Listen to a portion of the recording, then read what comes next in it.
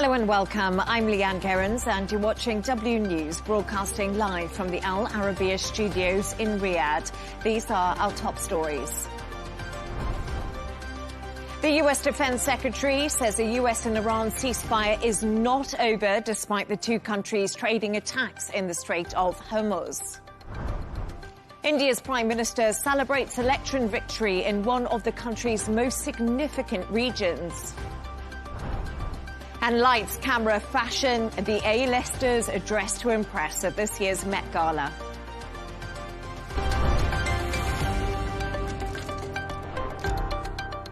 US Defense Secretary Pete Hegseth says the US-Iran ceasefire is not over, despite attacks made by both countries in the Strait of Hormuz. Hegseth claims Iran is attempting international extortion in the strait, but that ends with a Project Freedom. His words were a retaliation to Iran's parliament speaker's criticism of the US campaign. Take a listen. Project Freedom is defensive in nature, focused in scope, and temporary in duration, with one mission: protecting innocent commercial shipping from Iranian aggression. American forces won't need to enter Iranian waters or airspace. It's not necessary. We're not looking for a fight, but Iran also cannot be allowed to block innocent countries and their goods from an international waterway. Iran is the clear aggressor, harassing civilian vessels, threatening mariners from every nation indiscriminately, and weaponizing a critical choke point for its own financial benefit, or at least trying to. For too long, Iran has been harassing ships, shooting at civilian tankers from all nations, and trying to impose a tolling system. Iran's plan, a form of international extortion, is unacceptable. That ends with Project Freedom. Let's get more on this with Errol Moore-Couch, a spokesman for Republicans overseas and co-founder of private defense and intelligence firm FTA. Errol, as always, great to have you on the show. I just want to pick up and start on the Pentagon's press briefing. Pete Hegseth spoke about a new operation in the Strait of Hormuz undertaken by the US Navy, involving around 15,000 troops, hundreds of vessels, and air combat power to escort international ships through the vital waterway that has been blockaded by both Iran and the US. But Errol, what has pushed the US to this point to start this operation now? Well, first off, thank you for having me. And I think that the main reason why we've decided to do this now is we've let the dust settle after the complete and total destruction of whatever existed of their blue water, if you want to call that, Navy. As we analyzed the situation, we analyzed what was left of the mullah's capacities to project power. It became very clear they've been reduced to 5 or 10% of their capacities. Effectively, the rest of the Navy they have is a bunch of pirates and speedboats who can be dealt with by drones, as we've seen in Venezuela. So it became clear to the Americans that the time was right to start using the U.S. Navy to do what it does for the world, which is guarantee maritime shipping rules. And with the brave and courageous commercial pilots who are willing to do that, the United States has committed these resources to reopen this international strait. And the reason, of course, is because they feel like Iran no longer has the capacity to push back. So Iran no longer has the upper hand, is what you're saying to me, Errol. But Trump has dismissed Iran's military capability and said Tehran should wave the white flag of surrender. Dismissing their military capability, do you think that's a massive mistake? Underestimation of what Iran can actually do, because for the second day in a row, we have seen UAE interceptors working to defend and to counter, stop these Iranian drones and missiles attacks that we are seeing. You know, it's a very good point, and I think we have to sort of separate the public-facing verbiage with what maybe they mean behind the closed doors. Iran being virtually defeated, of course, means that they still are technically alive. And when you are talking about shipping boats or shipping containers, you're talking about floating bombs effectively full of petroleum that are insured for billions of dollars.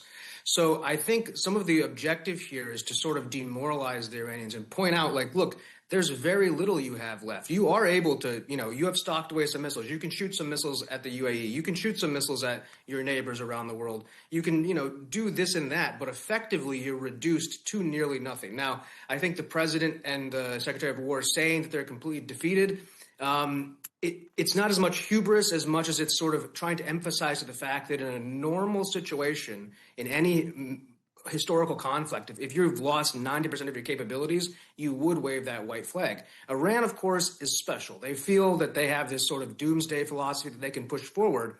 And I think also a little bit here is the Americans trying to give them an off-ramp while also sending a message to other despots and dictators around the world that they're not afraid to continue engaging. So a little bit of it is giving words that maybe don't have the same attitude behind the doors in the Pentagon, where they do take Iran very seriously as an adversary. They were able to shoot down one of our F-15s. They are a serious, intelligent group of people, but at this point, they're so degraded that we feel that surrender would be the right option. And I think the propaganda game there is more of what we're seeing.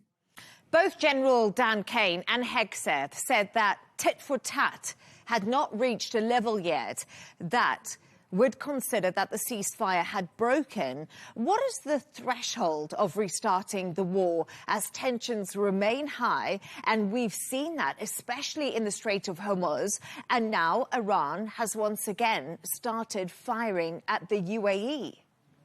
I think one of the convenient things here is that it seems like the capacity for continuing the war inside of Israel is not as much as it is. And so that's a contentious thing to say because obviously U.S. foreign policy and Israeli foreign policy aren't exactly aligned. However, when both the countries, Israel and the United States, don't exactly want to re-engage while they're going through a rearming period, who's going to be able to resupply faster, the Iranians or the Americans? Obviously the Americans. In this situation, perhaps the reason why it's been so slow is because they have sort of decided to allow them to build that up. Now, is that going to persist if they start shooting at U.S. bases again and actually making contact? No.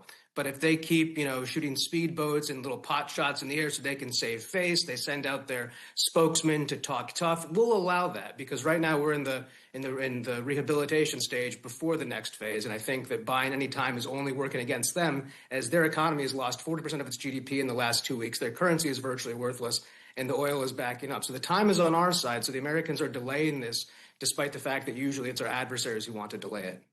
And it's really interesting because Trump says he will crush Iran's economy because I want to win, sort of reflecting there a little bit on what Iran's going through as this U.S. naval blockade stays in place. But we talk about this war at the moment and we talk about U.S. superiority in this fight. But we have to be realistic, Errol. The Strait of Hormuz is still closed. It's having huge global impact on the economy. Oil prices, yes, have slipped today, but have been at all-time highs, which is crushing economies in Asia, in China, especially in Africa and certain regions. And we're seeing interest rates go up in Europe. Europe's having a really hard time here. So I think a lot of the world are watching, thinking we actually can't wait much longer for the strait to reopen. I would agree with that. And I think that in this situation, the world is feeling the consequences of America taking an America first policy for once, not thinking about the general global world order, but rather our own security. The fact that our country was threatened with destruction, those nuclear weapons would be aimed at our allies or our bases and whatnot. So I think in that capacity, the world is going through a change. But on the other side of that coin, why wouldn't then China and these other economies and everybody get together and start putting international pressure on Iran? Iran doesn't want to be completely frozen out of the future of the 21st century. They're already living in the 20th century. And as the straits become more and more of a contentious issue and, the Indian economy, the Chinese economy, so many global economies are affected by it.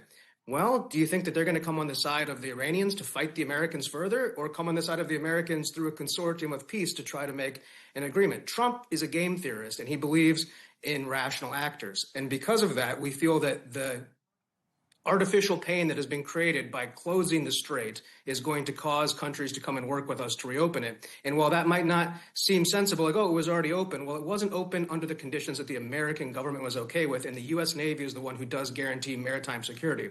So this is America first policy, and the world now needs to work with America to fix it for a global solution. A lot of people who will be watching this, Errol, and you talk about this being an American first policy, will disagree with that, because America first was no more forever wars overseas. And it was the US and Israel, many people argue, started this war without thinking about the Strait of Hormuz. Now, the Strait of Hormuz has become the main front in this war. And that is where serious concern is coming in. Did America miscalculate this? And we know Donald Trump's base has lost a lot of support. This war is hugely unpopular at home, and most of all because it's not America first. Yeah, so Donald Trump is the American president before he is any of his constituents' specific partisan president. And a lot of his base doesn't like this. And Donald Trump is probably the only president who's willing to burn all of his political capital to do something like this. I would only push back on the sense that the way America First is structured in great part is about boots on the ground and long-term foreign entanglements, foreign engagements. George Washington, famously on his deathbed, said, make no foreign entanglements with Europe, as we saw in World War II, how that went. So one of the biggest things here is that we haven't put boots on the ground, that Trump has been very hawkish on strikes, very dovish on invasions. If he was to cross that line and actually do what Bush and Cheney did, he would have completely broken his mandate. But Donald Trump, he flirts with the line, and right now he feels what he's doing is protecting American security. And by not putting any troops in mass into the battlefield, he feels like he's kept his promise for America First and America First security. Now, that's obviously disagreed with by his base, and that's going to be reflected in the midterms because the base believed no foreign wars meant nothing whatsoever. But Donald Trump obviously saw things differently. And from a personal note, it seems like they did try to be part of one of the assassination attempts on him, and that probably played a lot into how he sees this. So certainly it's a fair point to bring up, but a lot of us do still feel that it's an America First policy to defend the American empire, despite the fact that it has some short-term pain and disagreements like Tucker Carlson and those in the party who used to be with us. Megyn Kelly, too, to add to a few names. Joe Rogan. There's a whole lot that are now turning their back, really, on President Donald Trump and his MAGA base. Marjorie Taylor Greene, of course, is another one. But Errol Moorcouch, as always, thank you so much for joining me. Thank you for having me. Let's discuss this further with Professor Manuel Hassassian, former Palestinian ambassador to the UK and Denmark. Always great to have you on the show, Professor. Thank you so much. A little bit earlier, the Pentagon's press briefing went ahead. Pete Hegseth framed the situation in the Strait of Hormuz as controlled, limited and defensive and ready to escalate if needed. On day 67 of the conflict, are we looking at a contained standoff, as Hegseth tried to explain earlier, or a potential escalation? I can't hear you. Oh, can you hear me now? Yes, yes. Oh, brilliant. Sorry. Apologies for that. I was just going... No problem. Great to have you on the show, Professor. So thank you. I was just talking a little bit about the Pentagon's press briefing we got from Pete Hegseth a little bit earlier on, and he framed the situation in the Strait of Hormuz as controlled, limited, defensive and ready to escalate if possibly needed. On day 67 of the conflict, are we looking at a contained standoff, as Hegseth is trying to explain, or is this real grounds for potential escalation? Definitely, it appears to me that the Strait of Hormuz is the conundrum now, where all the focus is on the maritime navigation. Who is in control of the geography or the straits? Is the United States with its military power, or Iran with its control of the geography, not allowing, the ships to go through? It reached a standoff between the two contending parties. But I believe that the current situation reflects a tense but contained confrontation, which is counterbalanced by ongoing diplomatic engagement aimed at avoiding a broader conflict. We see that diplomacy continues to play a crucial, but unfortunately, it's a fragile role in managing the crisis. And that's why efforts should be made now on the de-escalation process, because a limited tactical agreement could, in the final analysis, reach a comprehensive resolution. I believe that there still will be a window of opportunity for temporary arrangements like ceasefires and what have you, until it could stabilize with certain concessions on both parts. And I think Iran should be more flexible in opening the Strait of Hormuz 4 countries that have nothing to do with this conflict in order to ease the tension. Donald Trump was speaking a little bit just before you and I came on air, Professor, and he has dismissed Iran's military capability and said Tehran should wave the white flag of surrender. US President there trying to convince Tehran to now give up. Do you think the US is underestimating the military capabilities Iran still has available to it? Because for the second day in a row, we've seen them launch missiles and drones towards the UAE yesterday, hitting an oil facility in Fujairah.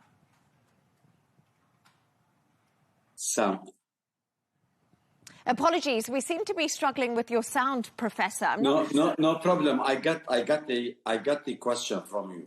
Oh, okay. Let me answer.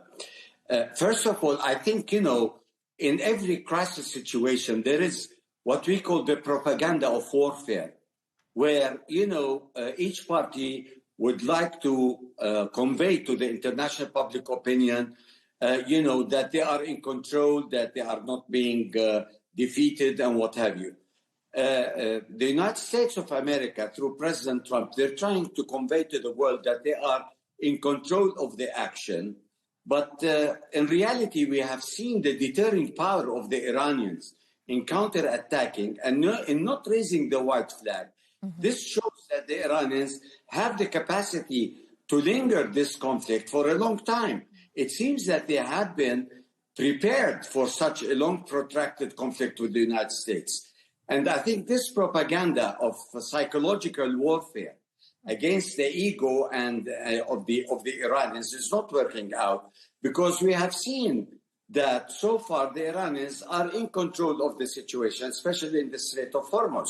And their reaction in striking the UAE is a clear signal that their power of still deterring and counterattacking is still there. So President Trump is trying to play on the emotions and on the psychology of warfare against the Iranians, and to show that the world, the public opinion, is tuned with his remarks that they are in control, that the Iranians are finished. It's a matter of days they will raise the white flag. And this is not true. This is a deceiving kind of a propaganda war machine that is not going to be on the side of the Americans, because the Iranians have been resilient and they have been very adamant in counterattacking, not only militarily, but also in their public opinion, the way they are addressing the world in a manner that they are the victims and they are not the aggressors. And the Americans and the Israelis who started this war are paying heavy consequences, where they want to get out of this quagmire as soon as possible with declaration that they have defeated the Iranians. Without boots on the ground, there will be no solution to this conflict. And I think the Americans don't have the guts to put boots on the ground, and they think, by naval power, extending their muscles and what have you, they will make the Iranians raise the white flag. And this has been a total and a dismal failure. And it's really interesting, because I was speaking to Errol Moorcouch just ahead of you about America First, and this war being so deeply unpopular in the US. And I think many analysts will say that's a lot of the reason the US hasn't put boots on the ground, because how unpopular it will be in the polls and how much support Donald Trump will lose in those midterm elections that are just approaching. But one final thought from you, Professor, if I can, just briefly, not much time left, but you talk about Iran digging their heels in, being resilient, being resistant. What does this mean for the global economy? Because the Strait of Hormuz is still blocked. We're seeing this double blockade by the US and Iran. Meanwhile, the rest of the world is paying the price. Yes, I totally agree with you. And the Americans are paying a price. And you can see a lot of uproar in the United States about the increase in the prices of gasoline and what have you, in the prices of food and commodities. And this is in America, and it is affecting worldwide. I believe, yes, there will be a hike up in prices of oil. The economy globally is not going to be stable. The markets, the stock markets are going to go down. and the closure of the Strait of Hormuz will have greater implications in the years to come, because this spiral inflation and the increase in prices, let alone the traveling for fuel, oil, is getting higher and higher. So the people are suffering now from the immediate closure of the Strait of Hormuz, but the suffering is going to be in the long term, where the global economy and the markets are going to be affected, starkly. So I believe that there should be an immediate solution to this crisis, and I cannot see it, by increasing, military capabilities by the Americans or waging a war that is not going to pay for, is to go back to the negotiating table and try to find a safe facing for both parties to end this conflict. While there is no winner in this conflict, both are losers, and the world economy is going to pay a heavy price in the very near future, unfortunately. Professor Manuel Hassassian, apologies about your sound a little bit early on, but always great to have your thoughts and analysis. Thank you for joining me. It's my pleasure, ma'am. Thank you.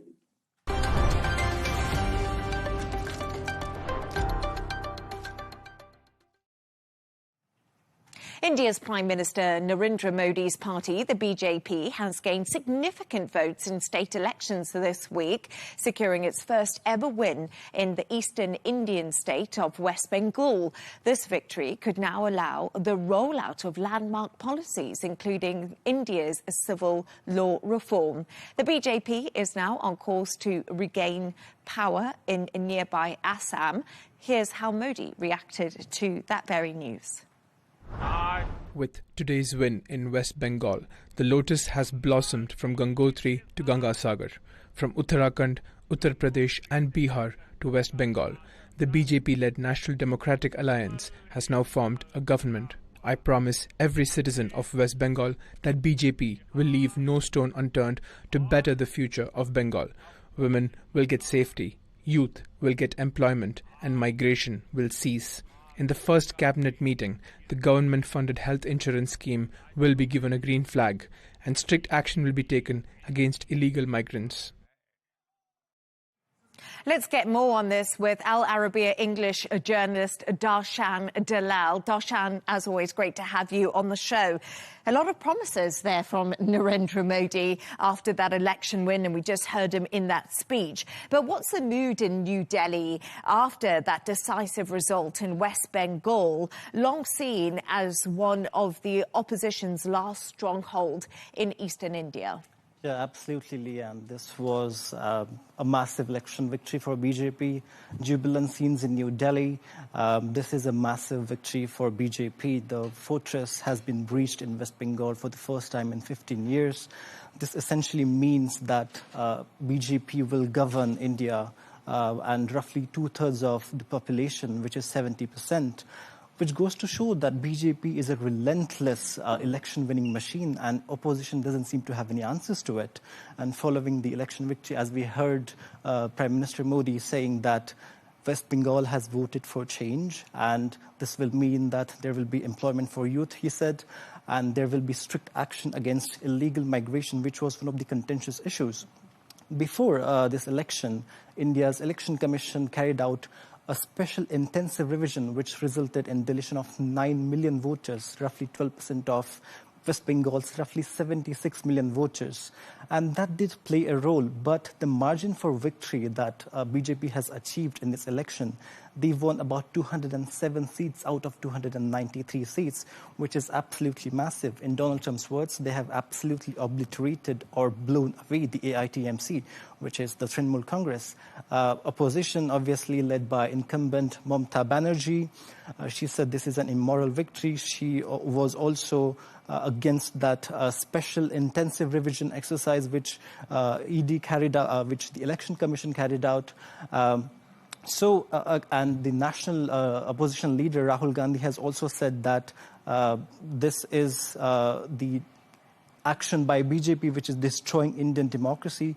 But this is a very, very massive victory for BJP, and this will be a big momentum for BJP going forward. And it's so interesting because so much criticism that people went to the polls and they went to vote, but they actually couldn't vote because they were no longer on the electoral register. So, as you say, lots of controversy, as well as the fact that the BJP had that massive win. But the Chief Minister of West Bengal has consistently resisted Prime Minister Narendra Modi and BJP's expansion. So what's been her massive downfall when we look at these results, which were a landslide? Yeah, she absolutely fought tooth and nail for this election. She also went against the Election Commission and then the Enforcement Directorate, ED, but only to be swept away in the election completely. Few reasons. There were allegations of corruption at party levels, and it was essentially seen that she also lost touch with the voters. And there was one massive case of rape and sexual violence in Kolkata called RG Kar case, which was also strong among voters, which they did not forget. And the mother of this victim in this case also won the seat.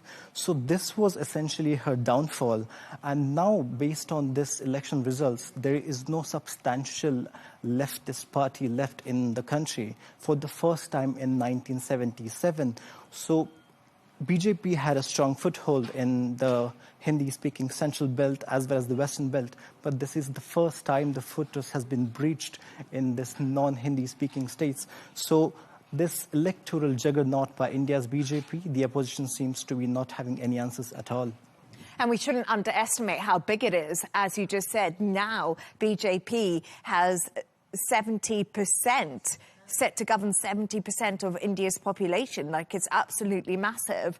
But if we look at this in the context of the wider world, what does this mean about India and Narendra Modi's position on an international stage, and especially when it comes to President Donald Trump? Yeah. Because a lot of the time now we look at tariffs, we look at what President Donald Trump and how he rules, and he's sort of the pinnacle and everyone kind of works around him. Absolutely. I mean, there is a strong relationship between Modi and Trump. But with respect to this election, there was a strong anti-incumbency sentiment. And it essentially means that there is no leftist party in the country at this point, which obviously will give momentum to BJP. The voters are absolutely jubilant, and then it is a morale booster for BJP going forward. India has no set term limit for a prime minister, but Narendra Modi has not made his intentions clear whether he will be running in 2029 elections. But he has always been this crowd puller in these elections and rallies, whereas the chief mastermind behind all of these is the Home Minister, Amit Shah.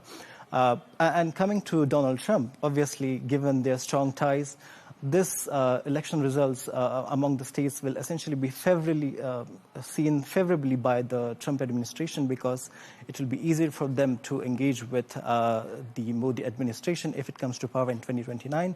And it will always be easy for them to have those trade deals in favor of the US if that is the case indeed. I know Narendra Modi, 12 years in power, and you said that there's no limit. Absolutely. Yeah, it'll be interesting to see what happens. Darshan Dalal, as always, thank you so much for joining me. Thank you. Thank you.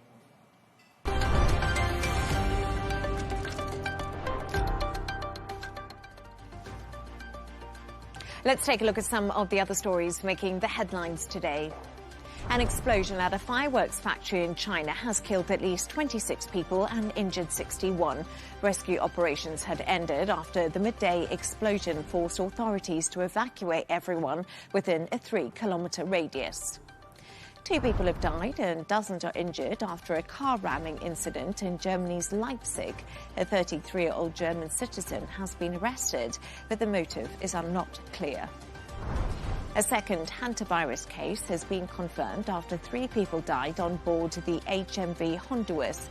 The cruise ship's operator says a Dutch husband and wife and a German national have died.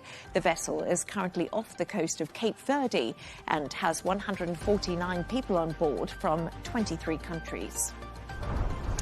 And former co-stars Blake Lively and Justin Baldoni have settled a lawsuit that followed filming of the movie It Ends With Us, just 2 weeks ahead of a scheduled trial. Lively had sued Baldoni, accusing him of harassment, sexual misconduct and a smear campaign on set, all accusations he does deny.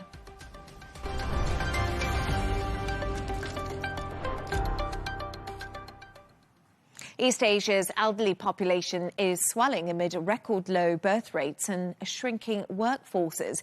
In Taiwan, about a fifth of its people are aged above 65, making it a super-aged society. But many seniors aren't letting their age get in the way of staying fit and healthy. Emily Sue reports. Chen Yumei is 91 years old, yet she's making these 45-kilogram deadlifts look easy. My husband is at the final stage of his life, but still asked me to train here, because he worries that I could not be on my own. I also made up my mind to stay healthy. This is why I come here. My trainer here also keeps on encouraging me. Chen has been training in this gym for a year. She's part of a growing number of elderly people in Taiwan who understand the importance of building up muscles and bone density to stay healthy. 89-year-old Chen Baohe also goes for regular fitness training. People were asking me, "Hey Granny, can you lift 30 kilograms?" I would say, "Of course I can, no problem." People would doubt, "Really? You can?" And I would say, "Don't worry, I really can." So I lift up to 30 kilograms. The manager at Chen's gym says the average age of clientele here is 65. Compared to 40 just 5 years ago. In 5 years, the average age of our company's clients has increased by over 20 years. So, we can imagine how much importance Taiwan society gives to elderly people's training. We are also very glad to help Taiwan society. In 2025, more than 4.6 million people in Taiwan were aged 65 or older. That's about 20% of the island's population, which makes it a super-aged society under the World Health Organization's definition. Doctors say regular exercise is vital to prevent age-related diseases, such as loss of muscle mass and structural bone decay. In general, I have observed an increasing trend of elderly people accepting such concepts. They give up on the idea of remaining sat or lying down because they are old, and instead they would pick up sports or training. But it's just as important that elderly people know their limits, train safely, and avoid injuries. Doctors advise seniors to use high-tech portable devices to monitor their health during workouts, so they can track their progress using hard data and not just base it on how they feel. Emily Sue, Arabiya English.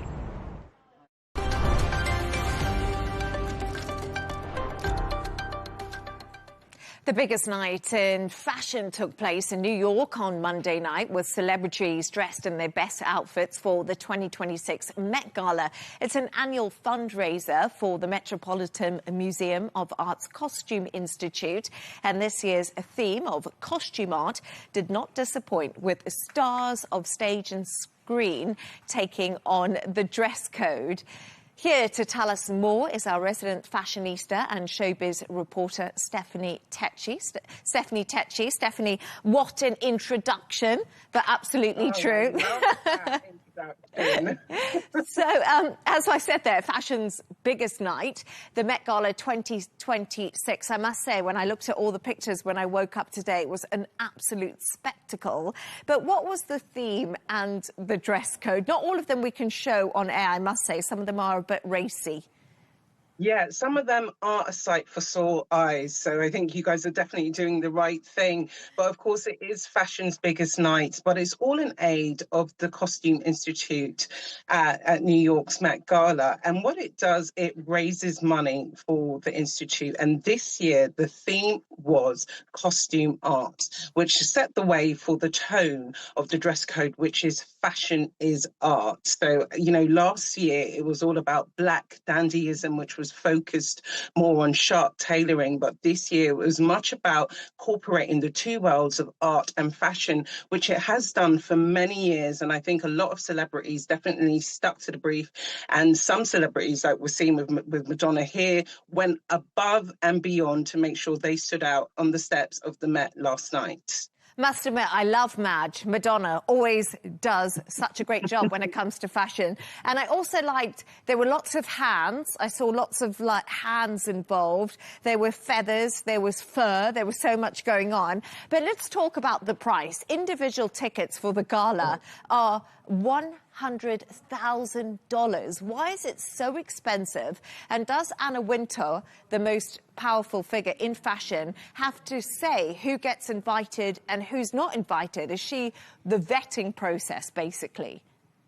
Indeed, Leigh Ann, this is one of fashion's most expensive nights. And for the past 30 years, Anna Wintour has been at the helm of it. She decides which celebrities are going to come, what brands are going to come, and what benefactors are going to come as well, because she knows it's all about generating money.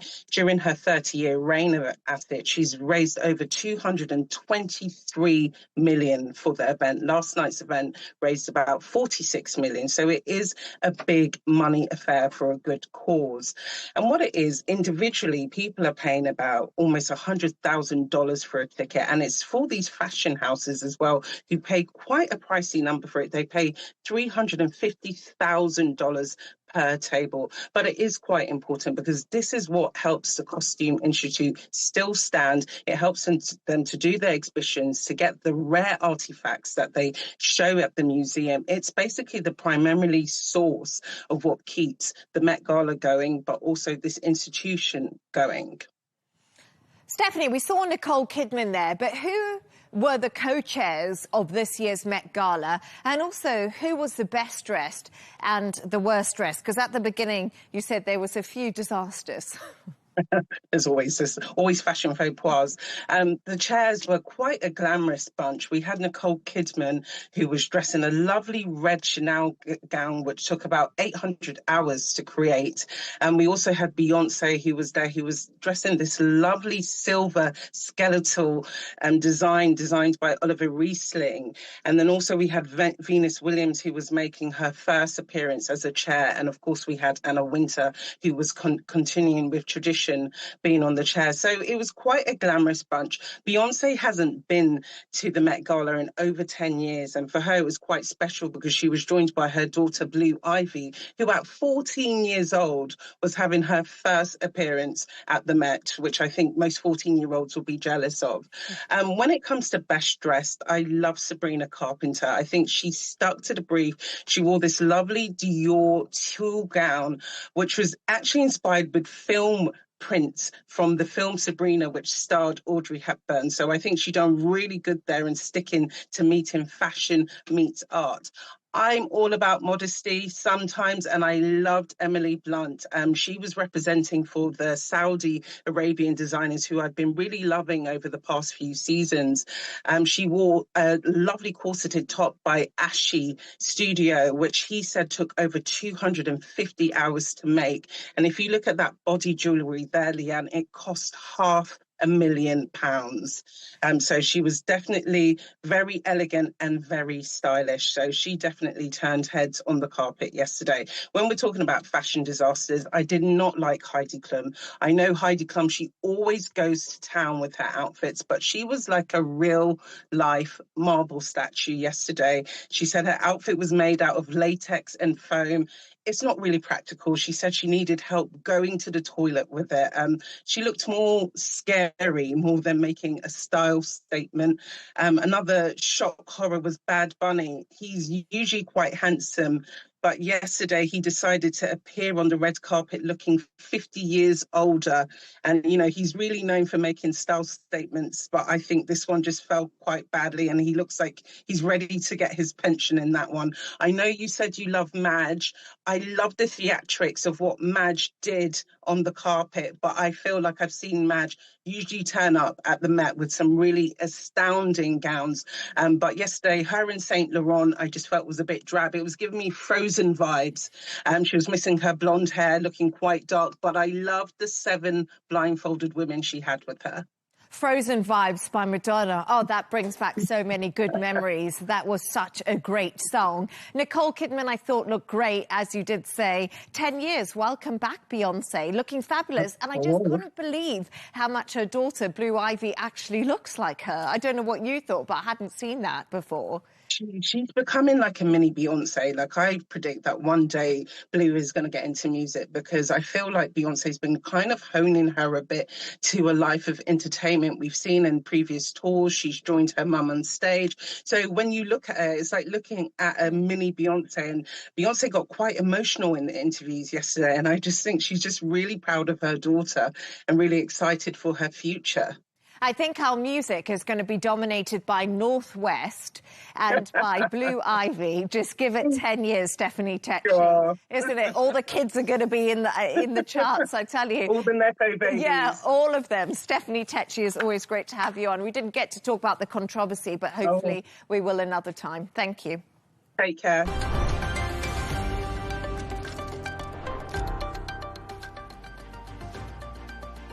And that's all from us on W News. Don't forget to subscribe to our YouTube channel. Of course, follow us on X. We'll be back in a couple of hours with W News Extra. Goodbye. And as always, thank you for watching.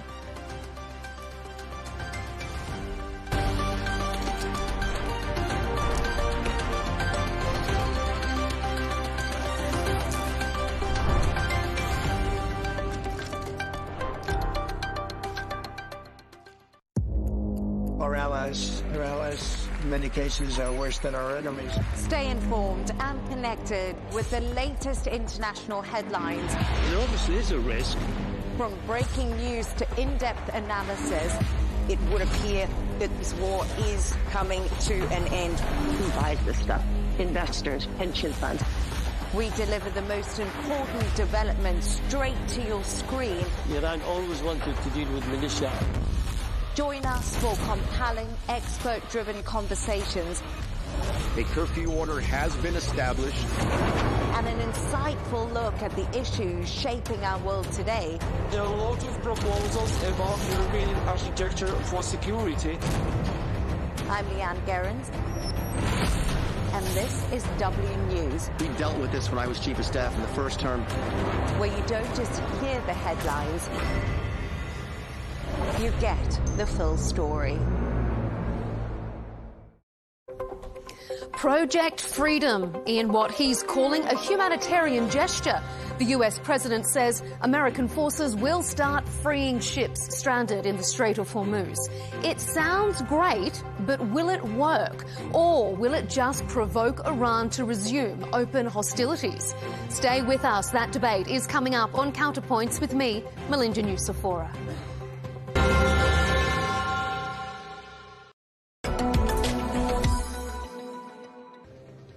Hello and welcome to this special edition of The Real Deal here on Arabiya English. Now, as Saudi Arabia pushes ahead with Vision 2030 and its goal to attract 150 million visitors per year, places like this at Qiddiya City have a major part to play by reshaping the kingdom's tourism and entertainment landscape. Today we are at Aquarabia, which is just opening its doors to the public. This is the largest water theme park in the region, featuring more than 20 rides, many of them world record breakers. Well, sitting alongside Six Flags Qiddiya City, which itself is home to 28 attractions and some of the most ambitious roller coasters ever built, these two sites combined are creating thousands of jobs. So what does it take to build a destination of this scale? And what does it say about where Saudi Arabia is headed? Well, we're joined now by Brian McCammer, who is the president of the Six Flags Qiddiya City and Aquarabia theme parks. A very warm welcome to Arabiya English. Thank you. Thank you for having me. Brian, tell us first of all about Aquarabia. How did it come to be? Well, this was one of the marquee attractions that was designed as part of the overall Qiddiya City destination. So dating back to probably 2018, the original concept for the park came about. This The Aquarabia, the theming, the entire concept was homegrown. It's a fresh IP, brand new.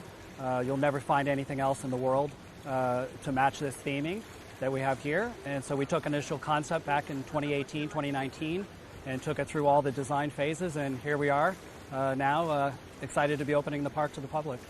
And I mentioned Vision 2030 in my introduction, and I'm just wondering how you see Aquarabia fitting within that vision. It's incredibly important part of it. It's the second major asset at the overall destination that's going to come online. Six Flags opened just a few months ago, and now the water park. They're very complementary of each other, I think, in the kingdom and at Qiddiya, a first water theme park in the region in the kingdom of this caliber. And it's just going to play an important role as the rest of the destinations and assets open in Qiddiya in the coming years. Brian, what do you think these parks, Aquarabia and Six Flags, tell us about the general direction that Saudi Arabia is heading in? Well, I think it's no hidden secret that everyone in the world loves to have fun. They like to visit theme parks, water parks.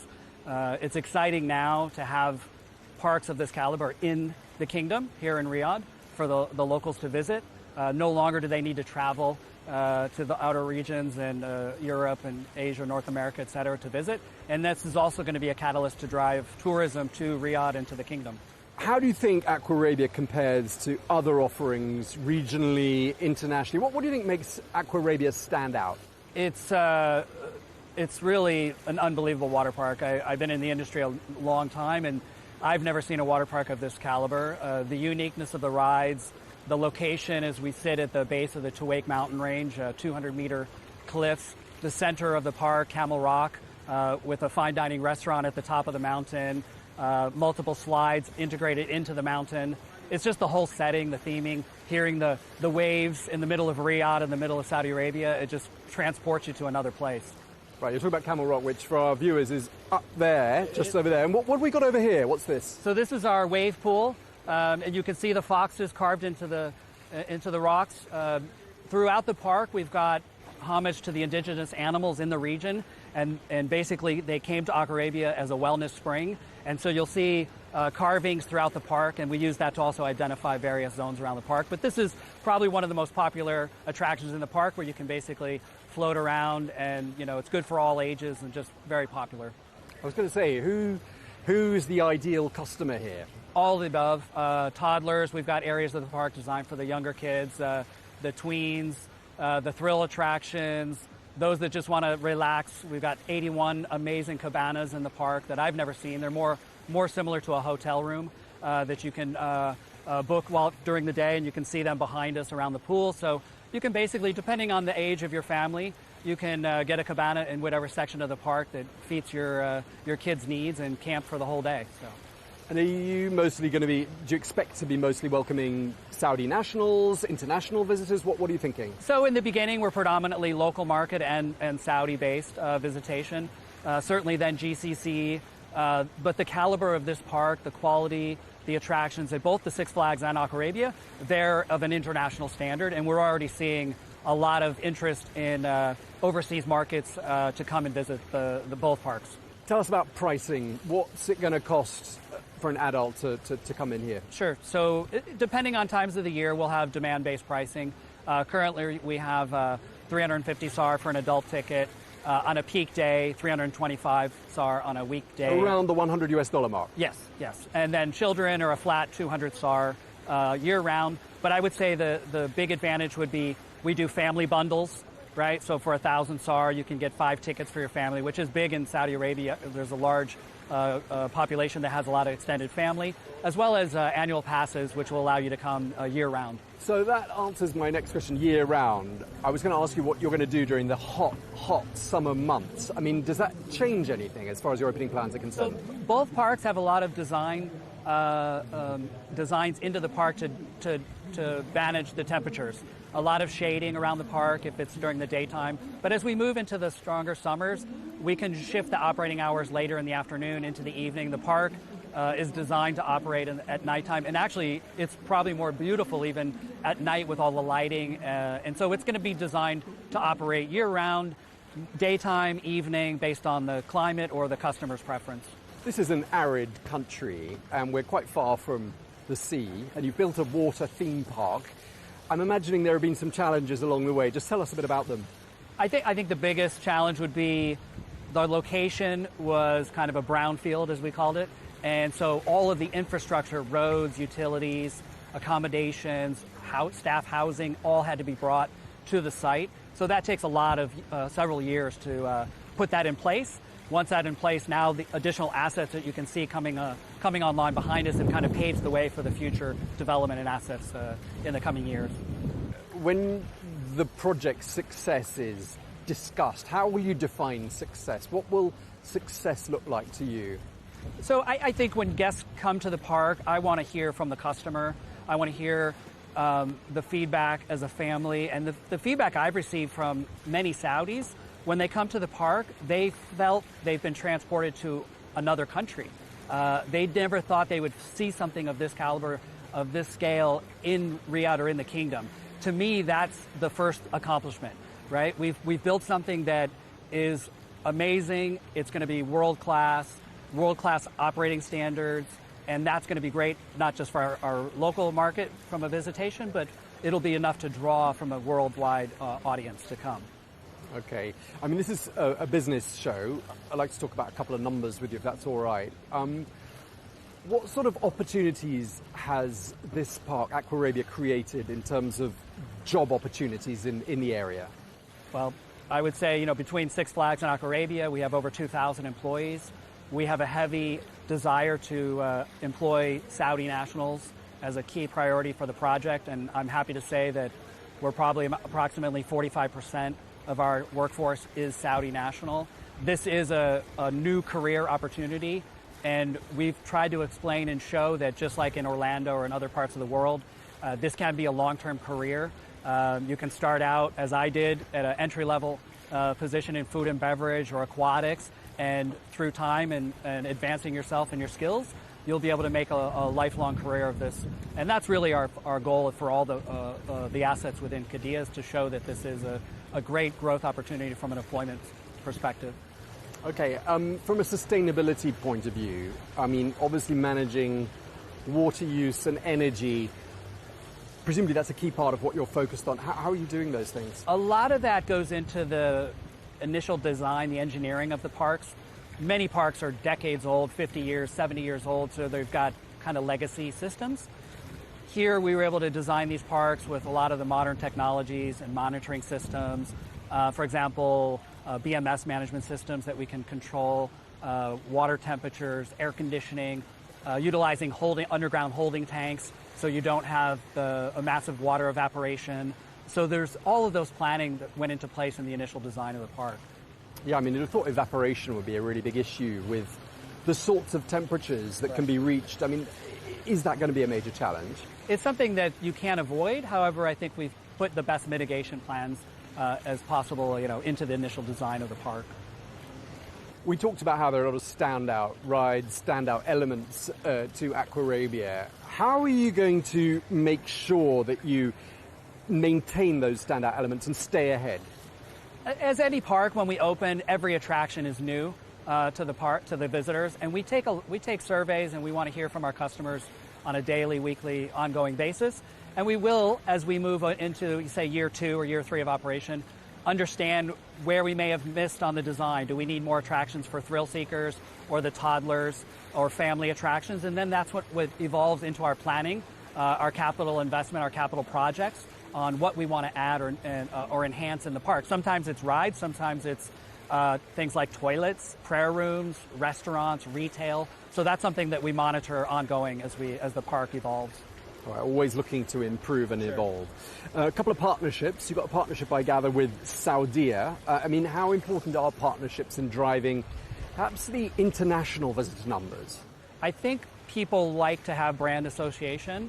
I think what I was very impressed with Qiddiya and the entire Vision 2030 is the collaboration and the willingness for corporations and companies within the kingdom in Riyadh to partner with us and support us. It's more of a collaboration.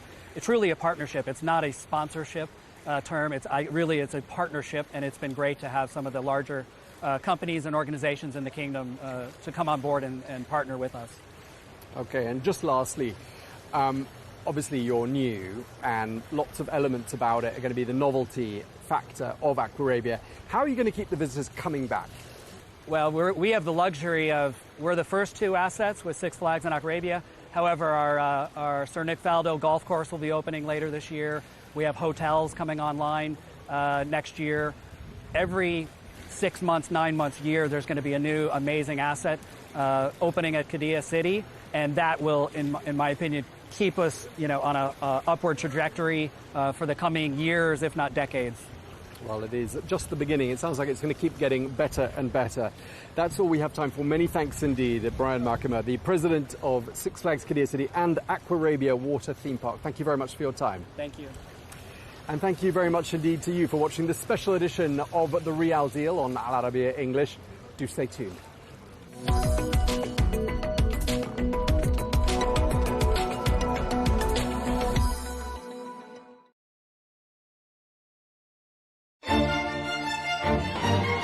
Do we celebrate too much? Does it help generations understand history? Does it bring society together? And the idea of turning the first day of summer into a music festival was a brilliant idea because it's a day of joy. We must celebrate summer.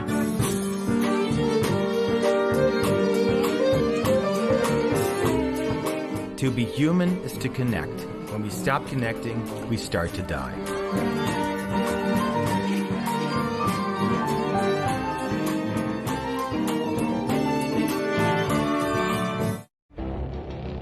It feels like decades are passing by in a matter of weeks.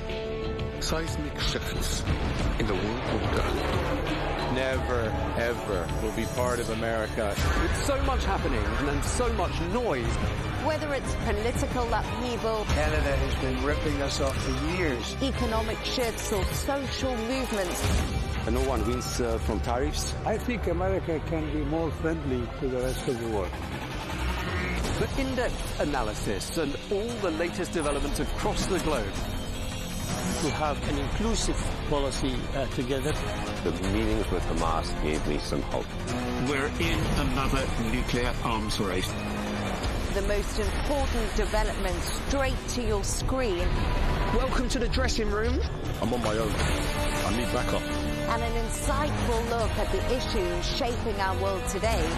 It was not going to happen, that war, and it happened. Join us on Al Arabiya News, where the world talks.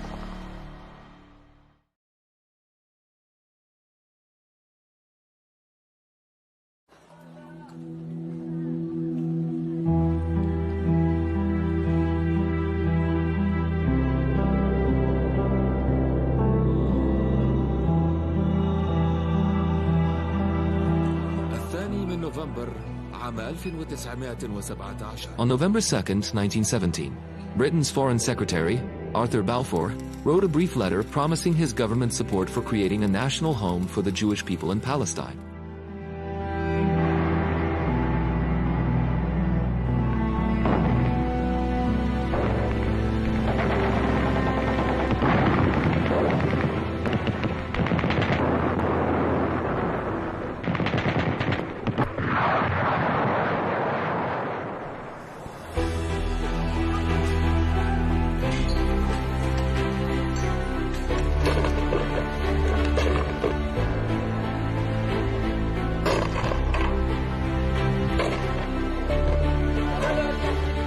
Marked the beginning of a century of conflicts and wars that would forever alter the fate of Palestine and the entire region. 108 years later, Britain's Prime Minister Keir Starmer stood before the world. On September 20th, 2025, before the cameras, announcing his country's recognition of the state of Palestine. I state clearly, as Prime Minister of this great country, that the United Kingdom formally recognises the state of Palestine. As your chairman has reminded you, The British recognition carried special symbolism. No other nation has played a more decisive role in the modern history of Palestine than Britain itself. it is nearly 16 years since he recruited me to the Zionist movement.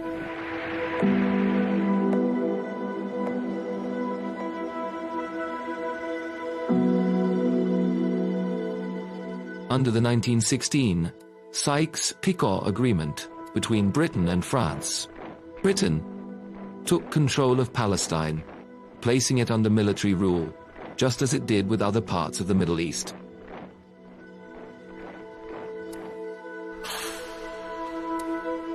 A year later, Balfour confirmed in his letter to Lord Rothschild, the wealthy British Jew, that his government viewed with favor the establishment of a national home for the Jewish people in Palestine.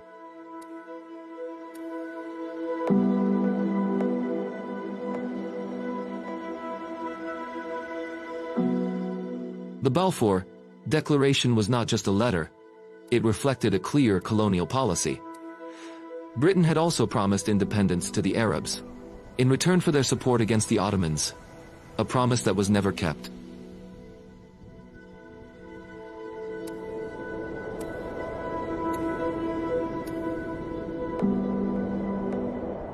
In 1920, Britain formally declared its mandate over Palestine. As the de facto authority, the British allowed waves of Jewish immigration into Palestinian lands. The resulting anger led to massive uprisings in cities like Jerusalem, Jaffa, and Haifa, culminating in a Palestinian revolt in 1936 that lasted 3 years before being brutally crushed by British forces.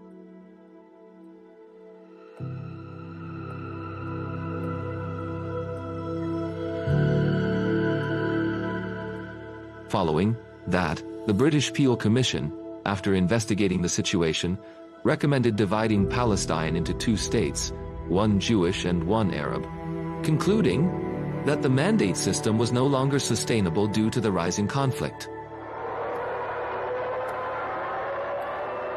On the eve of World War II in 1939, a British white paper sought to calm both sides. It announced the support for establishing an independent Palestinian state where Arabs and Jews would live together within 10 years. But both sides rejected the plan. It satisfied neither their ambitions nor their fears. Keinen Mut, die mehr zu zwingen vermag, dann wird unser Wille und unser Heil. The outbreak of the World War made Palestine even more volatile. As the Nazis tightened their grip on Europe's Jews, migration quickened, until Jews made up nearly 1/3 of Palestine's population. In 1947, Foreign Secretary Ernest Bevin handed the matter to the United Nations, announcing Britain's withdrawal from the mandate. The resolution of the DUC Committee for Palestine was adopted by 33 votes, 13 against, 10 abstentions.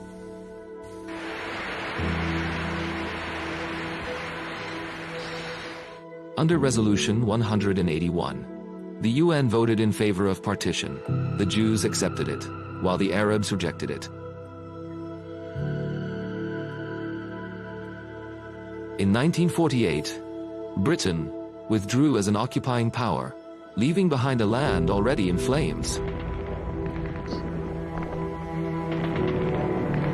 Soon after, on May 14, 1948, the State of Israel was declared. And the Nakba began.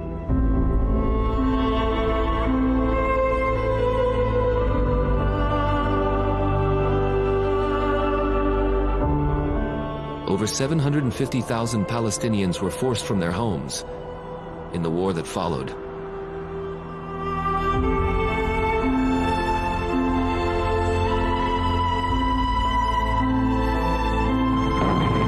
During the Suez Crisis of 1956, Britain joined the tripartite aggression against Egypt, but its failure showed the world that Britain was no longer the dominant power controlling the region's destiny.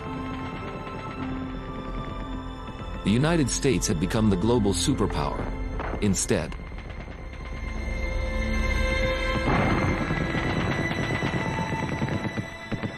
In June 1980, European nations, including Britain, met in Venice, Italy, and issued what became known as the Venice Declaration. The declaration was a pivotal moment. For the first time, the West collectively affirmed that the Palestinians were not merely refugees, but a people with legitimate political rights.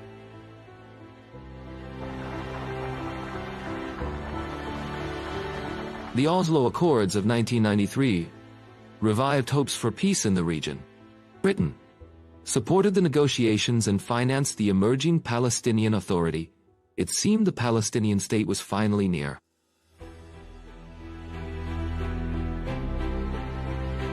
Yet, as settlement expansion and repressive Israeli policies continued, optimism quickly faded. In 2014, the British Parliament voted by majority to recognize the state of Palestine, but the vote was purely symbolic. The government refused implementation, insisting on a negotiated solution first. Yet, public pressure keeps the issue alive in London. For many Britons, it has become increasingly clear that their country bears a historic responsibility.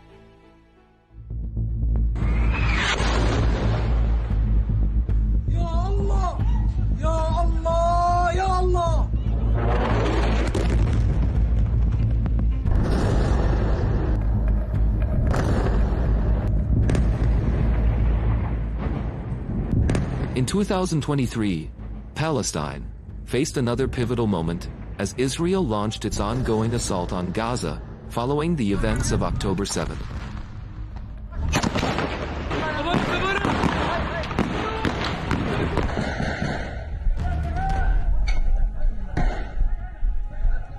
Tens of thousands of Palestinians tragically lost their lives in Israeli strikes, and many, many more were injured in this ongoing conflict. More than 80% of the Gaza Strip was destroyed.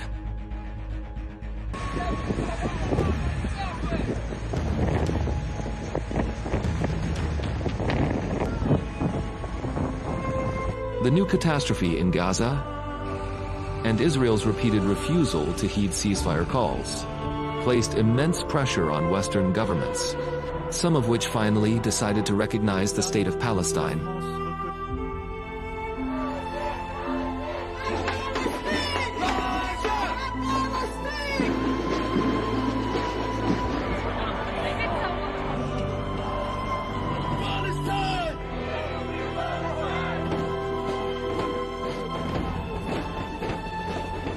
Britain was among the first, and its decision was seen as the most significant and symbolic.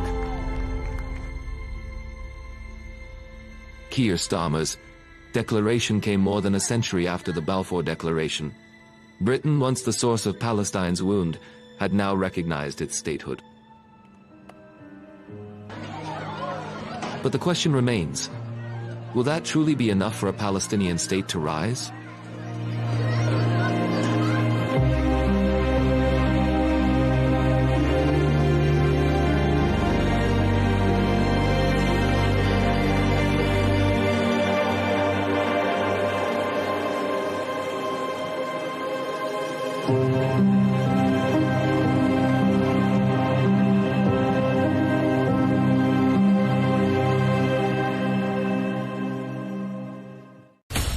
From the White House to Gaza, Kiev to Beijing, elections, economics and the environment compete with conflicts and other complex issues for our attention. In an age of fake news, deepfake and artificial intelligence, they've got to have a vote and a say. It's important to look beyond the loudest voice to understand the truth. From newsmakers to groundbreakers, my campaign is going very well. Presidents, prime ministers, princes and peacemakers, and cultural tastemakers. As Arabs, as Middle Eastern, we're too emotional. Join me on the Riz Khan Show for empowering conversation.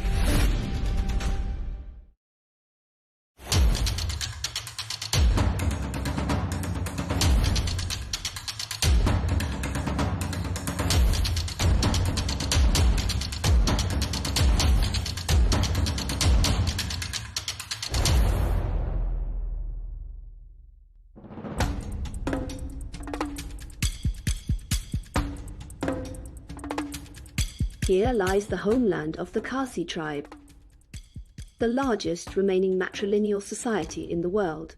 Its population is estimated at nearly 1 million people in India.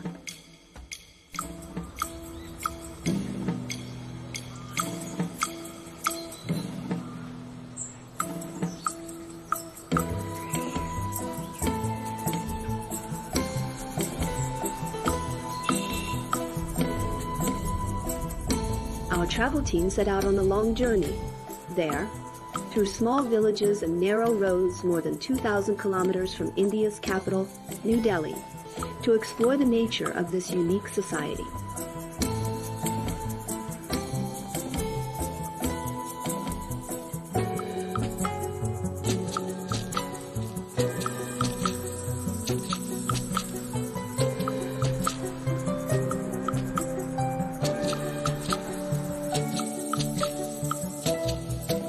We've arrived at Matrilineal village, or as its people call it, God's own garden.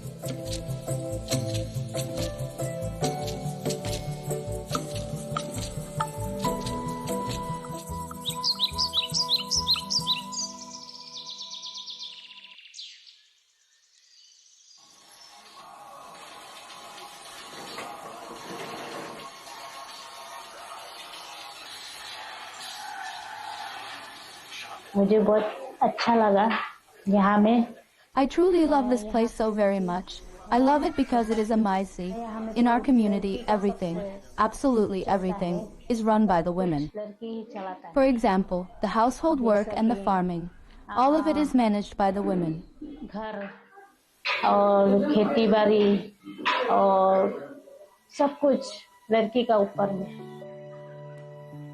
We met Salsalaitha, who told us more about being the youngest daughter in a family belonging to the matrilineal Khasi community.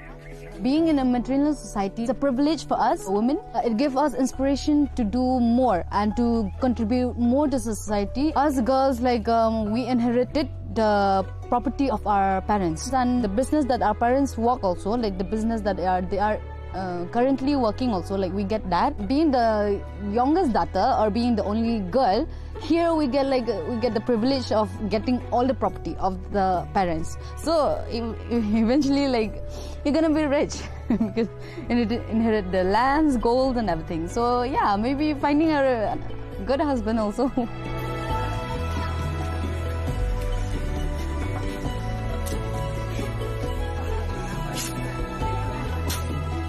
We get the help, get the support from the men also. Even the surname also to our mother, like to the woman, not like other place in India.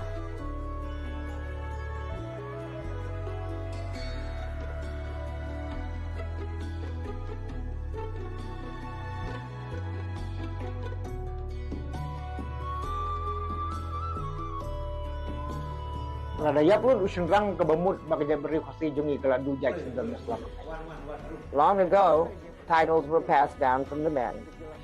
But out of fear that all our men might die in battle, which could cause us to lose our identity as a tribe, the tradition was changed after much thought. So the titles would pass through the women while the man would remain only the head of the household. After that, property also began to pass to the women.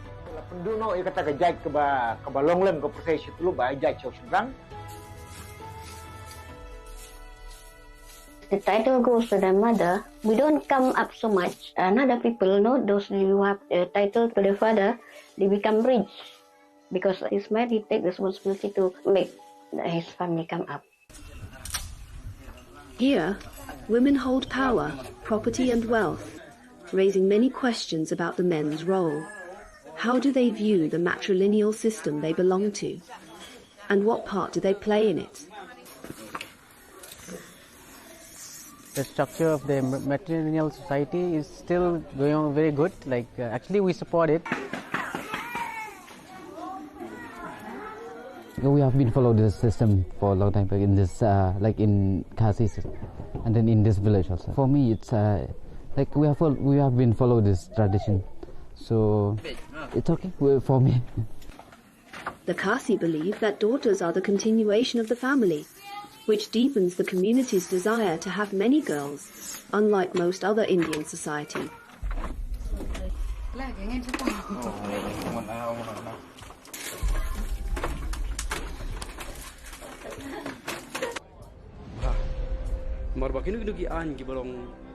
Zam, like C.I. Tabor, challenge female dominance. He runs an organization calling for the return of men's traditional roles. Men are not really made or born to be like that. They're born to lead, they're born to control, they're born to have authority on something. But he cannot be under authority of someone. So that itself hurts the ego of man. Till this date, as we have done some research, the lifespan of a general Khasi man is about 35 to 45 years age. Very low. Because most of them die of desperation. Most of them die of irresponsibility, we call. So his roles, his responsibility, his dedication is dispersed. For women here, choosing to remain unmarried carries no social stigma at all. Many do so proudly, taking comfort in their independence. And in this place, it is often the husbands who move in with them, joining their families and their homes, rather than the other way around. The Kasi community holds firmly to its historical roots and traditions deeply tied to nature. Some of its legends reflect this matrilineal spirit. On our journey, Cecilia takes us to the Matrilineal waterfalls. Legends tell of a widow named Kalikai who lived near one of the waterfalls in the Kasi region. She had a beautiful daughter. After her husband's death, people urged her to remarry, to ease her burdens. She did, to a selfish, cruel man. One day, while Kalikai was away from home, the husband killed her daughter and cooked part of her body. When Kalikai returned home and discovered the horrific crime, she collapsed in grief and ran to the edge of the cliff, leaping into the unknown. Her story became a symbol of women's independence in Kasi culture and their refusal to depend on men. There are many Kasi legends like it, yet they do not conflict with Christianity, which most of them follow today.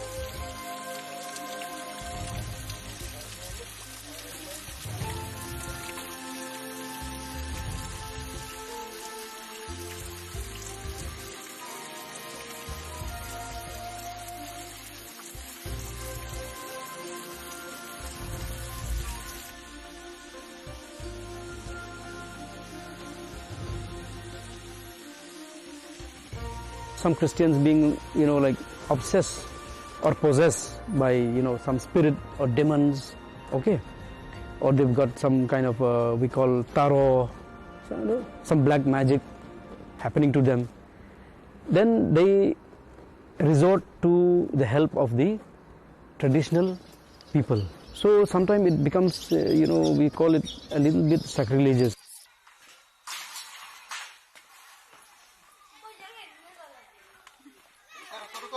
Now it's less that Christian will participate in all Khasi traditional rituals, very less now.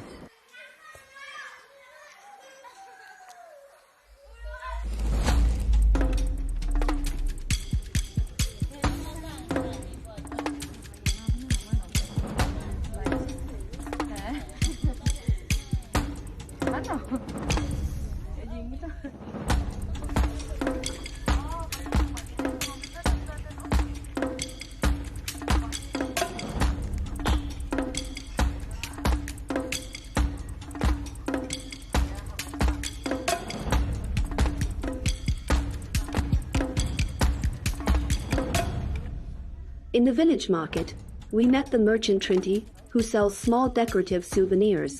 She is the head of her household and fully supports her family, while her husband stays home and takes care of the children.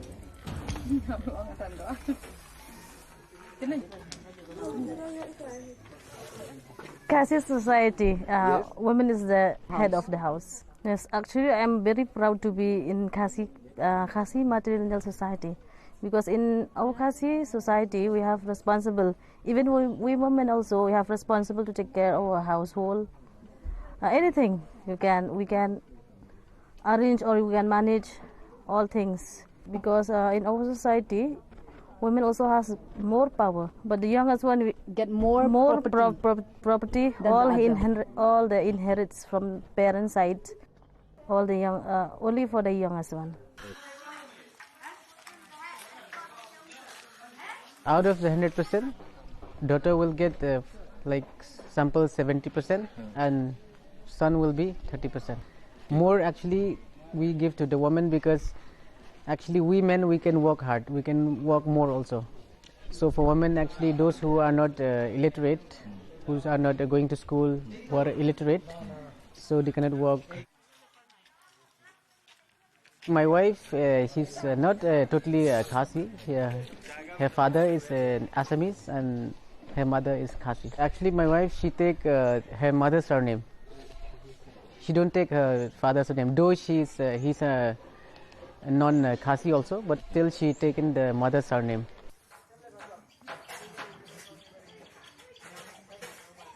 Those who marry our ladies, they enjoy, in fact, more than 200% of benefits.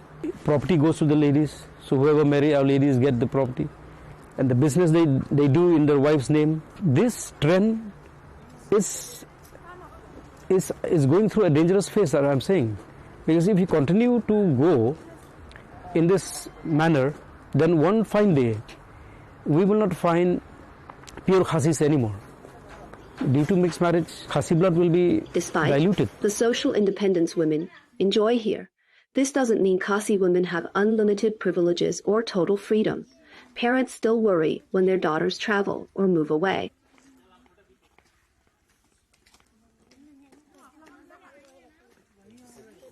They allow us to study only in like the city, but then like for like the sons, like they will allow them to go abroad also. Like they do find it okay with it, but then us, like in the other hand, like us, like for the girl's child, they are more protective and also more like, you know, more strict with them. So like, you know, most of the family here, like they don't allow their child to study abroad or to pursue the career like outside of Meghalaya or something like outside of India. Maybe because they're like little protective of their child. That's the main reason.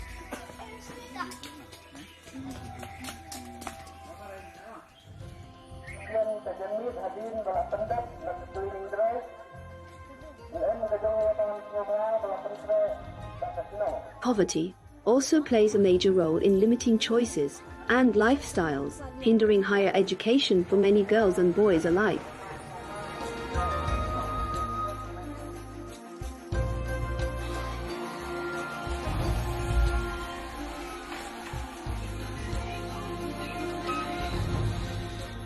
Here, young men and women do the same kinds of work. In earlier generations, the wife stayed at home and the husband earned a living. But in our generation, things have changed. Men now do household work, and women take on men's roles. अपना business अपना चलाते हैं आप.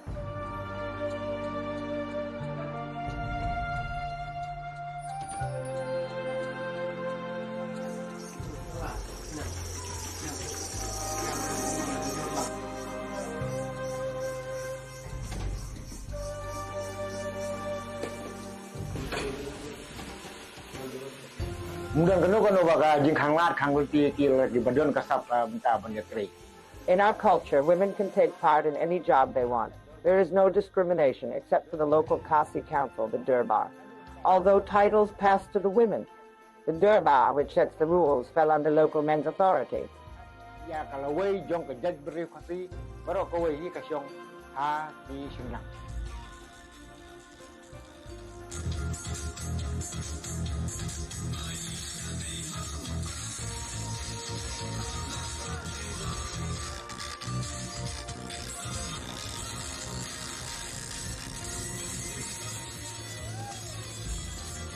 The Khasi community is deeply interconnected. Men and women participate together in all village activities, local celebrations, communal cooking, and sports that last from early morning until nightfall.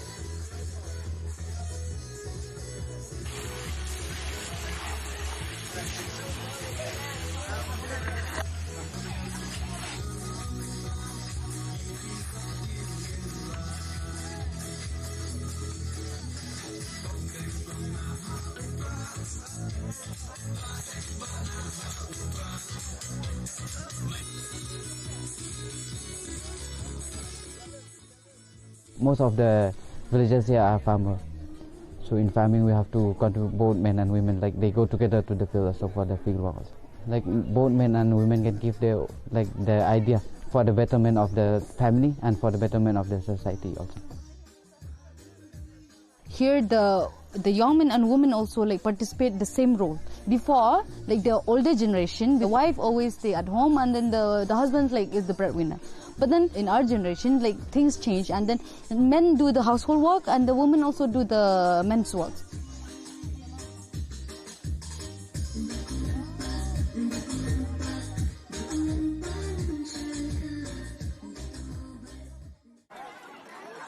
Everyone contributes and everyone shares the meal.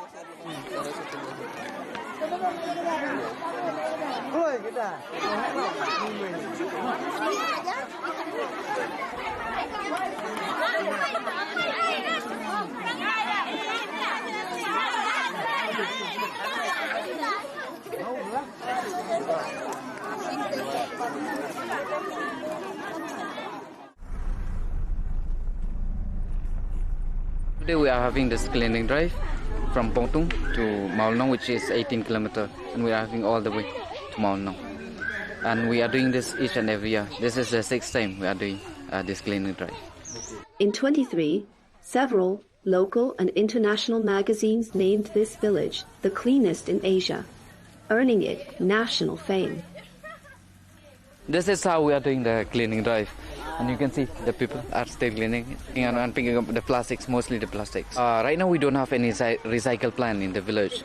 But we are very grateful to the Shillong Municipal Board. We have to dump off for the plastics. It has since gained recognition among other towns and villages as a model to follow. Cleanliness here is a sacred ritual, cherished by the Khasi people, from young children to grandmothers, keeping the entire village spotless through collective effort. For now, we just clean the village. We can give some advice for the other people also. So this is our daily responsibilities because it gives us health also if we clean the village. So other people also from the outside, the people from outside, so they will see us, so they will get some advice from us. They don't see it as routine work, but as a sacred, enduring part of their tribal life. Most of the property right now, it's inherited by the youngest daughter. Because they think that the youngest daughter will be the one who will be looking after the parents after they grow old. But then right now it's different. Some of them, youngest daughter didn't have a good relationship with the parents. So the older daughter will look after the parents, right? So maybe the oldest daughter, the one who's looking after her parent, that daughter should be the one to inherit the property, right? I see in my areas also, the one who look after their parents after they're old, that one inherit most of the property, like golds and land and houses, because right now things have changed. Created to span rivers, the entire community works together to design, manage and maintain each bridge. A process that takes more than a decade, shared across generations. The young people caring for these bridges today will walk across them in the future.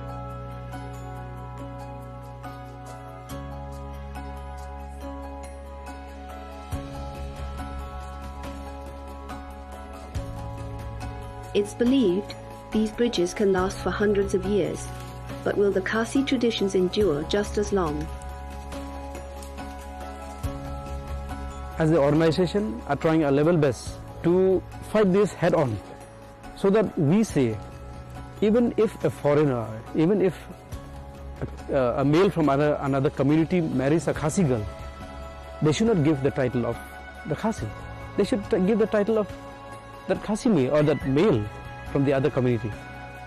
Matrilineal society, it will be different afterwards, but then matrilineal process will still go on. But then I think that some of them will also as I've seen now also, some of my friends inherited the father's title, their father's titles. But then I think that this will go on and on in our state. I think it will go on for ages, and there will be difference here and there. I mean, there will be difference in sharing property and in sharing the power in the household. and in the society.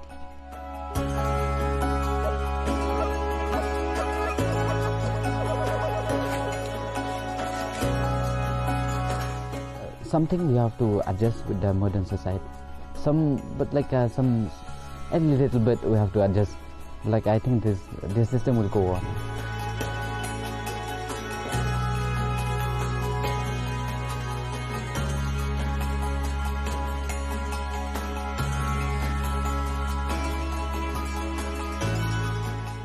Changes regarding to the culture, and then the way of livelihood, the way of eating, the way of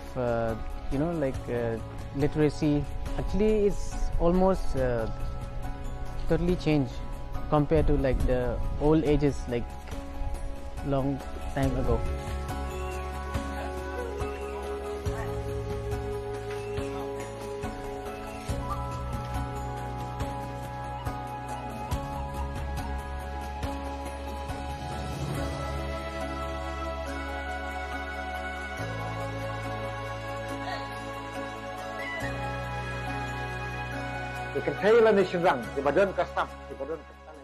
We hope women will come forward to join the village Durbar. We will work hard together to bring change to our community. Women and men can work in all fields, and they will do it well.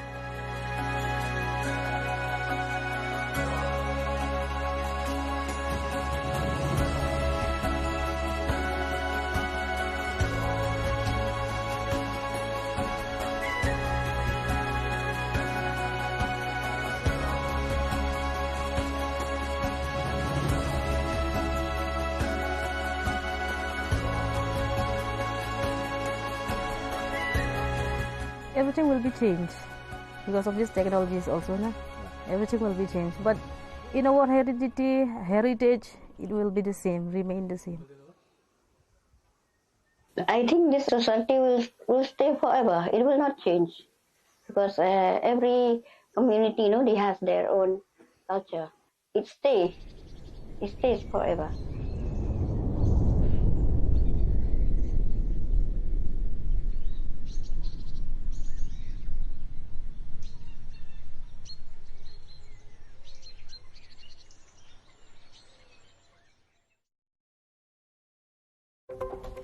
Project Freedom in what he's calling a humanitarian gesture. The US president says American forces will start freeing ships stranded in the Strait of Hormuz. It sounds great, but will it work? Or will it just provoke Iran to resume open hostilities? Stay with us. That debate is coming up on Counterpoints with me, Melinda Nucifora.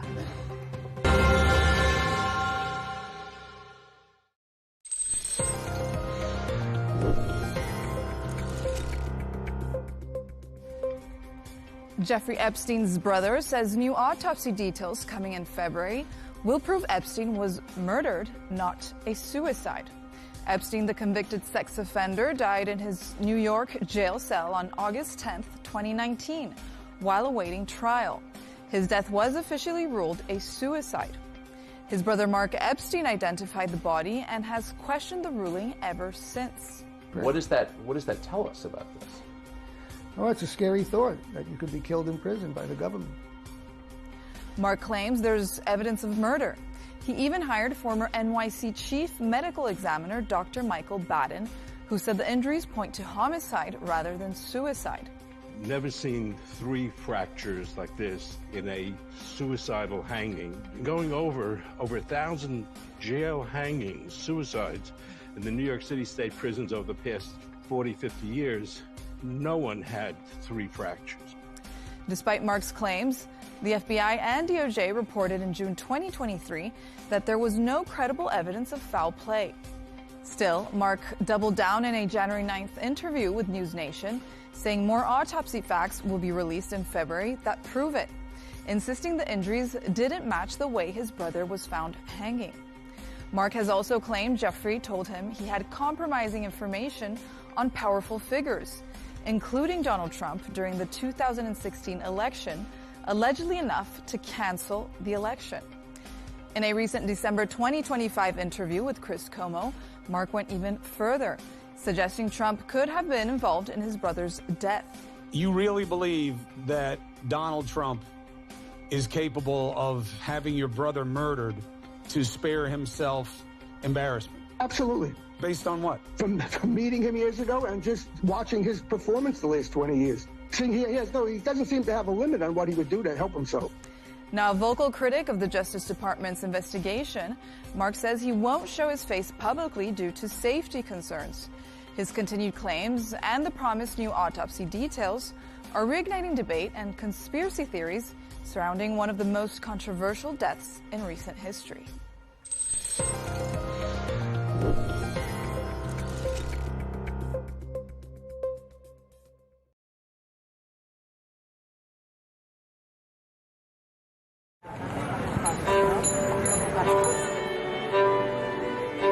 People think that we launder money, but actually we make money black. It's a weird law. They call it gedoogbeleid, like this.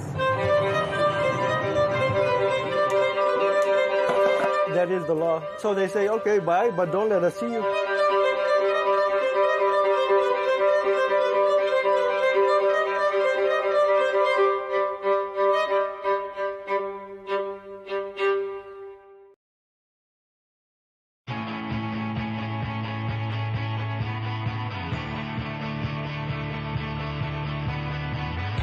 Welcome to the metropolis,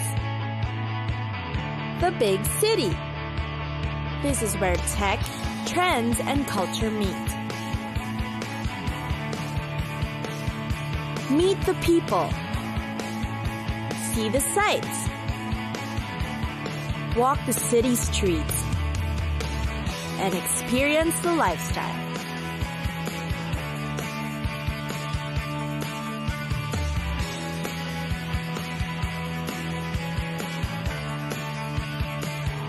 This is your first-class ticket to the cities of the world.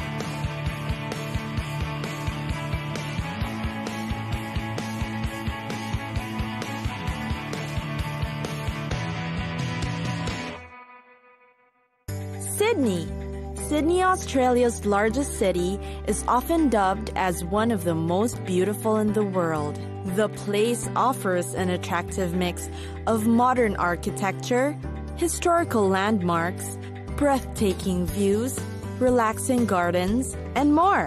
What are the top spots to see in Sydney? Perhaps Australia's most famous man-made attraction, and a worldwide icon too, is the Sydney Opera House. The structure alone is already a unique feat of architectural design and engineering. While built from innovation, creativity, and quite a bit of controversy, the Sydney Opera House remains a remarkable building that's home to over 1,500 performances a year and inviting up to 1.2 million audiences each time. One of the most well-maintained and well-preserved examples of colonial-style architecture in Australia is Sydney's Government House. Since its construction in 1846, it has been home to 27 governors and today remains one of the city's hidden gems, with interiors characteristic of its Gothic influence.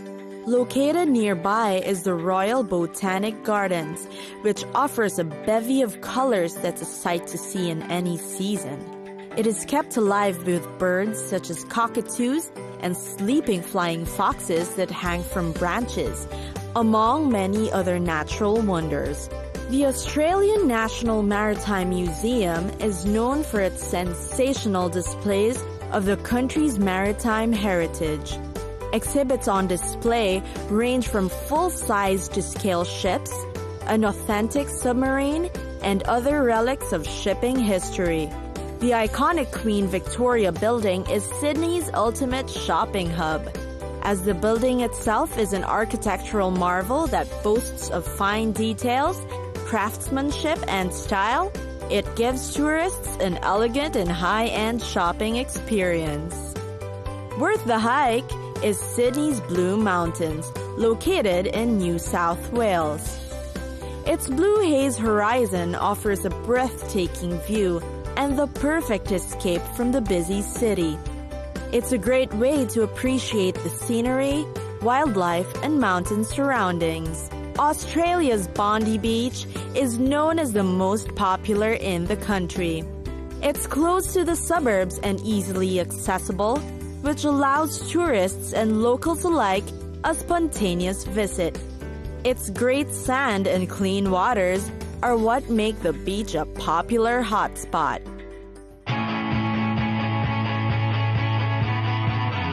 It's time for us to go. Pack your bags and get your tickets ready. And we'll see you on the next destination. Catch us again next time on Cities of the World.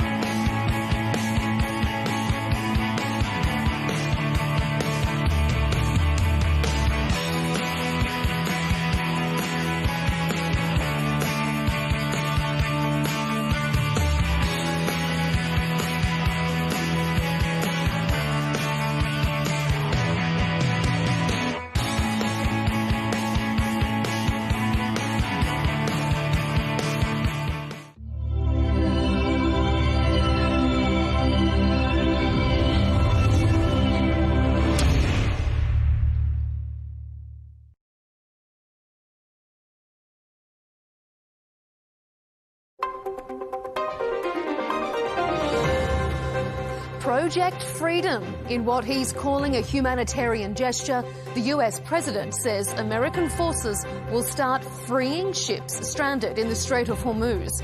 It sounds great, but will it work? Or will it just provoke Iran to resume open hostilities? It's up for debate here on Counterpoints with me, Melinda Nucifora.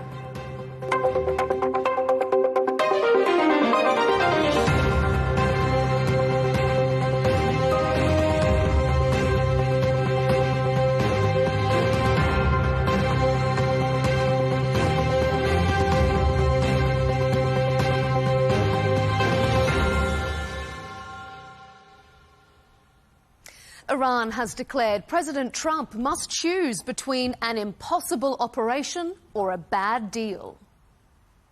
What is clear is that the world neither accepts America's humanitarian claims nor believes that the United States can emerge from the self-created quagmire. The Strait of Hormuz, until February 28, had been a safe and secure route for international shipping traffic without any problems. The international community must hold the United States and the Zionist regime accountable for imposing insecurity on this waterway. Washington denies its actions caused the strangulation of the strait. But out of humanitarian goodness, the administration says it will help guide vessels through the blockade. Now, that isn't the same thing as providing a military escort, so it begs the question, how effective will it be?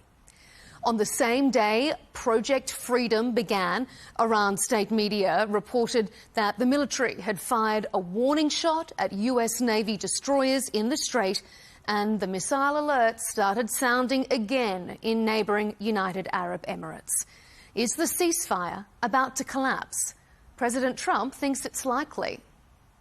If they misbehave, if they do something bad, but right now, we'll see. But, you know, it's a possibility that could happen, certainly.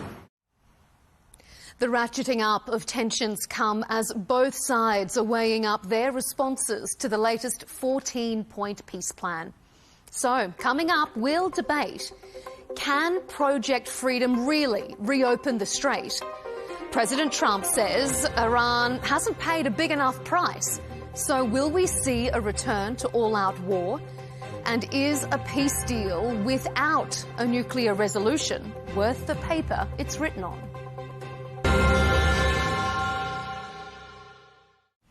Joining us for today's discussion is Brandon Weichert, Senior National Security Editor at 1945.com and author of The Shadow War, Iran's Quest for Supremacy. Saeed Hassaminejad joins us, an economist and senior fellow at the National Union for Democracy in Iran. And rounding out the panel is Dr. H.A. Helium, a British geopolitical analyst and Senior Associate Fellow in Defence and Security Studies at the Royal United Services Institute. Gentlemen, welcome to Counterpoints and thanks for being here. Because we're now into week 10 of the war and still the Strait of Hormuz remains largely closed. Despite President Trump's firm rhetoric and reciprocal blockade, the US has been unable to force Iran's hand. So, the Trump administration has come up with a new plan, Project Freedom. US Central Command says it will assist stranded ships through the strait with the support of guided missile destroyers, more than 100 land and sea-based aircraft and 15,000 service members. But the US has stopped short of guaranteeing a military escort through the contested waterway. Just hours, actually, into this latest attempt to reopen the strait, ships came under fire and the US ally, the UAE, was again intercepting missiles. So, Brandon, will Project Freedom work? Short answer, no, any more than the counter-blockade will work, any more than the air war has worked. And that's not the fault of the U.S. military. Far from it. It's because the strategists and the policymakers in Washington, D.C. Have failed still to fully understand the capabilities and intentions of the Islamic Republic. I just had a conversation last week. I was at an undisclosed Air Force facility in the United States, and clearly they were ramping up for another round of escalation. And it remains still a mystery as to what the strategic end state of this war is. And as long as we do not have clearly defined ends, ways, and means, we will continue to keep having instances like we're seeing now where U.S. military power is being deployed in sort of this ambiguous fashion, and we continue to look bad on the world stage. And the last thing that the United States, as the supposed sole remaining superpower, should want to be seen as is as indecisive or ineffective, especially in this part of the world we find ourselves dealing in yet again. Saeed, what do you make of those comments from Brandon? And do you think that it will succeed? Can it be successful? If the goal is to reopen and secure the Strait of Hormuz, it's not clear to me whether it works or not. It depends on the level of assets that we are ready to use and what the United States is ready to do. In terms of the blockade has been quite successful in terms of preventing Tehran from exporting its oil. So what we have seen in the data is that since April 13, between April 13 and April 28, that's the latest data that I have seen, Iran, the blockade has managed to prevent Iran from exporting 1.16 million barrels of oil per day. That's close to what Iran used to export in March. So the blockade has been very successful in terms of preventing Trump from exporting its oil. How long Tehran has until it has to shut down its production. We know that Tehran has already started doing it gradually. The data that we have seen is that Iran can extend its onshore storage probably to June, but if it doesn't want abrupt shutdown, it needs to gradually bring down its production. So the pressure on Tehran is quite high.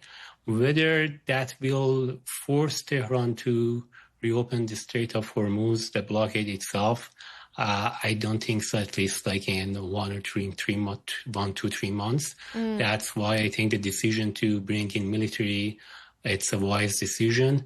I think it needs to go beyond I don't know what exactly they are doing, but let's say escorting these ships. It needs to go and take over some of the islands. It needs to have military operation in the southern coastline of Iran if they want to reopen and secure the Strait of Hormuz. Okay, Dr. Helium, is it a wise decision to bring in the military? Do you think that they can succeed in unblocking the strait by not providing escorts but providing this assistance? Thank you for having me. When you say assistance, I'd appreciate if you could just be clear. You're talking about using the military to invade and occupy territory which is currently held by the Iranian regime. Is that what you mean? Because I think it needs to be said quite clearly. I mean, it would be good if, I guess, we got from the White House exactly what their assistance is going to be, because apart from being told in various parts of the media that they're going to help the stranded ships, we don't exactly know what that looks like. So I guess we're all playing a little bit of a guessing game. It hasn't looked good on day one. And what do you make of their efforts so far? Well, there have been several day ones through this war, including the beginning of this war. And it took several weeks before the Trump administration was clear about what its consensus position was on war aims, because there were conflicting war aims being stated for actually several weeks. Part of the problem in terms of how the United States has prosecuted this war is that within the White House, decision-making around foreign policy has been incredibly centralized around very few people, and not just the decisions, but also information that inform those decisions. This is unlike any other presidency that I've seen in my lifetime, where expertise within the State Department, within the CIA, within different agencies in Washington simply don't have input. So you have these bizarre conclusions that, you know, if you have a sufficiently shock and awe campaign, then you're going to have a Venezuela-style outcome, or you're going to have the capitulation of the regime. The regime is a resilient one. It's a nefarious one, sure, but it's not one that's just going to collapse tomorrow as a result of a shock and awe campaign or some sort of blockade. Unfortunately, there are those in DC who think otherwise, but it shows that the level of engagement from within expertise circles in DC into the administration has been incredibly minimal. And I think people have now realized this, and they're trying to recoup. The very fact that we're even talking about the Strait of Hormuz, quite frankly, is evidence of that. Anybody who looked at war games in Washington over the past decade would have known that very quickly this would have been something that the Iranian regime would do. And yet the Trump White House, this Trump White House, not even the first one, mind you, but this Trump White House was taken completely by surprise. Saeed, what do you make of that, about the idea that the actual knowledgeable strategic thinkers in Washington have not been part of this? Do you think that the US is letting itself down from the inside? Well, I don't know about that. I don't have detailed information on how the information goes there. I assume like it goes from State Department, NSA, other places. I think about the goal of this war. I agree that there hasn't been at least publicly announced a goal, but based on what we have seen, I think there had been different goals for different players.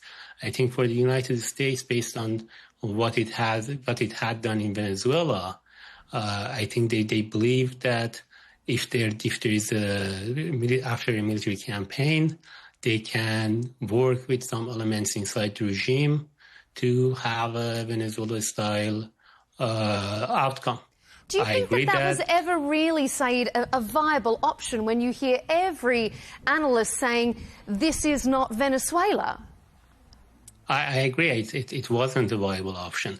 I think this regime is a very different regime from Venezuela. Venezuela is a typical narco state in Latin America. They removed the head of the cartel and replaced it with someone else. This regime is an ideological one. It has very apocalyptic elements in it.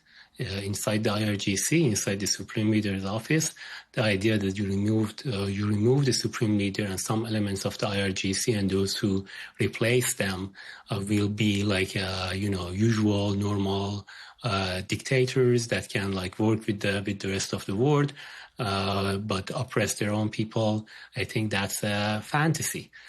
In any case, that seems to have been the dominant opinion inside the U.S. government, and it's understandable because they did it in Venezuela a few months ago, and I think that's why you saw the ceasefire. So the ceasefire had some tactical reason, like bringing more military assets, having like missiles, things like that. But I think the strategic reason for the ceasefire from the on the U.S. part was to see whether they can find Delcy Rodriguez in Iran, and they haven't found it. And I think we saw a similar pattern in the June war. In the June war, the dominant rationale in the U.S. It wasn't the Venezuela style, but it was that after the war, the regime will, will back off. There will be a deal. That also didn't happen. That's why they stopped Israel after the 12 days. I think Israel has a more realistic opinion about what's going on in Iran, and that more realistic opinion is that this regime cannot be reformed. This regime is not a Venezuela type of regime. The only way to deal with it, if we want to permanently get rid of the threats that it poses on nuclear front, on missile front, on terrorism front, is for the regime to go. If I can just interject here and just stand up for my pals in the uniformed services, which I have many, I can tell you, and I think I said this on your show previously, there was an attempt by the chairman of the Joint Chiefs of Staff, General Dan Kane. He, I believe, through his intermediary, Vice Admiral Fred Kocher, the day before the war began on February 27th, the two men briefed the president. And right after that briefing, the contents of that briefing, some of it was revealed to Reuters, in which Vice Admiral Kocher, who took notes during the meeting, essentially outlined how Kane tried to warn the president that this was not going to be Venezuela. And in fact, there was a deep discussion in that meeting about the prospect of the Strait of Hormuz being closed down for some period of time, and the president simply wasn't listening. And this is a common pattern with the president, where he is incapable of hearing any countervailing opinion, even from people who are his hand-picked military advisors, as General Kane has. He was the guy that Trump specifically asked for, brought him out of retirement and promoted him to the position he's in. Kocher is still on administrative, he's in administrative sort of a gray area. We don't know whether he's going to be punished or not, which indicates to me, if I can just speculate here, that Kocher was not acting on his own, and that this was representative of the entire uniformed services leadership trying desperately to get word to the president, don't do this, sir. This is not going to work the way you want it to. I think the problem here actually is our friends in Israel. They basically lit Trump up with this story that a 96-hour air war will end with the destruction of the regime if they can whack Khomeini, the former leader, and that simply did not reflect reality. And the president, unfortunately, chose to listen to his allies in Israel and chose to listen to the ideologues and the grifters who surround him. And here we are on the 96-hour non-war war that seems to be endless. And it's going to end very badly for the United States, I think, before it ends badly for the Iranian regime, unfortunately. Dr. Halia, what do you think? Is it going to end badly for the US, worse for the US than the Iranian regime? So it depends on what sort of time scale you're talking about. If you're talking about the short term or the medium term and the long term, I don't think that your other guests would disagree with that. But certainly in the short term, no, I think that the situation for the United States, having to focus so much on simply reopening the Strait of Hormuz, an issue that was not an issue until this war actually began, I think that's very clear.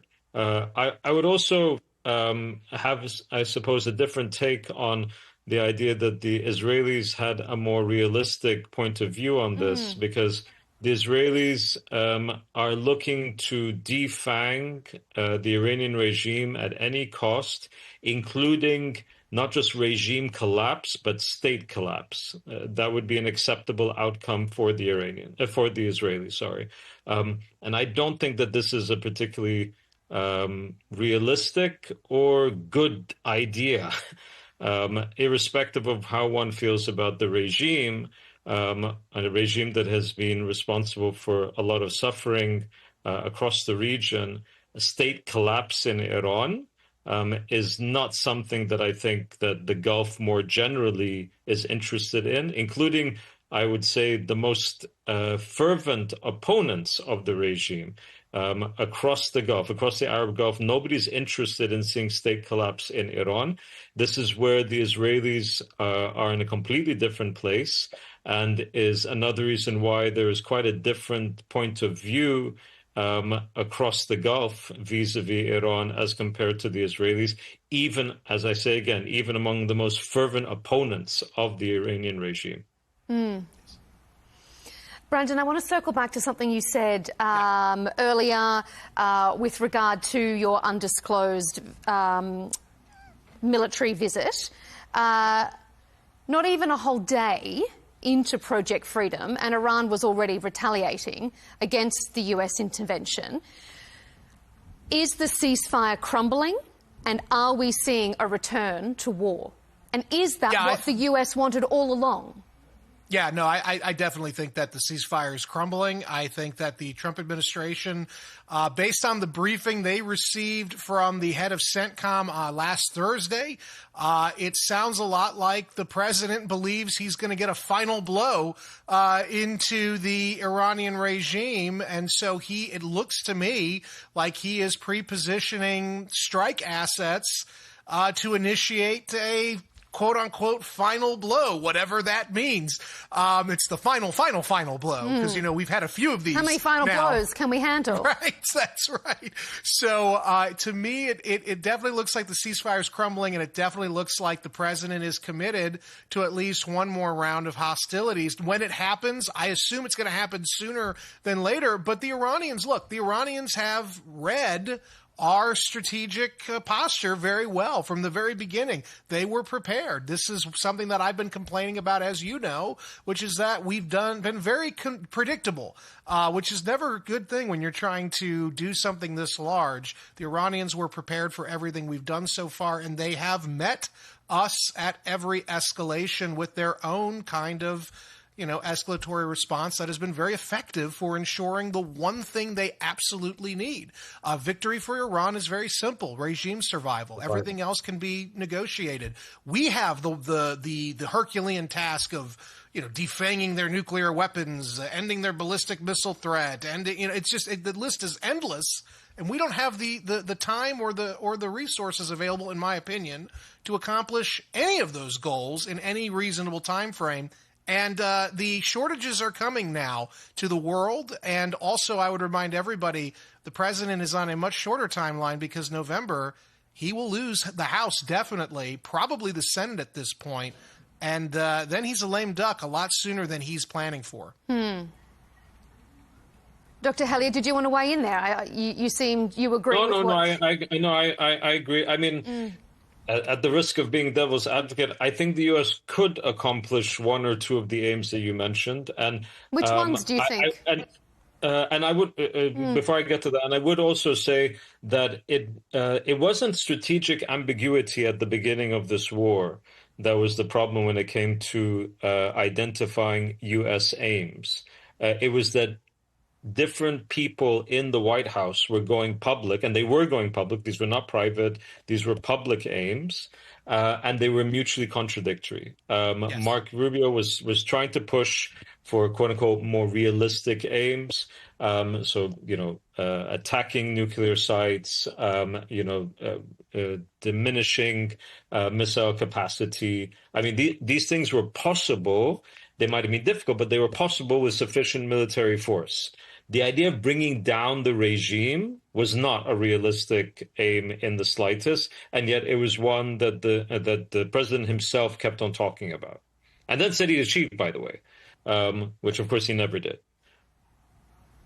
I just want to say something like saying that the regime is winning. I think that doesn't look like correct to me. Or saying they're that winning by surviving is my point. That's a very low bar that they have to pass. We have a higher bar. Yes, it is a very low bar, but it's the bar that they've set. It's true. Yes. Just not dying. Yeah, the U.S. objective has never been for regime change. the objective of Okay, the so operation. President Trump actually said regime change was an aim. He said it multiple times at the start of the war, that regime and change. publicly. Yeah, but it hasn't been like officially announced as the goal of. I mean, the President of the United States officially said it. I don't know how much more official that is. Regime change plus unconditional surrender in bold letters. Repeatedly. Unconditional surrender, yes, I think President Trump has and regime change. He said regime change. He did say regime change. Yes, he did. It's silly, but as you said, what Secretary Rubio has laid out, I think has been like a more limited goals, and those are. He's not the president. I mean, he's not the commander in chief. True, but those are his boss said something else. And if you look at the achievements of the U.S. operation, I think the regime's Navy is gone, the regime's Air Force is gone, the regime's air defense has been significantly diminished. Its ballistic missiles arsenal has been significantly diminished. They have not been prepared. If they have been prepared, like all the heads of IRGC would not have been gone. The regime leadership would have not been gone. So I think if the U.S. I think is winning the military battle, where it loses, it's the information warfare, and it's because of not having a disciplined messaging there. I wish that the goal of the war was regime change, because I think that's the only way that you can actually neutralize the threats that the regime has for the region, for Israel, for Europe, and for the United States in the region. We know that right now we know that they have like missiles that reaches Europe, it reaches Diego Garcia. So it's not a regime that, you know, if you have a deal with it, they will say, okay, we are going to have economic development as our main goal. This is an ideological regime. It will go for I don't know anyone who made that argument in this conversation. Yeah, I just want to make it clear. I'm not commenting on whether there should be a deal or not. I'm just telling you the facts on the ground. The U.S. intelligence services have all corrected the original claims by Secretary of War Pete Hegseth, where he said that we knocked out their missiles and we have total air control. And as of a week ago, this is all over the press here in the United States, the U.S. intelligence has come out and said that they were off in their count on how many missile launchers we knocked out by at least 50%.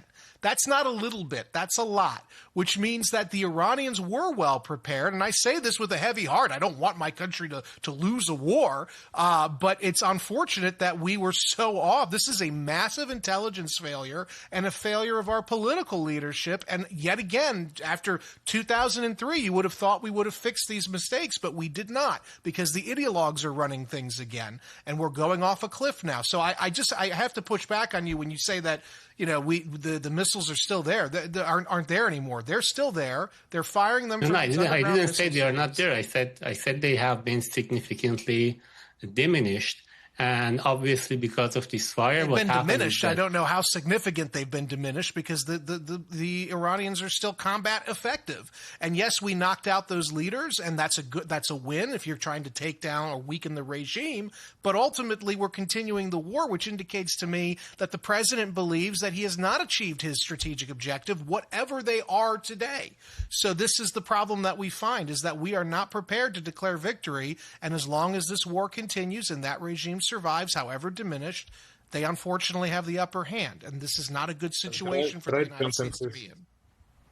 Yeah, based on the data, if you look at the data, like their long-range missile has been significantly diminished at the end of the hostility. What we have seen is that they could barely hit Tel Aviv anymore. Obviously, their short-term missile capabilities is much stronger, and I think as a result of ceasefire, because of what happened with some of these underground missile bunkers, is that what happened is that the entry has been targeted, so they couldn't use it. Obviously, what they have done is that they have gone and reopened it. What President says is that he can bomb them again. But what I want to say is that I agree with you. I agree that the final goal, the final victory, can only be achieved if the regime is gone. in between there, but there are a lot of options in between. The two options are not just whether if the regime is going to be, we are victorious. If the regime is not going, we are not victorious.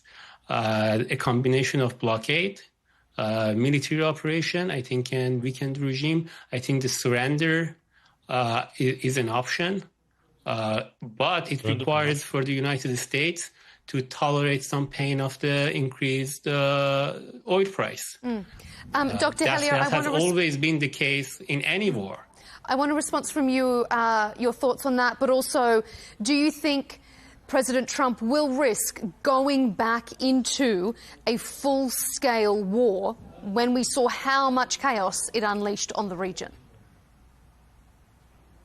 So I'll answer your question, but just one thing in response to this as well, because it was mentioned that the war was undertaken partly, at least, in order to protect the region, Israel, and Europe, because you wouldn't be able to have a regime that could, properly coexist with these actors.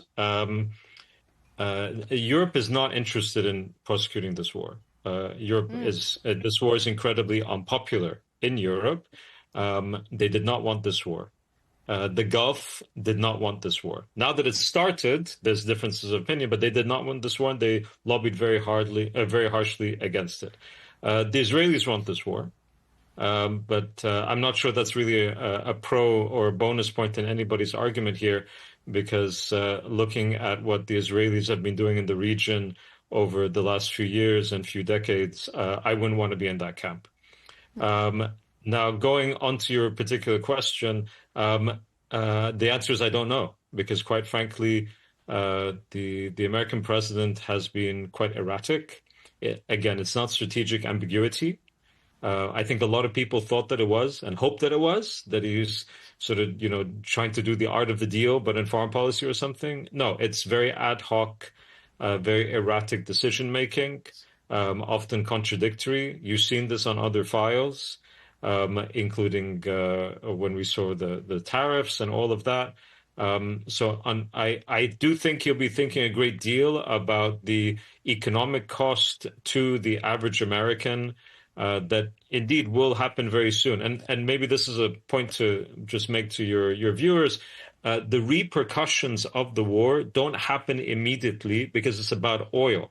Because it's about oil, I know your guests do, but maybe your viewers don't realize that because it's about oil, it takes a good 5 to 7 weeks to actually feel the pain, because that's how long it takes for the boats to get to where they're supposed to go or not get to where they're supposed to go. And I think you're going to see a lot of American voters start to feel the pinch very, very soon. And then, of course, within the United States itself, the war, more generally speaking, among the political spectrum, is incredibly unpopular. It's unpopular tremendously, of course, among the Democrats, but even among the Republicans. It's not a majority position in the Republican Party, but the longer this goes on, the more unpopular it becomes. And even a Trump White House is going to have to deal with that sort of pushback from within its own flanks. I don't know if they're going to, though, because the president just gave this bizarre speech last week where he said the affordability crisis is a Democrat hoax, which it is not. So it is. Climate change apparently is a hoax, too. So it's okay. Yeah. So my point is, as the president has clearly made some calculation where he would rather talk about the drapes in the ballroom and deal with, going to another Middle East war rather than dealing with the things that got him elected. And in my opinion, his coalition is already dead. He's got the MAGA dead enders, but those people are not going to win the election. He needs to have more than that. That's a good base, but he needs more than that. And I think he's lost the young people. I know that he's lost the young people. He's lost Hispanics. He's lost, a lot of the people who came out in 2024 to put him over the edge those are the people who are turning on him because they're, I mean, even people in his own base who are prominent media personalities, as we've seen the last few weeks, they're turning big against him, which will have downstream impacts on his ability to continue to function as an effective leader. And I'll just add, it isn't just the oil and natural gas. Qatar produced a third of the world's helium. The helium is critical for semiconductors. Our entire economy here in the United States is basically being propped up by this AI boom. Well, the AI boom is now under threat because the helium shortages are so significant, and they're only just starting to be felt. AI data centers, which some people would say is a good thing, are being slowed down, the construction of them here in the United States. And by the way, I just did a report on this for one of the publications where I write. The strategic helium reserve that's been in existence since 1925 was sold in 2024 to Messer LLC, a German-based firm that the U.S. House of Representatives Oversight Committee is saying has direct ties to China. So we've given up our helium advantages in terms of our stockpiles to a company that may have exposure to China, which desperately needs the helium themselves. So this is all just a slow-rolling disaster. The longer the strait remains closed, the longer the war goes on, the more devastating to the United States and to the Republican Party politically this will be. We're going to come to negotiations. I just want to make a point. So at the end of the day, I think the question is, let's say everything that your guests have said are true.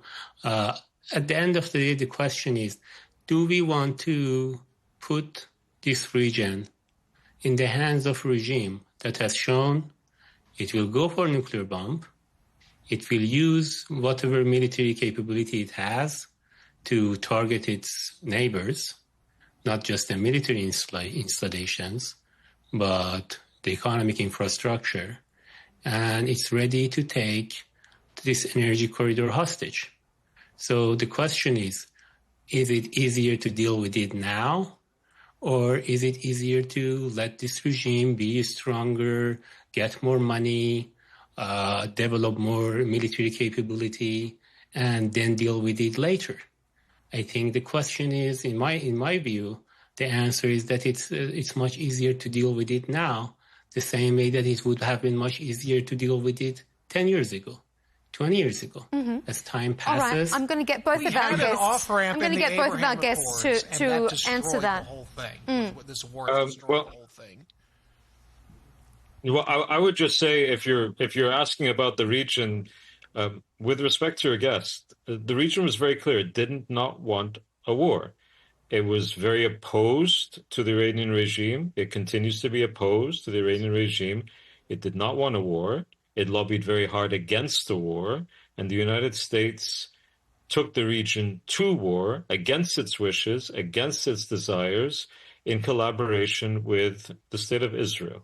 So I don't think that anybody can accuse. I don't think that anybody can accuse the Gulf Arab states of being naive about the Iranian regime. They've seen what it can do, and I don't think that they're interested in pursuing some sort of imaginary track towards regime change involved with an endless war. I think everybody would be very happy to wake up tomorrow and see the regime disappear and have something else that would be more representative and more accountable to its people, and be better for the region.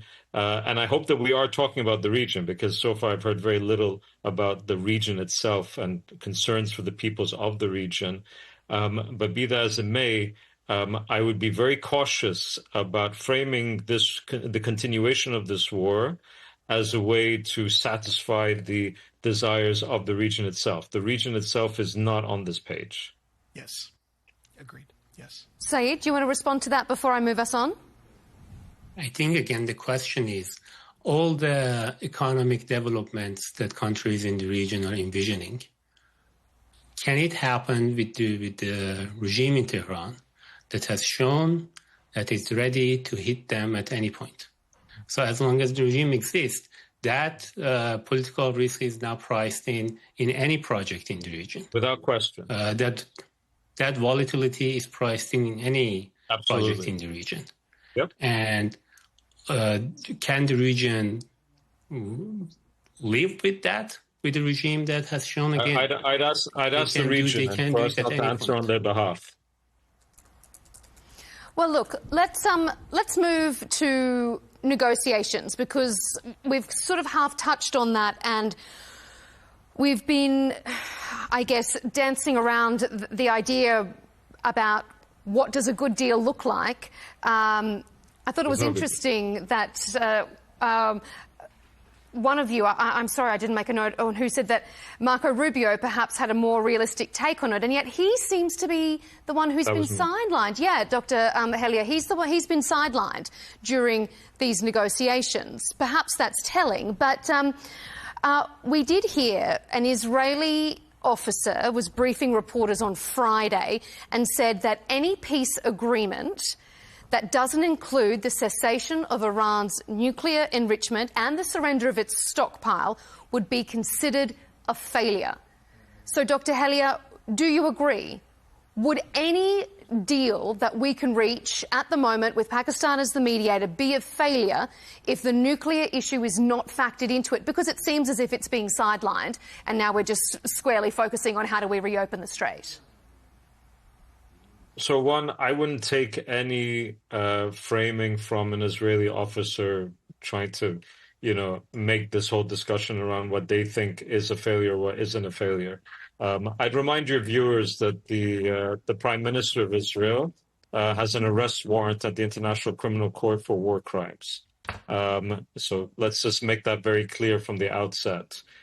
Secondly, when it comes to the nuclear aspect of this, I don't know if it's being put to one side, because I think it would be very difficult for the Trump administration to put it to one side in any conceivable universe. They would need to be able to show something when it comes to the nuclear deal. On the contrary, I think that if we're talking about order of priority, we're probably talking about Strait of Hormuz, nuclear, missiles, proxies, or allied militias, however you want to call them, really low down the priority list. I don't think this is good, by the way. I think that this is actually quite bad, because we've seen what those allied militias have done in places like Syria and in Yemen and in Lebanon and Iraq, but they are not high on the priority list when it comes to the Trump administration.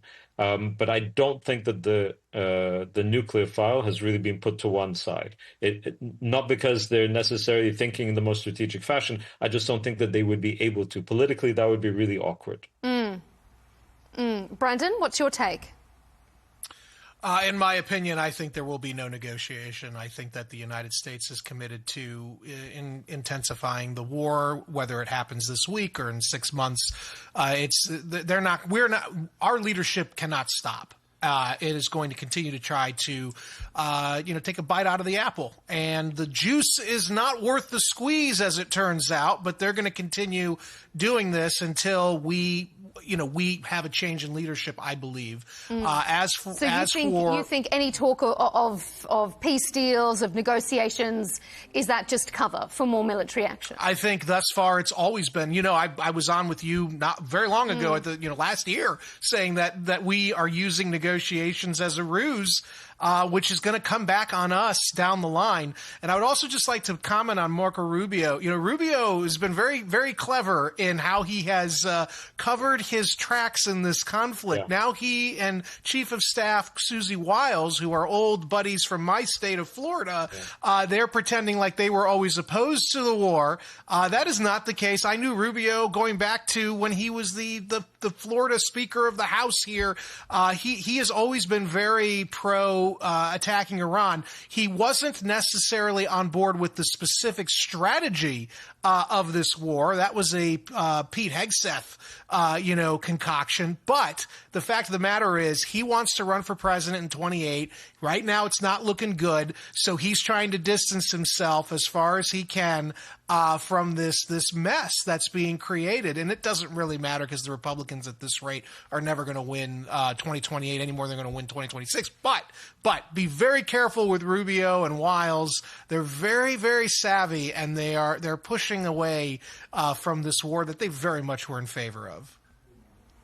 Sayed, do you think that ceasefire and peace negotiations are a ruse? Do you think the White House has any intention of finding a lasting peace?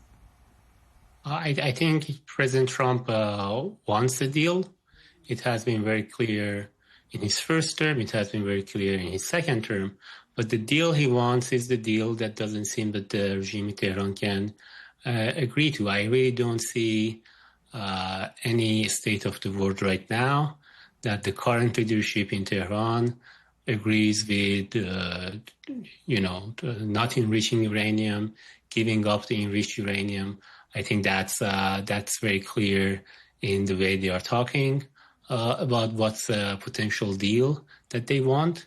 So the gap between the two sides has quite widened. It's quite wide, and I don't see how it can narrow down for both sides to reach a deal. A ceasefire, I think it's possible, but that ceasefire, I think, will kick the can only down the road, and we most likely will see further military actions in the coming months. Dr. Helium, is it a ruse, or does the administration want a deal? So I think, frankly, on this point, both of your guests are right. I think that you will see more discussions take place, but what the Trump administration would consider to be a successful deal and what the Iranian regime would consider to be a successful deal, the Venn diagram is just really small. And I don't think it would be good enough to actually, be the foundation of any sort of, lasting agreement. I think that you may indeed see a ceasefire. I think that once you do see a ceasefire, then effectively you have, quote unquote, an end to the war. I'm not talking about that in the immediate sense, but you could think about that in weeks or months, whatever it is. But then you have to contend with how the region then views the Iranian regime thereafter and what happens thereafter. We know that there were plans, and these plans got pretty far, to, for example, arm Iranian Kurds in order to destabilize the Iranian state. And those were aborted, but I would be very unsurprised if people return to that, particularly with regards to Tel Aviv and other actors in Washington. I think that you'll see something akin to a quarantine, not a very strong one depending on the state, but something that would frame the Iranian regime very similar to how the Saddam Hussein regime in Iraq was framed post-1991, and maybe even similar in some ways to how Cuba is.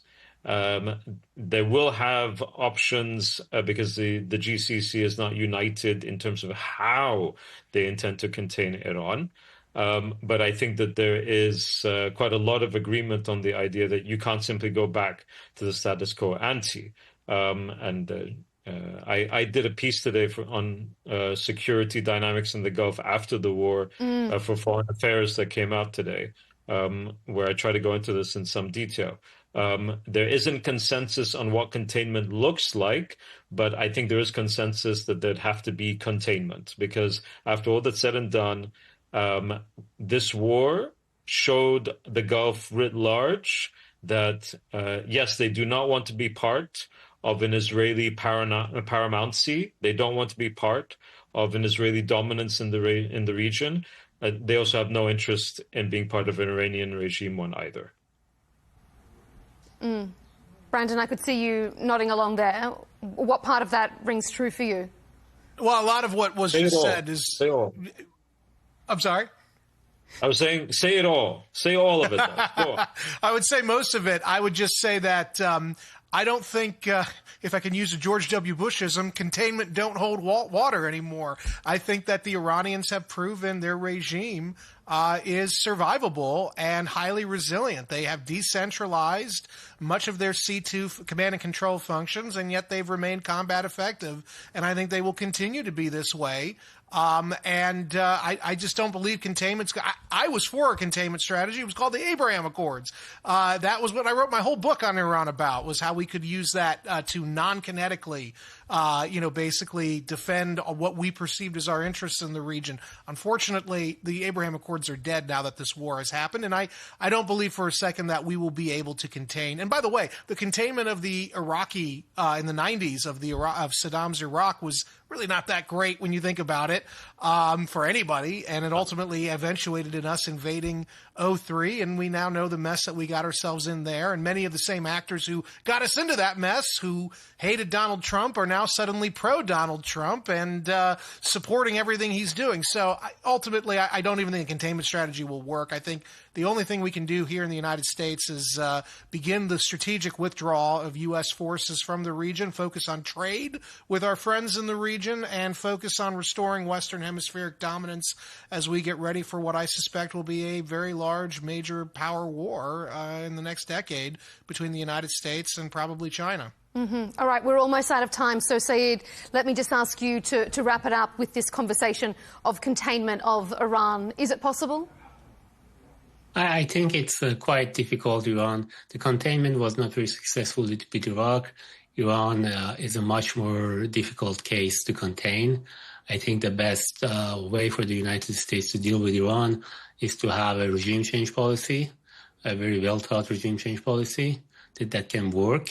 And then you can actually call back a lot of forces from the region. Right now, if you have a strategic retreat from Persian Gulf, you will basically give it to the regime in Tehran and China. China gets 50% of its oil from the region.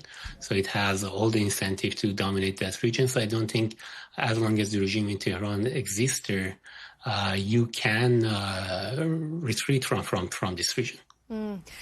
It will be interesting to see how it unfolds. I feel like I say that after the end of all of these Iran debates because I feel like we're always on the precipice of something. Let's see how this one pans out. Brandon Weichert, Senior National Security Editor at 1945. Thank you for joining us.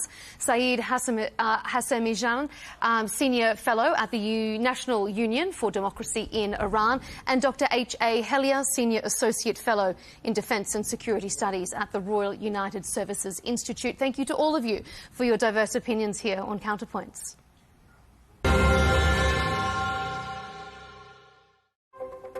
And of course, we appreciate your company on this episode of Counterpoints. To keep up to date with our latest debates and interviews, be sure to subscribe to Al Arabiya English on YouTube. And don't forget, follow us on X and TikTok. We'll see you next time.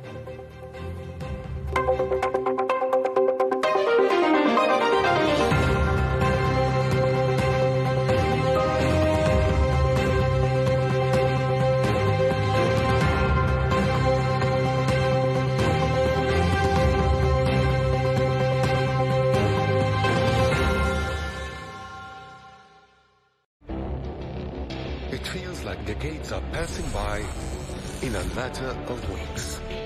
Seismic shifts in the world order. Never, ever will be part of America. With so much happening and so much noise.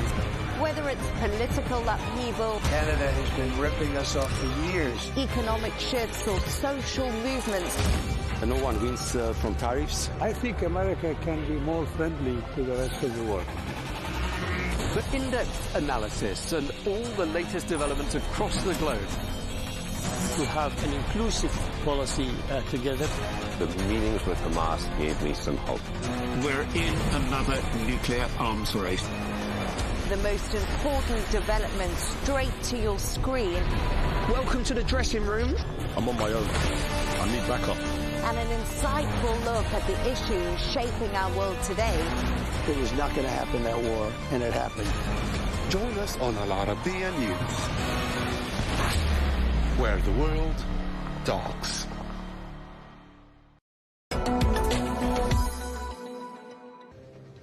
Hello and welcome to this special edition of The Real Deal here on Al Arabiya English. Now, as Saudi Arabia pushes ahead with Vision 2030 and its goal to attract 150 million visitors per year, places like this at Qiddiya City have a major part to play by reshaping the kingdom's tourism and entertainment landscape.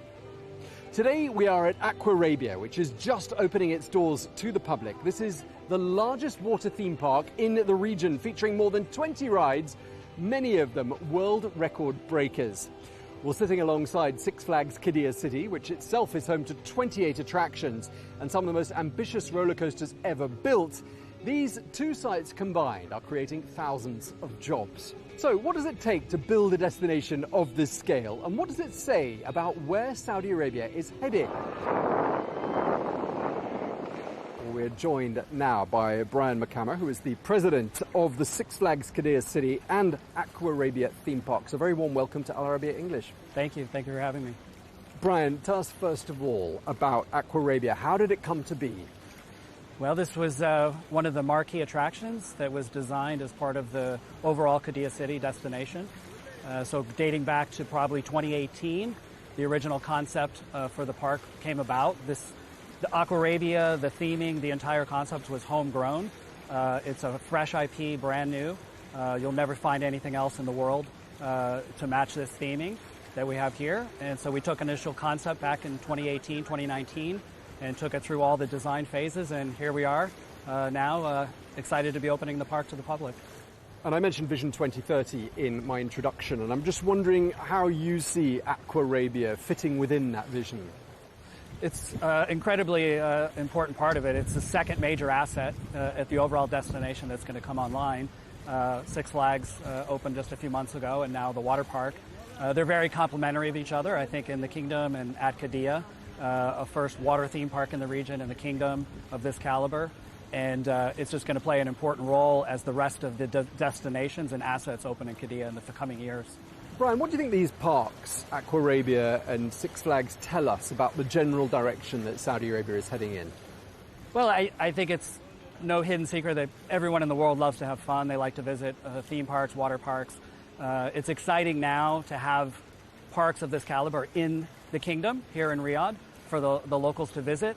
No longer do they need to travel to the outer regions and Europe and Asia, North America, et cetera, to visit. And this is also going to be a catalyst to drive tourism to Riyadh and to the kingdom.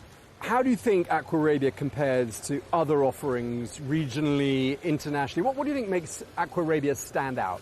It's really an unbelievable water park. I've been in the industry a long time, and I've never seen a water park of this caliber. The uniqueness of the rides, the location as we sit at the base of the Tuwaiq mountain range, 200-meter cliff, the center of the park, Camel Rock, with a fine dining restaurant at the top of the mountain, multiple slides integrated into the mountain.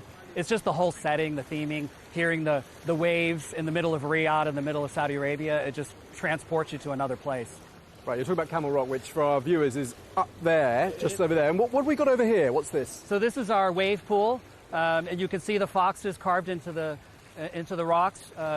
Throughout the park, we've got homage to the indigenous animals in the region, and basically they came to Aquarabia as a wellness spring. And so you'll see carvings throughout the park, and we use that to also identify various zones around the park. But this is probably one of the most popular attractions in the park, where you can basically float around, and it's good for all ages and just very popular. I was going to say, who's the ideal customer here? All of the above. Toddlers, we've got areas of the park designed for the younger kids, the tweens, the thrill attractions, those that just want to relax. We've got 81 amazing cabanas in the park that I've never seen. They're more similar to a hotel room that you can book during the day, and you can see them behind us around the pool. So you can basically, depending on the age of your family, you can get a cabana in whatever section of the park that fits your kids' needs and camp for the whole day. So. And are you mostly going to be, do you expect to be mostly welcoming Saudi nationals, international visitors? What are you thinking? So in the beginning, we're predominantly local market and Saudi-based visitation. Certainly then GCC, but the caliber of this park, the quality, the attractions at both the Six Flags and Aquarabia, they're of an international standard, and we're already seeing a lot of interest in overseas markets to come and visit the both parks. Tell us about pricing. What's it going to cost for an adult to come in here? Sure. So depending on times of the year, we'll have demand-based pricing. Currently, we have 350 SAR for an adult ticket. On a peak day, 325 SAR on a weekday. Around the $100 US mark? Yes, yes. And then children are a flat 200 SAR year-round. But I would say the big advantage would be we do family bundles right? So for 1,000 SAR, you can get 5 tickets for your family, which is big in Saudi Arabia. There's a large population that has a lot of extended family, as well as annual passes, which will allow you to come year-round. So that answers my next question, year-round. I was going to ask you what you're going to do during the hot summer months. I mean, does that change anything as far as your opening plans are concerned? So both parks have a lot of designs into the park to manage the temperatures. A lot of shading around the park if it's during the daytime. But as we move into the stronger summers, we can shift the operating hours later in the afternoon into the evening. The park is designed to operate at nighttime, and actually it's probably more beautiful even at night with all the lighting. And so it's going to be designed to operate year-round, daytime, evening, based on the climate or the customer's preference. This is an arid country, and we're quite far from the sea, and you've built a water theme park. I'm imagining there have been some challenges along the way. Just tell us a bit about them. I think the biggest challenge would be the location was kind of a brownfield, as we called it. And so all of the infrastructure, roads, utilities, accommodations, staff housing, all had to be brought to the site. So that takes a lot of several years to put that in place.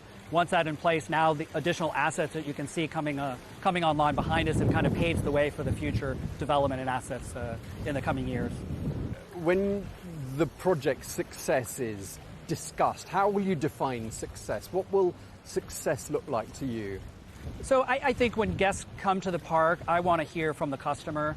I want to hear the feedback as a family. And the feedback I've received from many Saudis, when they come to the park, they felt they've been transported to another country. They never thought they would see something of this caliber, of this scale in Riyadh or in the kingdom.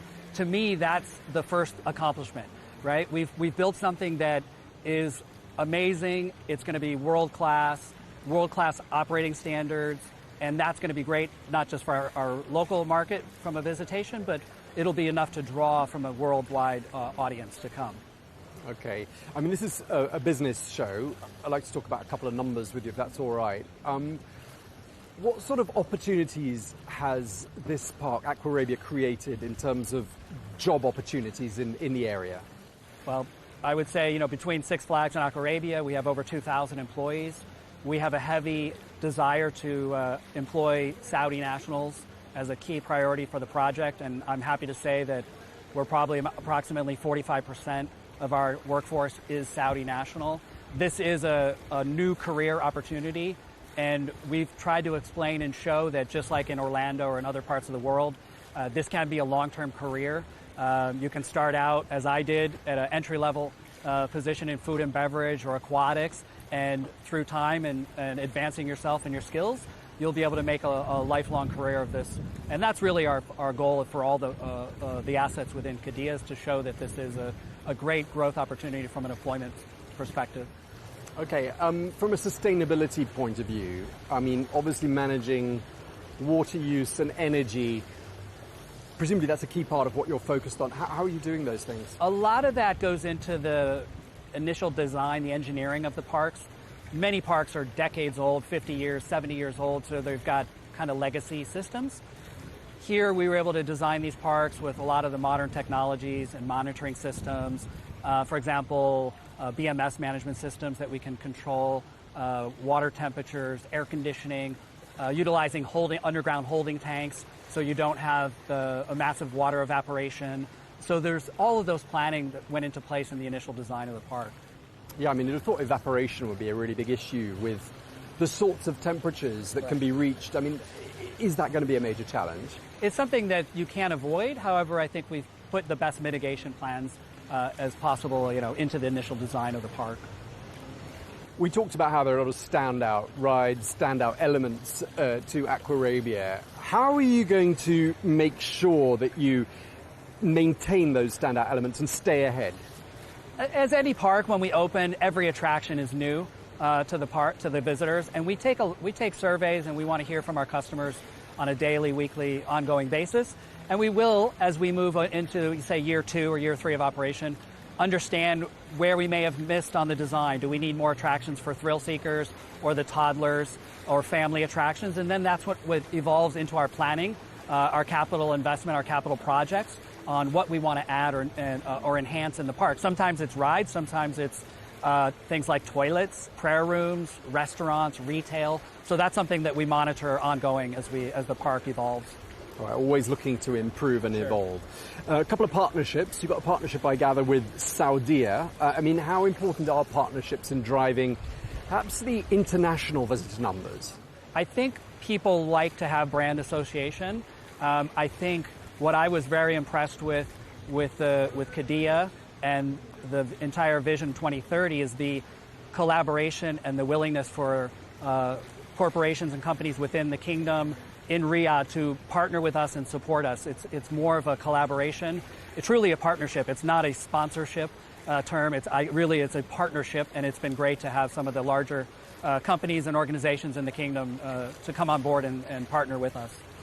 Okay, and just lastly, obviously you're new and lots of elements about it are going to be the novelty factor of Aquarabia. How are you going to keep the visitors coming back?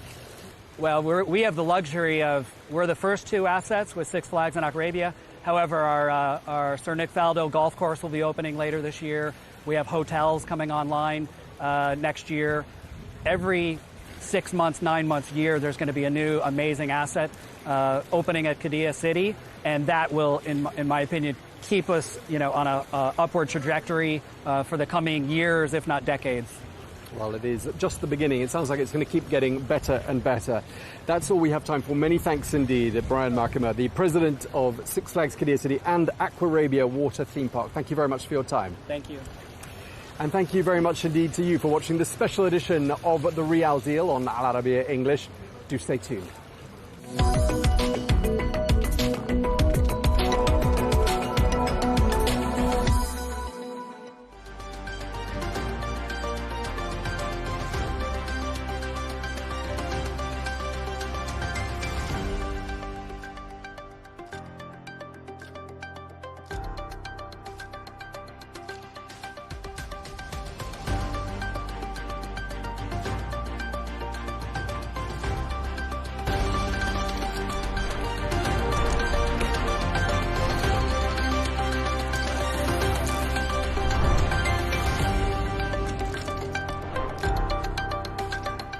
Hello and welcome. I'm Leigh Ann Gerrans and you're watching W News Extra, broadcasting live from the Al Arabiya studios in Riyadh.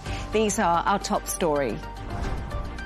Trump accuses Iran of playing games with the deal to end the war, while the US Defense Secretary says the ceasefire is not over despite attacks in the Strait of Hormuz.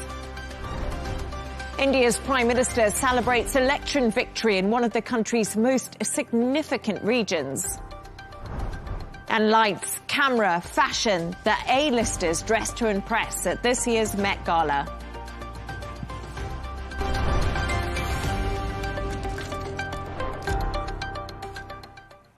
US President Donald Trump has urged Tehran to do the smart thing and make a deal. Speaking in the Oval Office earlier, Trump criticized Iran, saying their navy has been reduced to little boats with machine guns. Earlier, US Secretary of War Pete Hegseth said the US-Iran ceasefire is not over, claiming Iran is attempting international extortion in the Strait. But that ends with Project Freedom. Take a listen.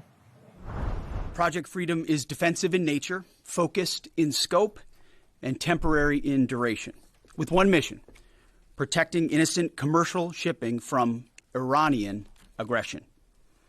American forces won't need to enter Iranian waters or airspace. It's not necessary. We're not looking for a fight, but Iran also cannot be allowed to block innocent countries and their goods from an international waterway. Iran is the clear aggressor, harassing civilian vessels, threatening mariners from every nation indiscriminately, and weaponizing a critical choke point for its own financial benefit, or at least trying to. For too long, Iran has been harassing ships, shooting at civilian tankers from all nations, and trying to impose a tolling system. Iran's plan, a form of international extortion, is unacceptable. That ends with Project Freedom. To discuss this and all of today's stories, I'm joined by correspondent and columnist Gemma White and media strategist and former editor-in-chief Michael Jabri Pickett. Michael, let's start with you. And we just heard Pete Hegseth there. He was speaking earlier. Amid claims that Project Freedom is Project Deadlock, what's your take on the current situation, especially in the Strait of Hormuz? And how is it unfolding as we speak? So the Iranian foreign minister, I think, said it very nicely, where he said you cannot have a military solution to a political crisis. And he's absolutely right. We have to recognize that it is being treated as though it's a military situation. Look at it this way. The only way that they are going to be able to come to a resolution, Iran and the U.S., is if they negotiate.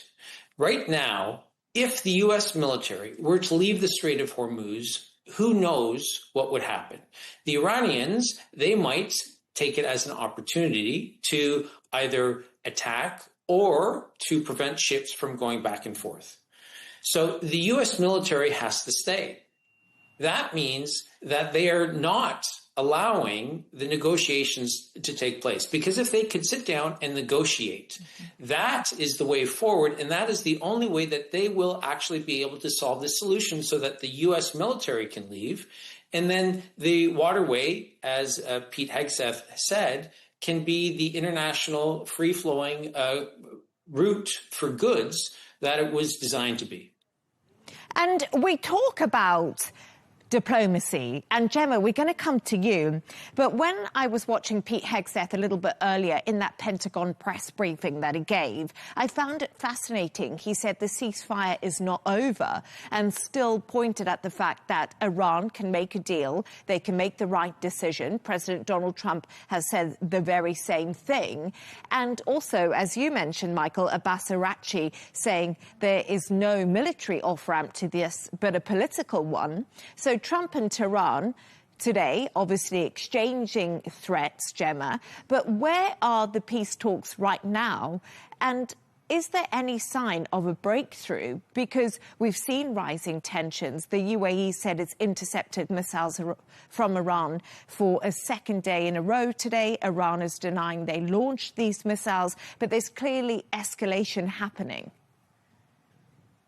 Yeah, so I hesitate to say that the talks have been completely abandoned, but on the other hand, stalled seems too hopeful a word to, still be maintaining.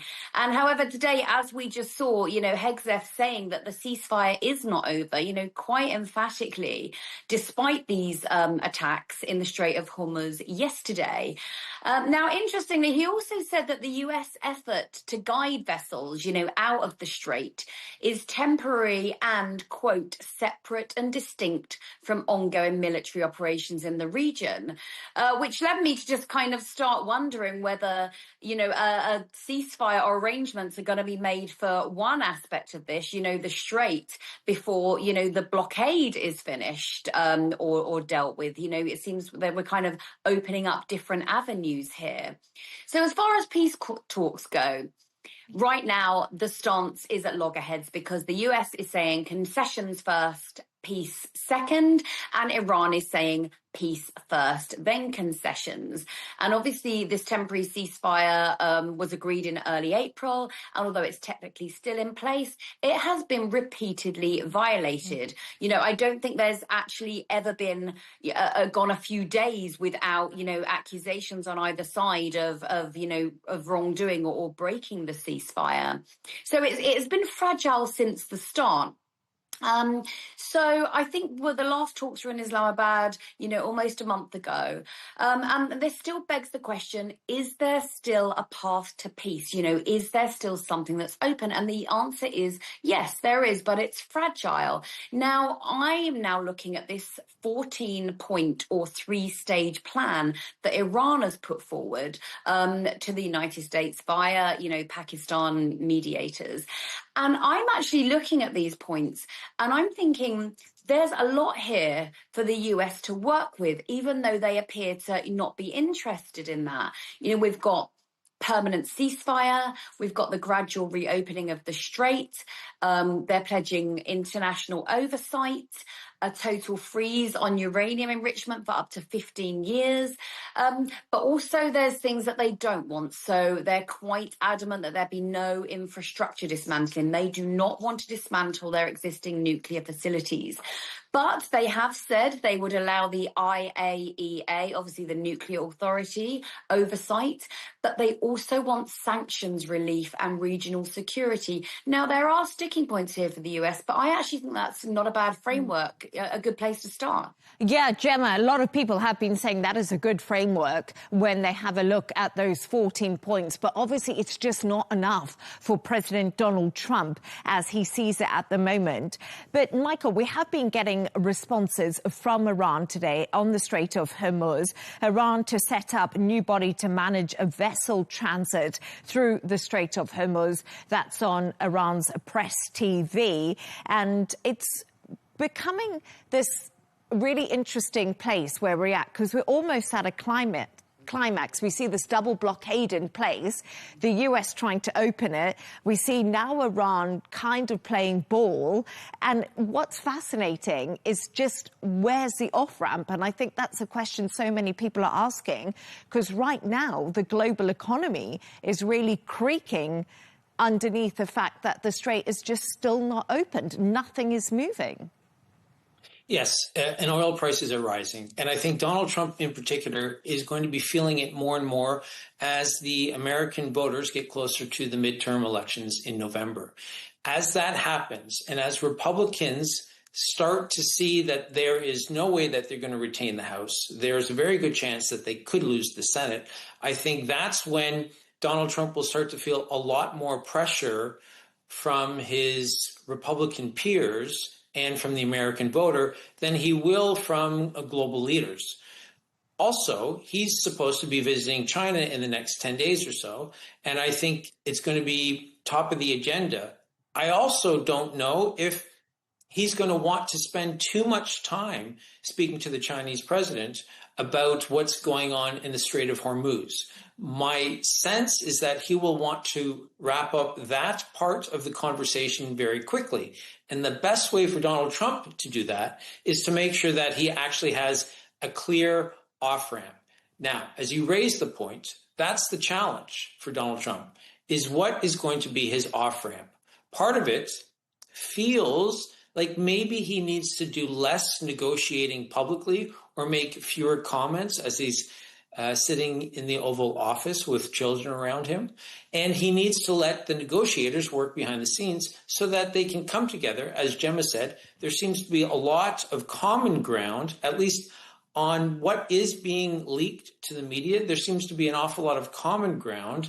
And I would think that the leaders on both sides should allow the negotiators to do their job so that Donald Trump doesn't have to spend too much time talking about this when he's going to China in 10 days. And what's fascinating, Michael, is Abbas Araghchi, the Iranian foreign minister, is in China today holding talks with Xi Jinping. And that raises a lot of questions ahead of Donald Trump's visit. But Gemma, just something I touched on a little bit earlier. I said Iran categorically denies hitting the UAE, even though they have intercepted missiles for the second day today. We also got a statement from the UAE yesterday, and some people are now asking the question, will we see a bigger force against Iran if they start escalation again? Will Israel go in harder, and could possibly the UAE join in that military action? Yeah, I mean, I'm obviously based in the UAE. You know, I've been kind of seeing this from the start.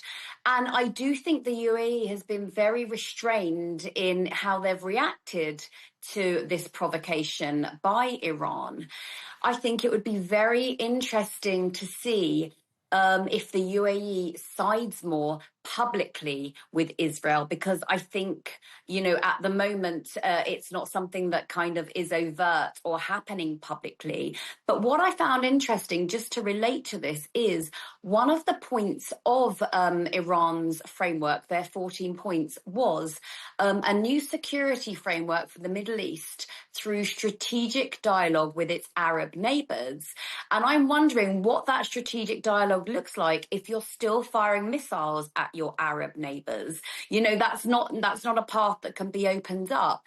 But yeah, I think the UAE is probably, their patience is running out now, especially, we've had 4 weeks of relative peace in the region, and now over the past couple of days we've had all these strikes, and I really do think the leadership's patience might be wearing quite thin. And it's quite interesting because when I have a look further into this, Iran's Joint Military Command denies attacking UAE but says it can launch crushing response if needed. And the big question here is it isn't clear if this is a blanket denial for all of Iran, because throughout this we've talked about the different military factions in Iran and if they're actually talking to each other. So it's very difficult to know right now what is happening and who in Iran could be involved in these missile and drone attacks on the UAE. And as President Donald Trump says, half the time he doesn't know who he's talking to in Iran. So very interesting development there. Let's move on with another story. Thanks for your thoughts. India's Prime Minister Narendra Modi's party, the BJP, has gained a significant votes in state elections this week, securing its first ever win in the eastern Indian state of West Bengal. This victory could now allow the rollout of landmark policies, including India's civil law reform. The BJP is now on course to regain power in nearby Assam. Here, how Modi reacted to the news.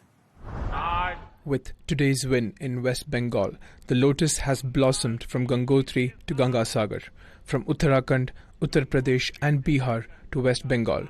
The BJP-led National Democratic Alliance has now formed a government. I promise every citizen of West Bengal that BJP will leave no stone unturned to better the future of Bengal. Women will get safety, youth will get employment, and migration will cease. In the first cabinet meeting, the government-funded health insurance scheme will be given a green flag, and strict action will be taken against illegal migrants. Gemma, let's talk a little bit about Modi. He had a lot of promises there, but how significant is this win for Narendra Modi in West Bengal? It's very significant in a historical and a symbolic context, because this is the first time that his party, the BJP party, has won West Bengal. And it sees the party expanding into new political territory, which has previously been resistant, if not downright hostile to it. So with a population of sort of over 100 million, it is India's most populous state. And it has until now been dominated politically by Mamata Banerjee and her All India Trinamool Congress. And the BJP, they've traditionally sort of struggled, outside of their, Hindi heartland, if we would call it that. But in this election, we have seen voters come together from all different religious backgrounds, and they've also tapped into this sort of general dissatisfaction being felt by the Indian middle class. Now, they took over 200 seats in a 294-seat assembly. Now, that is remarkable for a party that until a decade ago had just 3 seats. So that is quite a rise. Now, what does it mean for Modi and the BJP? So they now control over 20 of India's 28 states, and that's a level of dominance we have not seen in the country for decades, and it gives him more power, especially at a local level. And as you said, he's looking at these civic law reforms and also infrastructure expansion. Now, for outside investors, it does look like increase stability in India. So it will also give him, more to work with from outside investors, because this sort of level of political strength signifies a political stability that, investors will be looking for. Now, it's not been without its controversy. There has been allegations of vote theft, fraud, manipulation. And more recently, there was a very controversial revision of electoral rolls that denied some 2.7 million people their voting rights in West Bengal. Now, these allegations have been denied, but there has been analysis of voter deletions in West Bengal, and it did show that Muslims were disproportionately affected in some districts.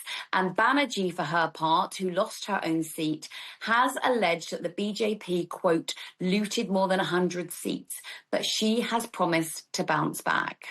Absolutely. So fascinating. Narendra Modi in power for 12 years so far in India. And as you said, consolidated West Bengal, now 70% control of the country the BJP party has. But Michael, we're going to talk about a phenomenon that seems to be taking over Asia. But let's get started with the film star turned politician who stunned rivals in India. And his name is C. Joseph Vijay. Tell us about him. So Mr. Vijay is not an overnight sensation. I think a lot of outsiders looking at Indian politics for the first time today might be surprised, and they might, in fact, think that. But it's something that analysts have been looking at for quite some time. And for more than a decade, he's been incredibly strategic about what it is that he's doing, where he was seemingly using film roles and also his incredibly large fan base to get a sense of what it was that they were thinking about so that he would have a better understanding as he wanted to move into politics about the ways in which he could do that. Now, this is not the first time that in Tamil Nadu we've had a film star who has become a successful politician. And so Mr. Vijay is going down that road. He's created that emotional connection with voters through his film. And he's something, next month he's going to be 52, so he's something that is a little bit different when it comes to politicians. He is, much like the new mayor of New York, he's a younger man than a lot of his rivals.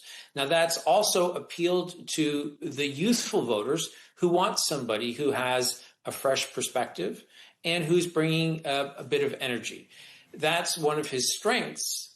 But also, there hasn't been enough attention, his critics would say, that's been paid to coming up with policies and coming up with answers to some of the problems that he would like to resolve once he gets into office. So there is very similar to Donald Trump and the MAGA movement. There's very similar in Tamil Nadu now. There's this vibe that's going along with Mr. Vijay. But critics, again, would say that there isn't enough meat on the bone at this point. The other thing that we have to consider is he's now going to be a full-blown politician because he's 10 seats short of the majority that he needs, which means he's going to be very much in a coalition building mode for the next little while. He wants to make sure that he has as many people on his side, and getting elected, as many politicians will know, is just one part of the job. Right now, Mr. Vijay is going to go down that road where he's going to have to find those skills to win people over so that he can add 10 more seats and have the majority that would make his rule that much more beneficial for him. Gemma, I was just having a little think through a little bit about who has been famous and come into politics. As Michael mentioned, it was President Donald Trump. He was on The Apprentice. Imran Khan, of course, he was a very famous cricketer, then became a politician in Pakistan. Mamdani, the New York mayor, had a little rap channel on TikTok. And then I remember Tony Blair going to Glastonbury in 1995. So politics and being a rock star isn't too far apart. I don't know what you think. Well, Zelensky was an actor, wasn't he? A comedian. He was a soap actor. Yes. Yes. And I remember Clint Eastwood, he was voted mayor of Carmel. So he kind of entered a sort of lower level in California. Obviously, we've got Arnold Schwarzenegger, the Sex and the City actress, Cynthia Nixon, who played Miranda. Now she ran as a Democratic candidate in New York. The list is endless. I do think there's a very close relationship between politics and celebrity. You know, they're both kind of quite glamorous, really. So, yeah, I do think there's an attraction there.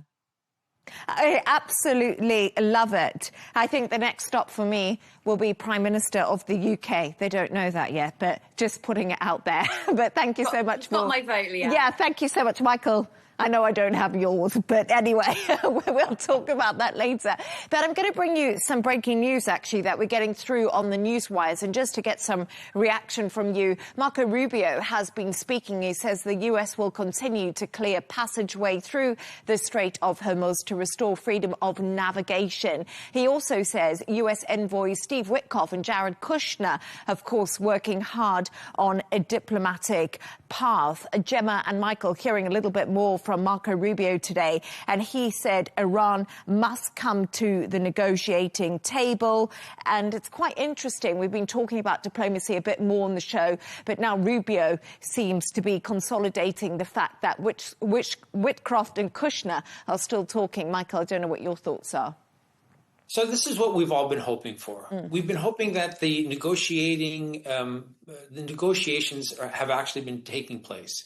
It would be nice if they were doing it face to face, and maybe they are. We haven't been told, and correct me if I'm wrong, but we haven't been told where Jared Kushner and Steve Witkoff are at this moment. But it would be so nice if they actually were. We could find out, after an agreement is signed, that they have been in Pakistan this entire time. I doubt that. I think that there would have been some leakage, and we would have heard that that was the case. But it would be exactly what we're wanting, which is for the showmanship that Donald Trump and the Iranian leaders are sort of posting on social media. Let that continue, fine. But for the negotiations to take place, we need serious men and serious women to be sitting down at the table and to having these conversations and working on all the trouble areas that both sides want dealt with. It's funny because a lot of people are saying the showmanship that we're seeing on social media is actually old school propaganda just being played out in a different way, because obviously social media is so new to all of us that we're seeing it in a very different way. Iranian propaganda, US propaganda. But Gemma, interestingly, Rubio also said US deploying assets to extend a defensive umbrella over commercial shipping in the Strait of Hormuz. So despite the fact that he's saying Kushner, Witkoff, still working on diplomacy, Iran must come to the table, there's still these military assets building up in and around the Strait of Hormuz. Yeah, and didn't Hegseth say earlier something about there's a red, white and blue dome over the region, and he was talking about the Navy being there as well. I mean, it's not sustainable, though, is it? You know, the US Navy cannot be escorting every single ship through the Strait of Hormuz. But it does sound like, we are moving in the right direction. I find that dome so fascinating. They're calling it sixth-generation warfare. I hadn't really heard about it much, but US Defense Secretary Pete Hegseth says a 24/7 dome of air defenses is securing shipping in the Strait of Hormuz. But thank you so much for your thoughts on that. Let's move on now. And East Asia's elderly population is swelling amid a record low birth rates and shrinking workforces. In Taiwan, about a fifth of its people are aged above 65, making it a super-aged society. But many seniors aren't letting their age get in the way of staying fit and healthy. Emily Su has this report. Chen Yumei is 91 years old, yet she's making these 45-kilogram deadlifts look easy. My husband is at the final stage of his life, but still asks me to train here, because he worries that I could not be on my own. I also made up my mind to stay healthy. This is why I come here. My trainer here also keeps on encouraging me. Chen has been training in this gym for a year.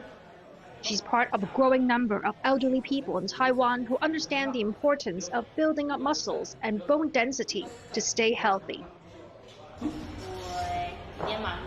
89-year-old Chen Baohe also goes for regular fitness training.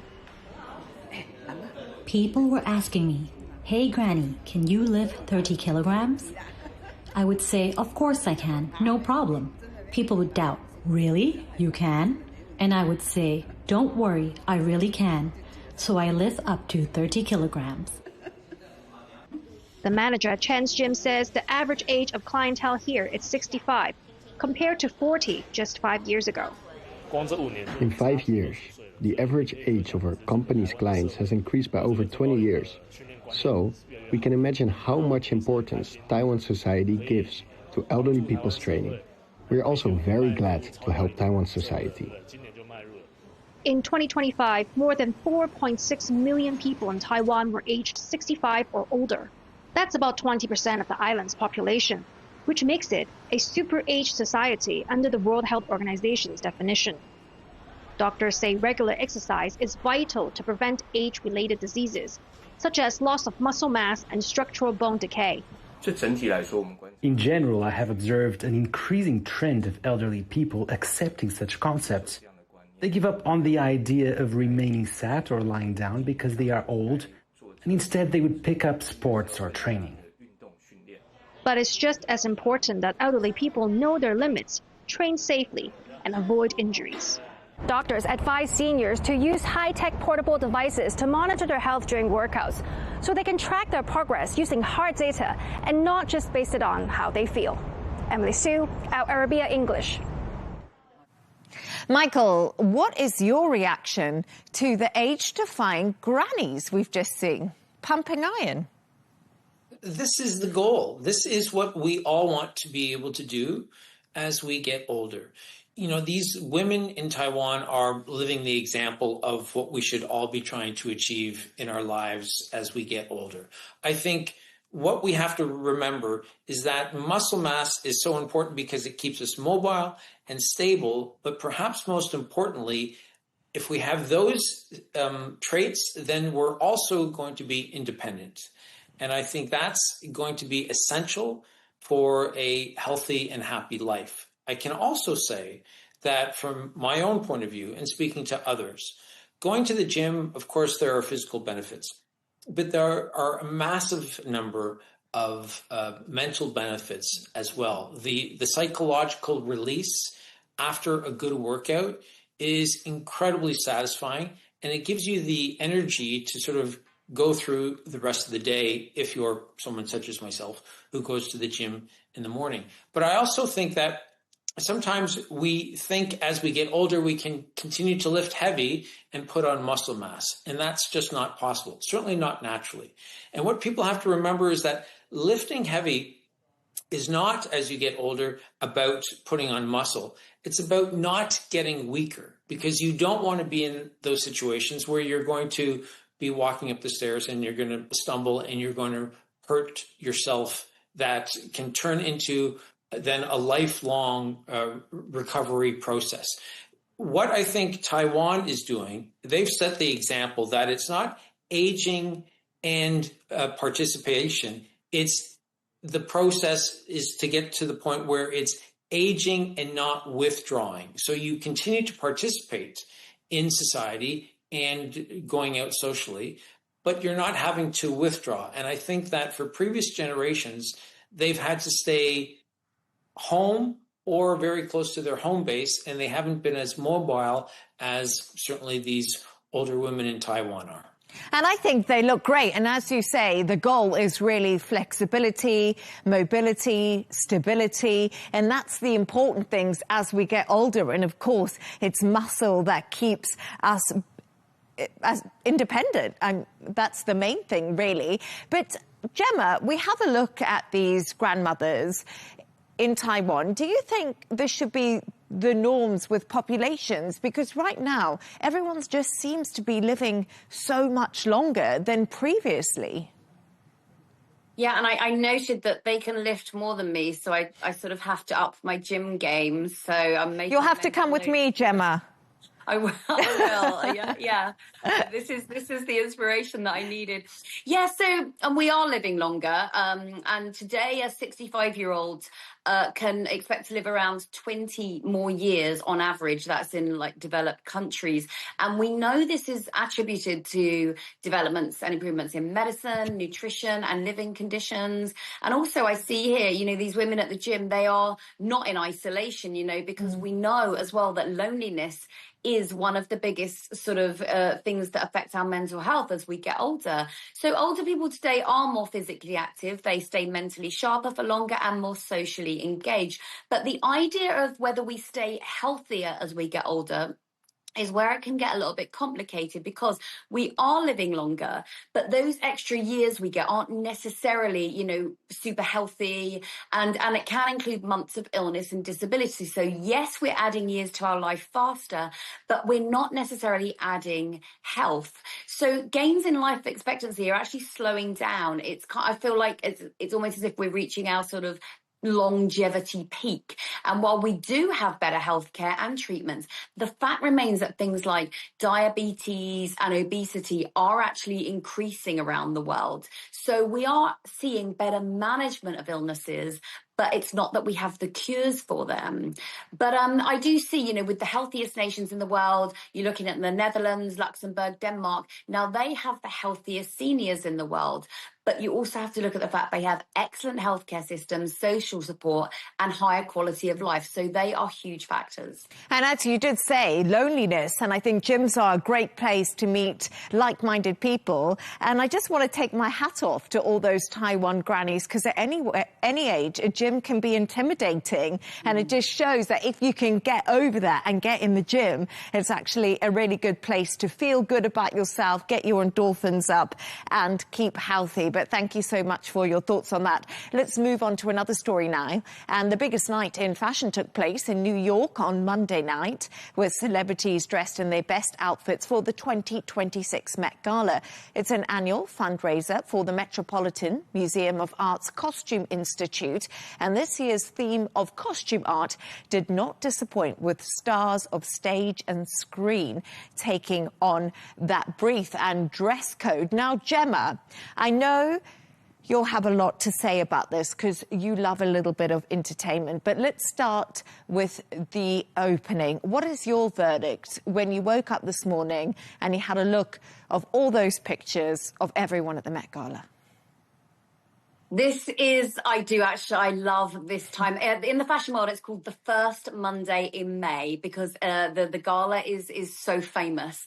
Now, these days, a ticket will set you back $100,000, but it's not like, you know, you and I can just go and buy a ticket. So what happens is designers might buy the entire table. Let's say Stella McCartney buys an entire table. But even then, she can't just decide who she wants to invite. Anna Wintour still gets to decide who you invite to your table. So she's sort of the overlord. She oversees the whole thing. So this Met Gala, the theme was fashion is art. And it was co-chaired by Beyonce, Nicole Kidman, and Venus Williams, and of course Anna Wintour. But the thing that most people were talking about was the honorary chairs. Now this year it was Jeff Bezos and Lauren Sanchez Bezos. Now they were rumored to have pumped in between $10 to $20 million as fundraising for this Met Gala.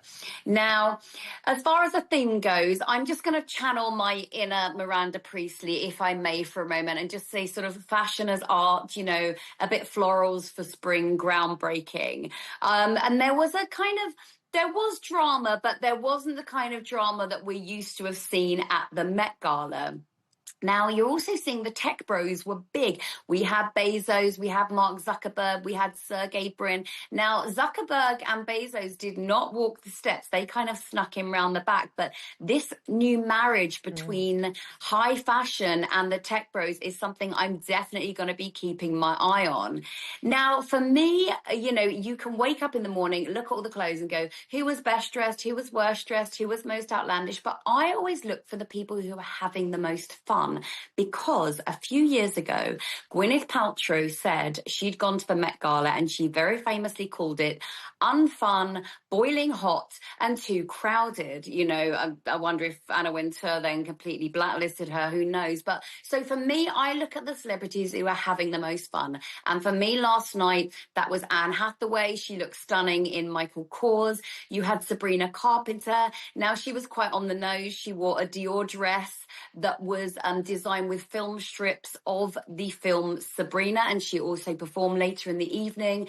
You had Rihanna and Valentino, A$AP Rocky and Gucci. Now, my favourite was the Olympic free skier Eileen Gu. Now, she was wearing Iris van Herpen. Her dress was covered in bubbles and she had a built-in bubble machine in it, which I think was totally fun. That's going on my Christmas list for this year. We also had some regional representation. So the Palestinian-Canadian artist Samar Hejazi, she wore a look by the Palestinian designer Zaid Farouki. And the Devil Wears Prada star Emily Blunt, she wore an outfit by the Saudi brand Ashi Studio, as did the Swiss jewellery designer Sabine Getty. And it's quite fascinating because Emily Blunt's top that we just saw there by the Saudi designer, $500,000, that was the cost of it. My favourite looks were the Kardashians, and I just want to put a public service announcement out there. The Kardashians need to tell us all how they look that good and what exactly they're using, because it's important for all of us to know that, because they looked absolutely fabulous. And obviously the mother, Kris Kardashian, had a facelift, and once again we could see that on the carpet of the Met Gala. Michael, I know this isn't your favourite topic, but there were some celebrities that were barely recognisable on the carpet last night at the Met Gala. Tell us about these, and if you've enjoyed having to research this. I've loved having to research this. It's been my favourite story of the evening. But I would also say that if you're going to do justice to this as one of these people who's been invited, you really do have to buy into the spirit of it. And that means you have to figure out what is the dress code for this particular, or the theme for this particular year's event.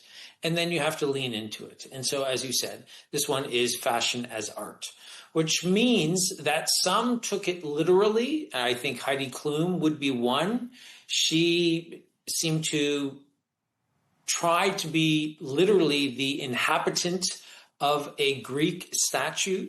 I think Bad Bunny, to my mind, was probably a little bit cool about the whole thing, where he dressed as himself in 50 years. And I think that Beyonce was probably not, she was certainly recognizable, but she was in a diamond-strewn X-ray outfit that I think will be memorable for many years by many people. Now, what I find difficult sometimes is that when you're looking at these events, you want to try and find the good out of it. And there are definitely, I don't want to come across as though I'm criticizing the people, but there's such a performative aspect, especially when you're walking the red carpet. And this event in particular, where part of why you're being invited is to be a little bit more performative, to be a little bit more outrageous. And there were some outfits that definitely fit the bill. I found that this year's event was perhaps a little bit too much, even for me. Now, I'm not sure if that's because I'm getting older, or as Gemma said, it's because the tech bros were involved, and they traditionally, the tech bros would not have grown up living the most privileged life. They would not have been the most popular people. And yet here they are, some of the wealthiest men in the world. And they have people who want them to attend so many events because they have so much money that they can splash around. And that, to me, gives it a little bit of a cheaper feel. And this year certainly had the star element to it, but I found that it's a little bit too much compared to previous years. One thing is there is a charity fundraiser, so maybe the tech bros actually pump in a lot of money, and it isn't a bad thing. And I didn't see Elon Musk, which always disappoints me. But anyway, we're going to move on, because it's that time of the show where Gemma and Michael have chosen two of their quirkiest stories of the day. I'm so sorry, guys. We're rapidly running out of time. So, Michael, you've got a minute, and you're going to tell us about a potential referendum in Canada and why. Why is it happening? So there are 10 provinces and 3 territories in Canada. And Alberta, one of our provinces, there's a very good chance that there could be a referendum on the ballot in October in that province to determine if the province should leave Canada. Now, traditionally, what has been the biggest concern for Albertans is because they produce so much oil, they feel like the federal government does not give them enough opportunity to drill and export as much as they possibly could, which would, of course, benefit the people who live in the province. So there is a movement. They have 300,000 signatures, and they have been able to get enough so that they can present that to the premier, who has said that if, in fact, they get the signatures, she will put it on the ballot in October. Well summed up there, Michael. And Gemma, yours is about a grandfather taking on the world's largest puzzle. We've got a bit of an old person's theme going on at the end of the show. This is so wholesome. Yeah, this is Lou Salas. He's a granddad from Colorado. Now, he spent the past 4 years putting together the world's biggest jigsaw puzzle. Now, it is 60,000 pieces. It comes in 60 boxes of 1,000 piece each, and it forms a full map of the world. And now when it's put together, it was 8 foot by 29.5 foot, and it filled his 3-car garage. And to put it together, and this is quite a fun image in my mind, he had to suspend himself from the ceiling on pulley system so that he could put the whole thing in place. Now, what's nice about this is now that he's finished it, he's not going to, keep it in his garage, but he's looking to give it away to the next person who would like to put together this 60,000 piece puzzle. And that's quite good because it retails for $800. So if you're in the market to do one of the world's biggest puzzles, then get in touch with Lou. I'm not, but maybe Michael is. But Gemma and Michael, thank you so much. Of course, thanks to today's guest, correspondent and columnist Gemma White, and managing director of This is Dubai, Michael Jabri-Pickett. And that's all from us on W News Extra. Don't forget to subscribe to our YouTube channel. Of course, follow us on X. And GMT is coming up next. Thank you for watching.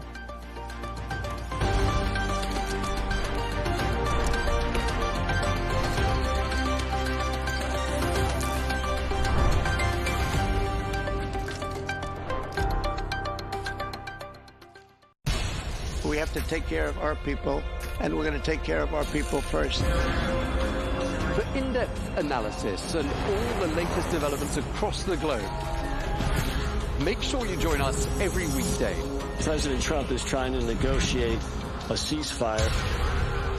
With so much happening, so much information, and so much noise, International law will have no part in his administration. It can be hard to keep track. Tariffs will just fuel inflation. We're going to fight these tariffs. But you can count on us to tell you what you need to know. We stand by your side. Join me, Tom Burges Watson, for Global News Today, right here on Al Arabiya News.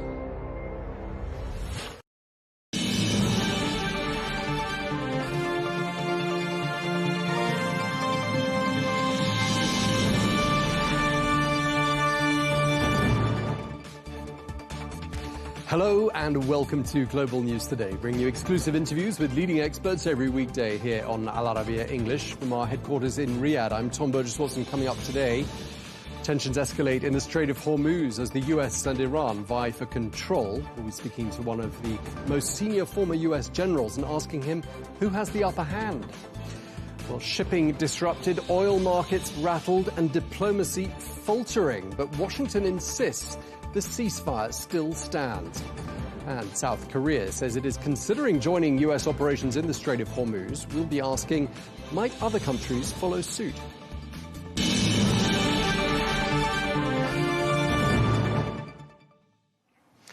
Hello and welcome to the programme. We begin with the latest from the Iran war. Well, a month-long fragile ceasefire now appears to be in jeopardy, experts are warning.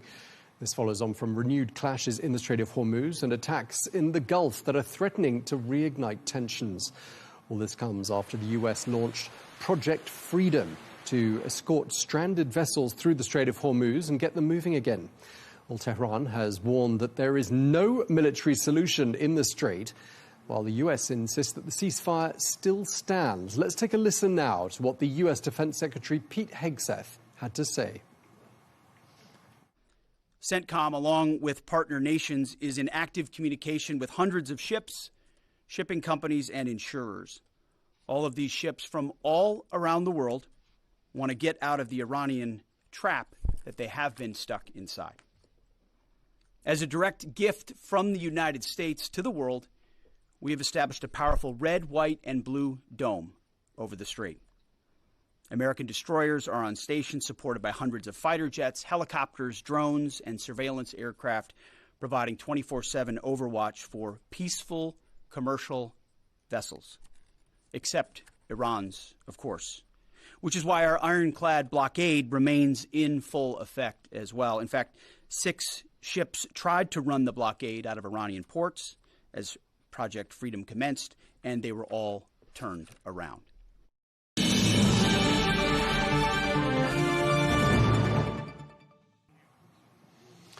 We're joined now by Kirk Lipold, who is a retired US Navy commander who joins us from Washington. Commander Lipold, you are, of course, the commanding officer of the US Navy destroyer, the USS Cole, when it came under attack. I believe it was in October of 2000. You were attacked by al-Qaeda whilst refueling in Yemen. 17 US soldiers died at that time. And I gather the British ship HMS Marlborough came to your assistance in your hour of need. At least they were the first ship on the scene. I want to start by asking you, Commander Lipold, you're quoted as saying that the United States has grabbed Iran by the economic throat. But couldn't the same be said of Iran and the fact that it has grabbed the entire world by the economic throat? Well, Tom, that's a great question. And the reality is no. Iran does not have the world by the economic throat. Only 20% of the world's oil comes out through the Middle East. So while there is an impact that Iran has on the flow of oil around the world, which has caused the obvious price increases globally, the bottom line is the United States in the blockade against Iran has essentially shut down their ability to get goods, products, and most importantly, oil in and out of any of their ports. So we have literally seized the opportunity to squeeze them economically. And while Iran has impacted the world, they certainly don't have the world by the economic throat. Okay. I mean, how long do you think Iran can hold out for? That's a great question also, because when you look at it, right now, Iran is trying to struggle and stay viable as a nation. It is very clear that the IRGC and the Basij have taken over every instrument of government, the economy, and the military. The theocracy has essentially been set aside. They're only trotted out when the military needs reinforcement for the decisions they're making regarding the future. I think the people of Iran are still hopefully waiting for the right conditions where they're going to be able to challenge the Basij and the IRGC for power and be able to start determining their own destiny. I think that was the original intent when we started. Obviously, the 3 goals still remain, and now a 4th. No nuclear weapons or ability to enrich, ballistic missile program eliminated, support for proxy groups, especially Hamas, Hezbollah, Houthi rebels eliminated, and now Iran needs to open up the international strait, the Strait of Hormuz, and allow the free flow of commerce through that area. I mean, Iran's got a totally different narrative, as I'm sure you're aware, and they say the, quote, status quo is intolerable for America. They go on to say, we're just getting started. You're saying it's not intolerable for the rest of the world. But in terms of this other line of theirs, that they're just getting started, I mean, what other cards do you see the Iranians playing?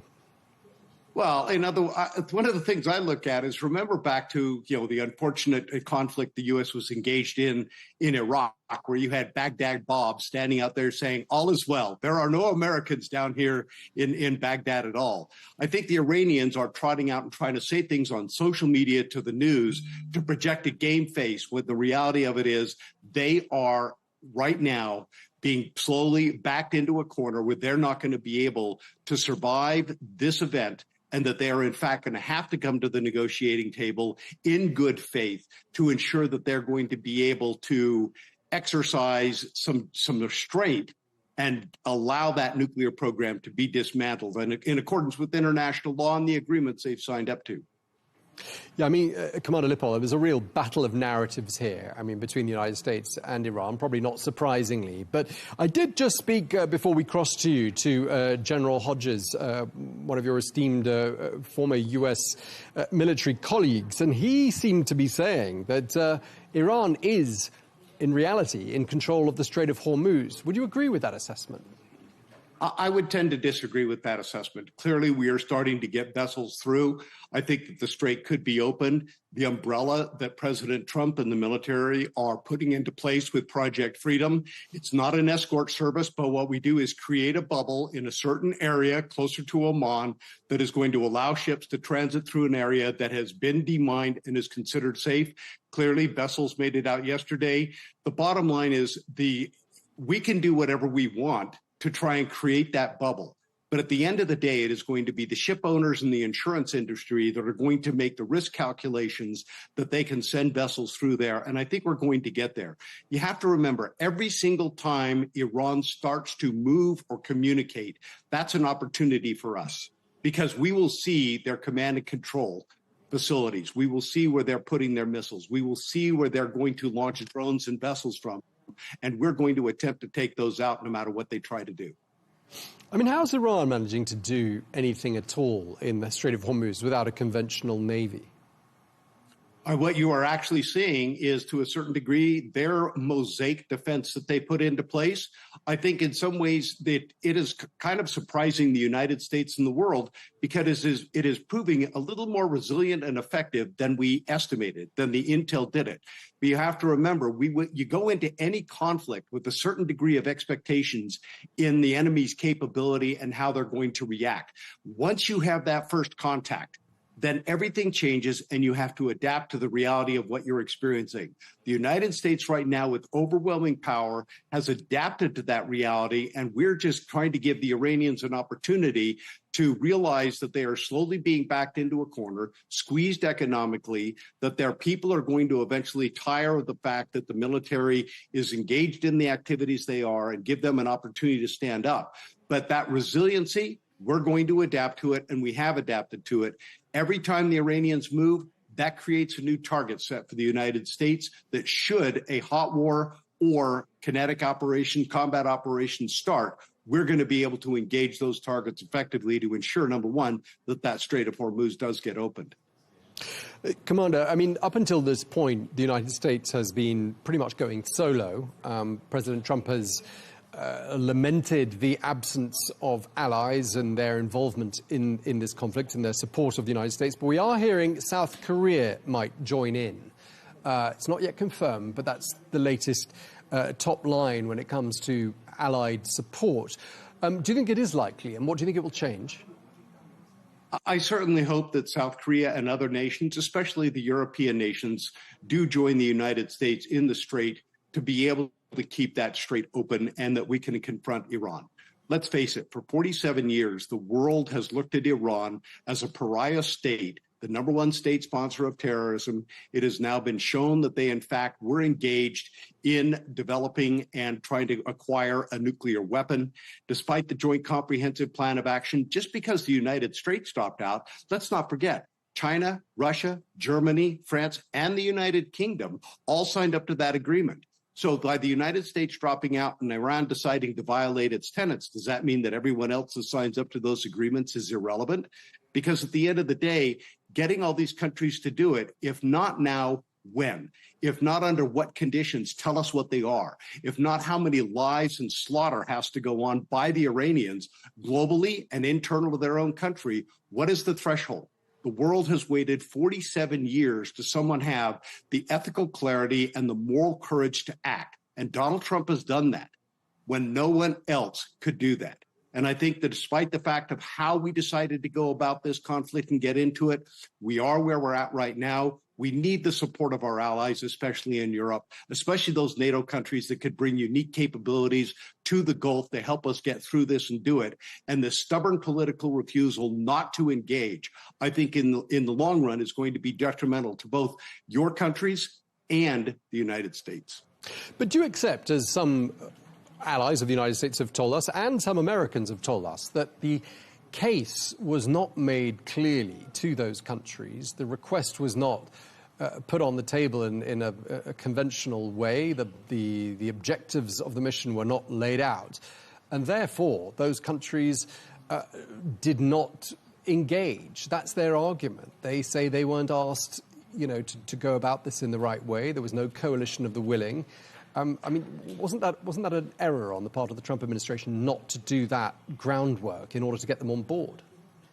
Well, I would tend to look at it through a little more hard-nosed view. I think the case was made that Iran was pursuing a nuclear weapon. That was proven. They even admitted they were up to a 60% enrichment with 440 kilograms. We executed Midnight Hammer, which the world commended.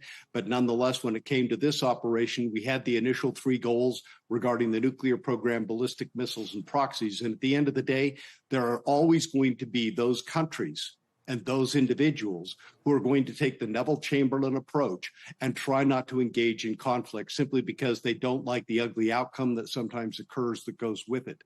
At the end of the day, if we didn't act now, there would never be a better case for it. Iran clearly, after slaughtering 30,000 plus of their own people, were clearly demonstrating to the world that they were not a responsible actor and that they, in fact, needed to be taken out. And the leadership, both in the theocracy and the military, had to be dealt with in some form or fashion. The fact that people are going to argue and say we didn't make the case was there. The fact that you did not have the courage to do anything about it, like you've done over the past 47 years and always finding an excuse not to act, that day has passed. Do you think this is just a matter of time before it turns into a multinational military mission? I think at some point we hopefully will get other allies, especially the Europeans, to come engage and be a part of what we're trying to do to not only open the Strait of Hormuz as an international waterway, but also maintain it. Because let's not forget, the signal that we send and what the actions are we take as a global community in the Strait of Hormuz is directly a signal to China. What Iran did in surrounding the Middle East with proxy groups to destabilize the region and influence power, look at what China has done in the South China Sea with the 9 dash lines, the militarized islands that are done in violation of international law that they are even using today in an exercise between the U.S. and the Philippines. They could very easily, as they go to invade Taiwan, exercise power to cause the disruption of commerce throughout the South China Sea. And we need to send a signal as an international community, not just the United States, that should China do that, they will pay the same price as Iran. The bottom line is the signal sent in the Strait of Hormuz is also being listened to very carefully by China in how they are gauging, developing their war plans for the invasion of Taiwan and the projection of power out to the second island chain within those militarized islands. Just to wrap up, Cmdr Lipold, and I put this question as well to our earlier guests, I mean, do you think that the United States did underestimate Iran, whether we perhaps like it or not? I think there was a certain degree where we did underestimate their resiliency. We have adapted to it, and we are still able to essentially eliminate any of their rear global projections. Let's not forget that the number one priority when we began those strikes was truly to stop ballistic missiles from impacting other countries. And at the end of the day, now that that was completed, it's to get the Strait of Hormuz open. The number one priority is still to prevent them from developing a nuclear weapon. It is very clear, even after the strikes from Midnight Hammer, they were attempting to recreate that program, to dig out the material, to restart the centrifuges. That's what drove this operation to be conducted in the first place. I think long-term, the resiliency of the Iranian regime, that should be a learning lesson for everybody engaged in this, because clearly they have done things that have allowed them to be able to maintain some ability to project power into the Strait of Hormuz, and that has to be eliminated. Commander Cmdr Lipold, thank you very much indeed for your time, sir. Thank you, Tom.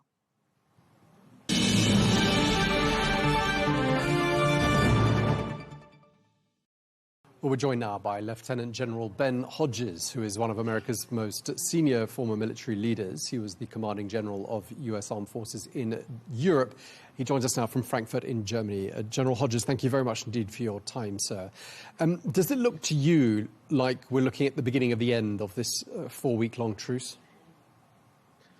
Well, I think that we're going to know more tomorrow than we knew today. The Iranian response yesterday to the Project Freedom was pretty severe, more than just a symbolic response. And so I think the U.S. side is going to see, was this a one-off or will this continue? I don't see how the U.S. can just walk away from this.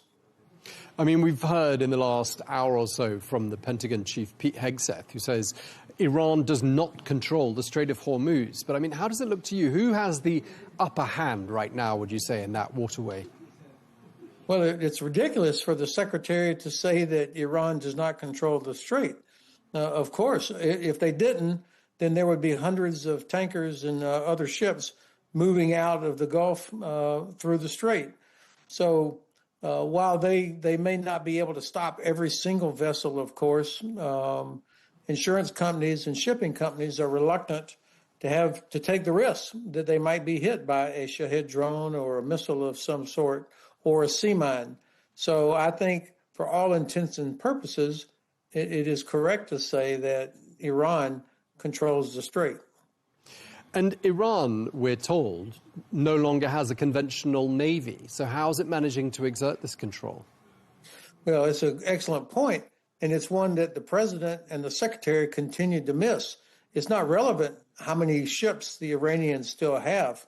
What matters is, are they able to stop or threaten vessels from moving through the strait, either because of a concern over sea mines or drones or missiles of some type. So while I applaud what the U.S. armed forces have done, the competence with which they have destroyed Iran's traditional conventional Navy and Air Force and so on, that's not relevant to the fact that the strait is not open.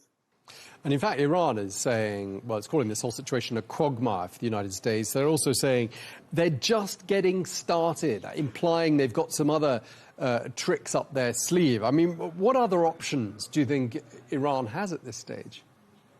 Well, it seems to me that the Iranians are acting as if they have more time than the U.S. does, that they are willing to maintain what they're doing now for the foreseeable future. Of course, the U.S. blockade is intended to raise the pressure on the government in Tehran to create a situation that becomes unbearable for the population so that they finally do something against the regime.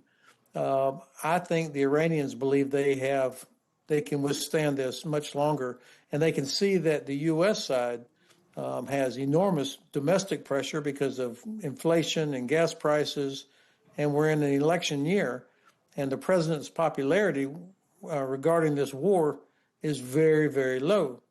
So I think you've got two sides with different views of their respective leverage. Right. I mean, both sides seem to be implying they have the other in some sort of a chokehold, and again, hard to verify, who's correct in that assessment.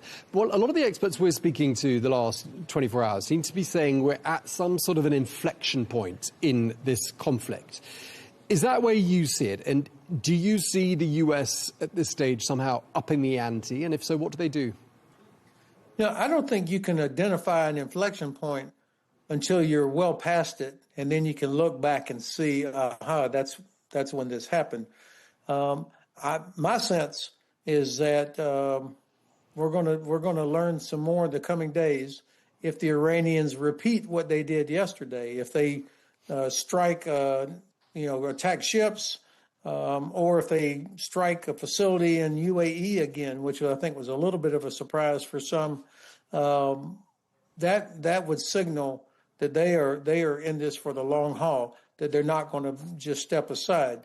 And then the U.S. will have a real tough decision to make about escalation, or do you continue to try to do this?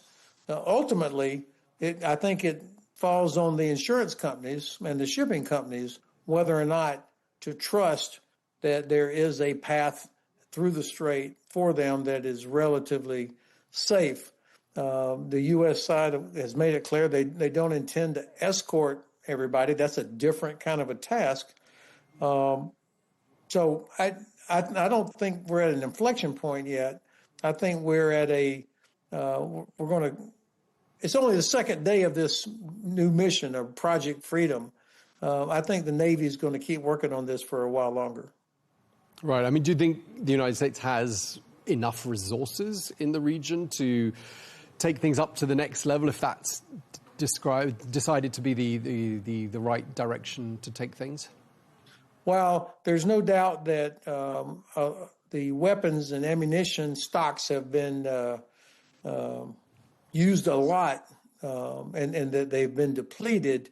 I think there still is enough for them to continue operations at a fairly high operational tempo for the next weeks. So yes, I think the Navy could keep doing what they're doing for quite some time. But this is not free. I mean, or cheap. This is resource intensive. I think the billions of dollars that are being spent to do this, and of course the Congress and the U.S. population are going to start getting very anxious about the cost without any real end in sight. Right, and what about a ground operation, some sort of a ground invasion? Do you think that's a likely next step? I would expect that U.S. Central Command has developed plans for this. I mean, that would be the prudent thing to do, to be prepared in case they were given the order to do it.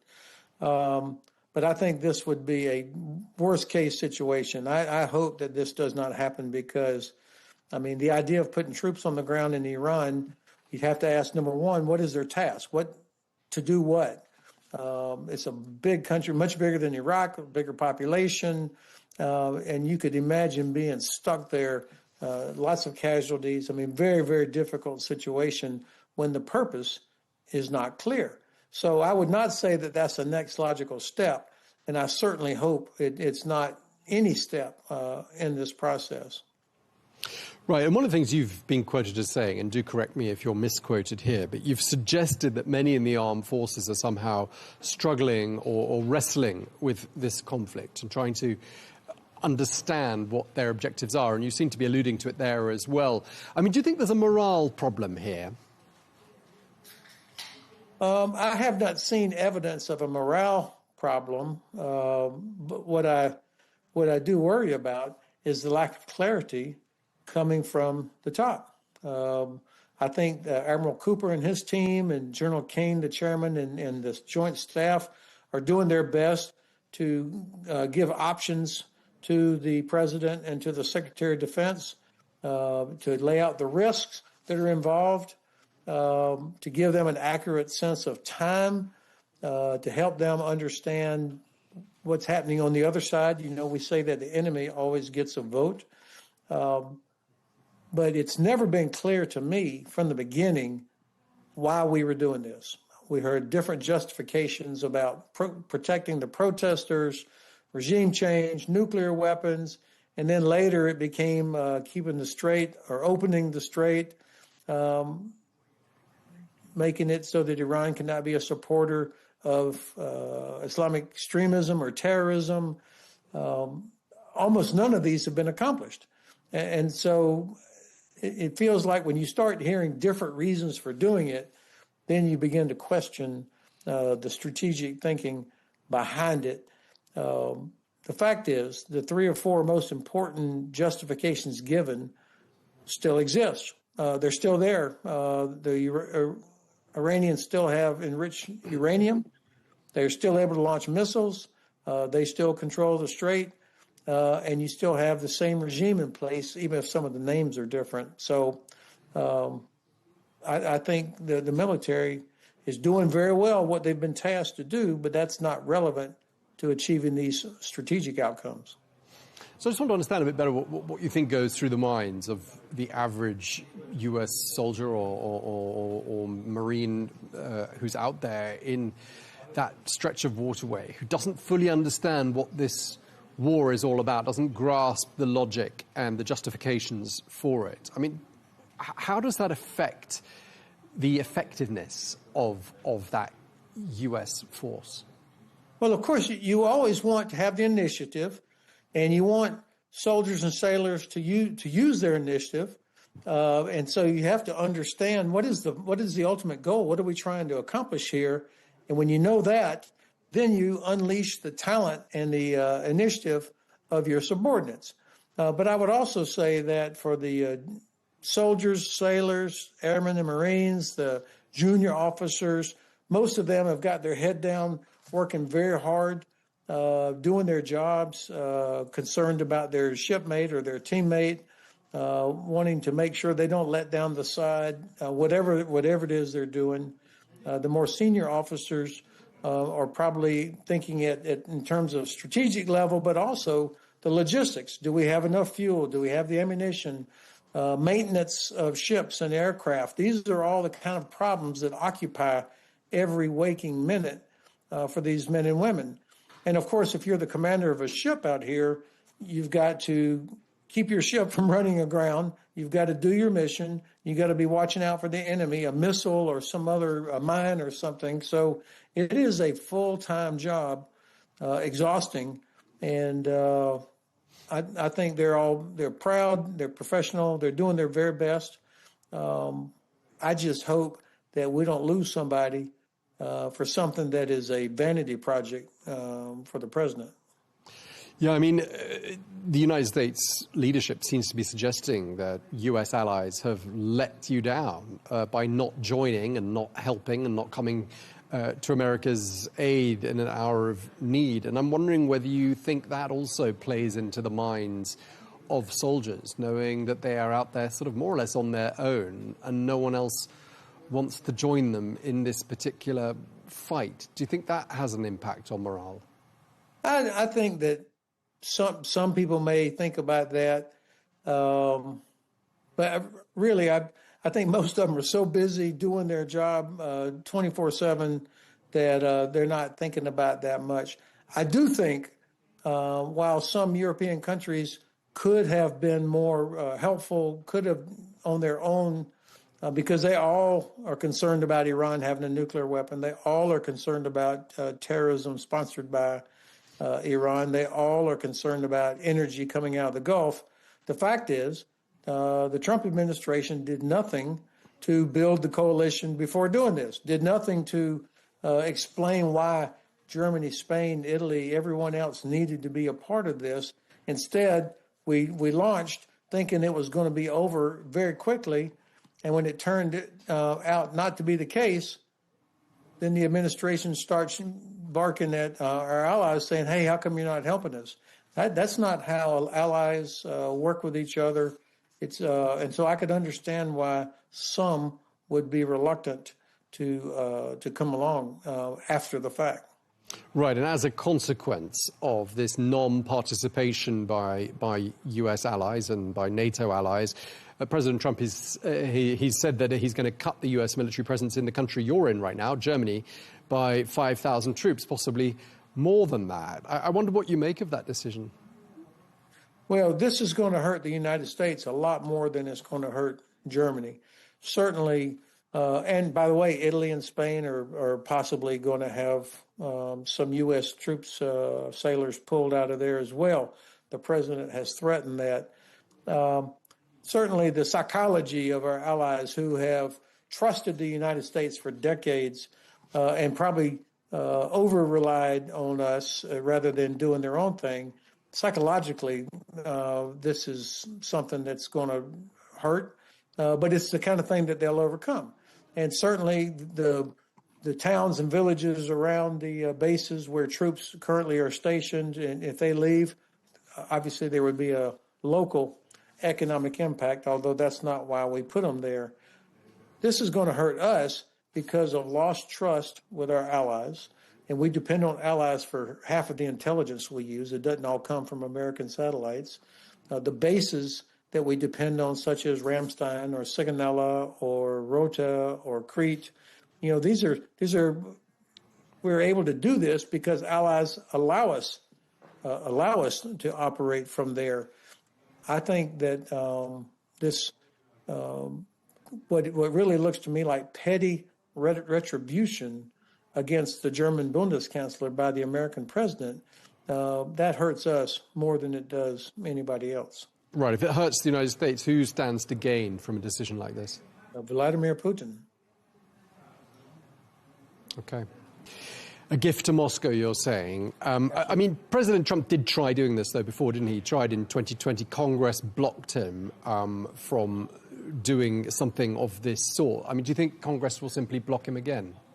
Well, Tom, you're correct that he did he talked about this a lot back during his first administration, but it was not just the Congress. And you raise a good point. Most of the Congress supports NATO, understands why we're in Europe, and they don't want us to leave. They know it's to our benefit. But it was also people in the cabinet, Secretary of Defense, National Security Advisor, Secretary of State, people that were willing to tell the president, no, this is a bad idea. The president made sure this time that he would have nobody in his cabinet that would dare say no to him. So he's only got sycophants now that agree and nod and praise him in public. And so he does whatever his gut tells him to do. The Congress has indicated some concern, and by that I mean the chairman of the House and Senate Armed Services Committee, Senator Wicker and Congressman Rogers, have both expressed concern about pulling troops out of Germany or out of Europe, and that they hope that if this 5,000 in Germany are going to move, that they would move east, not west, back to the U.S. We'll see. To be honest, expressing concern means about zero with this Congress and this president. The Republican-led Congress has shown that they are not willing to really get in the way of the president if there's something that he wants to do, legal or illegal. And so I think my only hope is that at some point the president forgets about it and moves on to some other thing. Okay. General Hodges, just to wrap up this conversation, I mean, to close the discussion about Iran, do you think, listening to what you've said, and I think I can predict your answer to some extent, but do you think the United States underestimated Iran? Yeah, absolutely. I did. I think most of us have watched the Iranian people over the past years in the streets, protesting, getting slaughtered. But you kept thinking, man, if we could just get rid of the regime, the IRGC, then the people would finally be set free and they could rise up and overthrow the Ayatollah and things would be better. Now, that's kind of a simplistic view of it, but I think that is what many people thought. And yet what happened, it turns out where I think the biggest mistake may have been that we assumed that the supreme leader really was also the supreme power. And I don't think that's the case. I think the IRGC, the Islamic Revolutionary Guards Corps, that's the real power in Iran. And that they had set themselves up and organized in such a way that was more resilient, because they knew eventually one day the U.S. was probably going to do this. And so I think they had organized themselves to survive a decapitation type strike.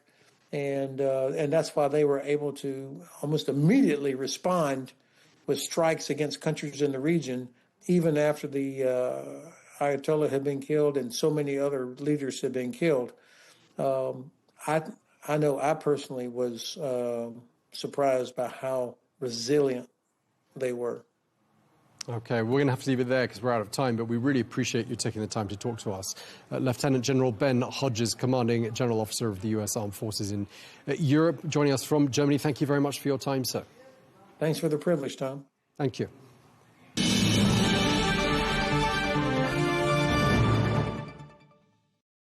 Let's bring into the conversation now Jennifer Gavito, who is a former U.S. Deputy Assistant Secretary of State for Iran and Iraq. She joins us from Washington. Jennifer, thank you very much for speaking to us again. We last spoke 2 weeks ago, I believe, when the U.S. had just agreed to extend the ceasefire. That was at Pakistan's request. And we heard today Pete Hegseth, the U.S. Defense Secretary, saying that that ceasefire does still stand. But just how fragile do you think it's looking right now? It is tremendously fragile. I think that any rational person would look at what Iran did yesterday with its strikes, both against the UAE and against those two commercial shipping vessels, and say that it's seemingly a clear violation of the ceasefire. So when Secretary Hegseth claims that it's not, I actually think that's the clearest and arguably most positive sign yet that the Trump administration is really trying to find any way that it can to avoid going back to open conflict. So you think escalation would be the sort of the natural direction for things to be heading in, but that's not happening, you're saying, because really President Trump is trying to avoid that at all costs? I think that's been the calculation for the last several weeks. I think it's been clear that President Trump would prefer to find a negotiated off-ramp to this conflict. That being said, I still maintain that this ceasefire is in fact very fragile. I think it becomes very difficult for the United States to sit by and watch if Iran continues to attack the UAE or any of its other allies in the region. And so I do think that these next 24 hours will be extremely important in seeing what direction this heads. But behind the scenes on all of this are ongoing contacts between the two parties trying to find that elusive off-ramp. And so again, I would take that, generally speaking, as a positive sign amidst a lot of concerning actions. Since you mentioned the UAE there, and we're just receiving word that the UAE air defenses are currently handling a missile threat. I mean, I just want to ask you, why is it that Iran's default action, if you like, is to target the UAE when it itself feels threatened? So I think there's a number of possible theories for that, and I would say at the outset I'm not entirely sure which one of them is correct. Certainly, the UAE is seen as a close ally of not just the United States, but also of Israel. And I do think that sets it in Israeli sights. As well, the attacks that we saw yesterday, particularly on the Fujairah facilities, are yet another reminder from Iran that it has capabilities to disrupt global energy flows. And so in that case, simply the positioning of the UAE and its ability to potentially export from Fujairah, going around or avoiding the Strait of Hormuz, also makes it potentially an attractive target. Do you think we're going to see here a wider Gulf conflict? I mean, the UAE has said it. It may now take action. Again, I think it is very difficult for the UAE to continue to absorb attacks like this and not either take action directly or lean on the United States and Israel, who of course started this conflict and brought the Gulf into it for one of them to take action. So whatever the preferences are of the Trump administration, I do think that we are teetering on the edge of renewed open conflict, potentially as a last stand before that elusive negotiated solution is found. But one way or the other, I think it would be extraordinarily damaging for all of the Gulf, particularly with the continued disruptions to global commerce. Yeah, I mean, renewed conflict, but perhaps wider conflict. We're hearing countries like South Korea saying that they are willing and perhaps able and about to get involved and come to the aid of vessels in the Strait of Hormuz. I mean, do you think other countries will join in? What do you think all of this signals? So I think other countries have been extremely skeptical up to this point of engaging in direct ways. We've certainly seen that from the Europeans, but not only from the Europeans. Again, there is a real sense that the United States, along with Israel, has brought the world into this conflict, one that was arguably not particularly well thought out and for which the objectives were not entirely clear. And so when you hear from South Korea, for example, who did in fact have a vessel seemingly hit by Iran yesterday, suggest that they might be willing to engage more directly, I would be careful to equate that with, I guess, offensive operations. The U.S. administration has tried to delineate the difference between Project Freedom as being, an economic defensive operation and not a restart to offensive operations. And so if there are countries like South Korea or eventually the Europeans who agree to participate in some sort of construct in the Strait of Hormuz to reassert freedom of navigation, I suspect that they will continue to be very careful about drawing that line of not being an offensive player in this in order to avoid further ire from Iran in particular and risk, as you know, the potential for that conflict widening.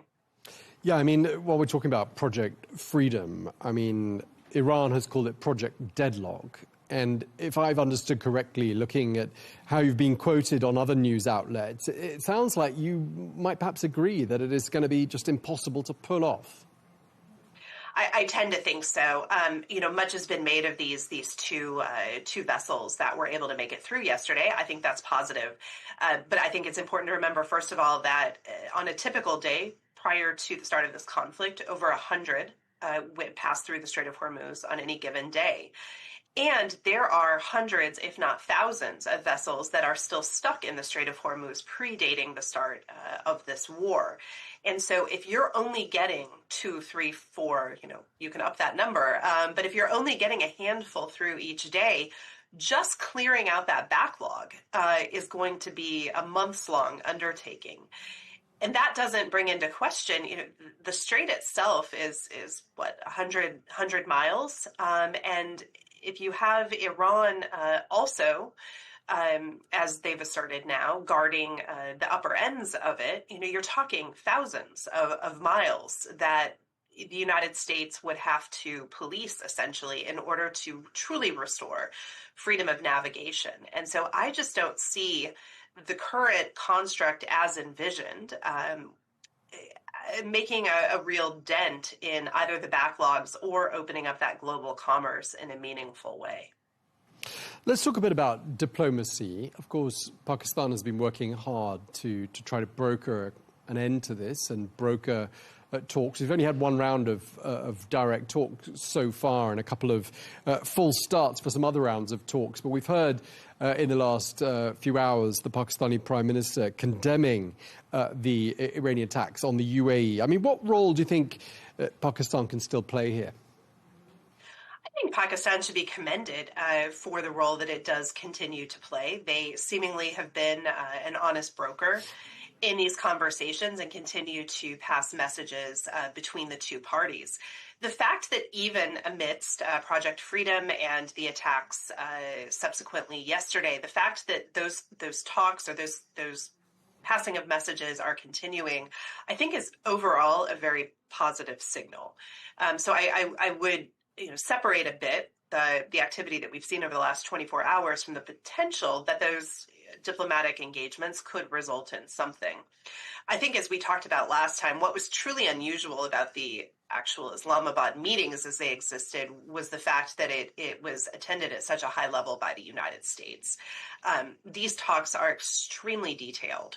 JCPOA took years, thousands of pages.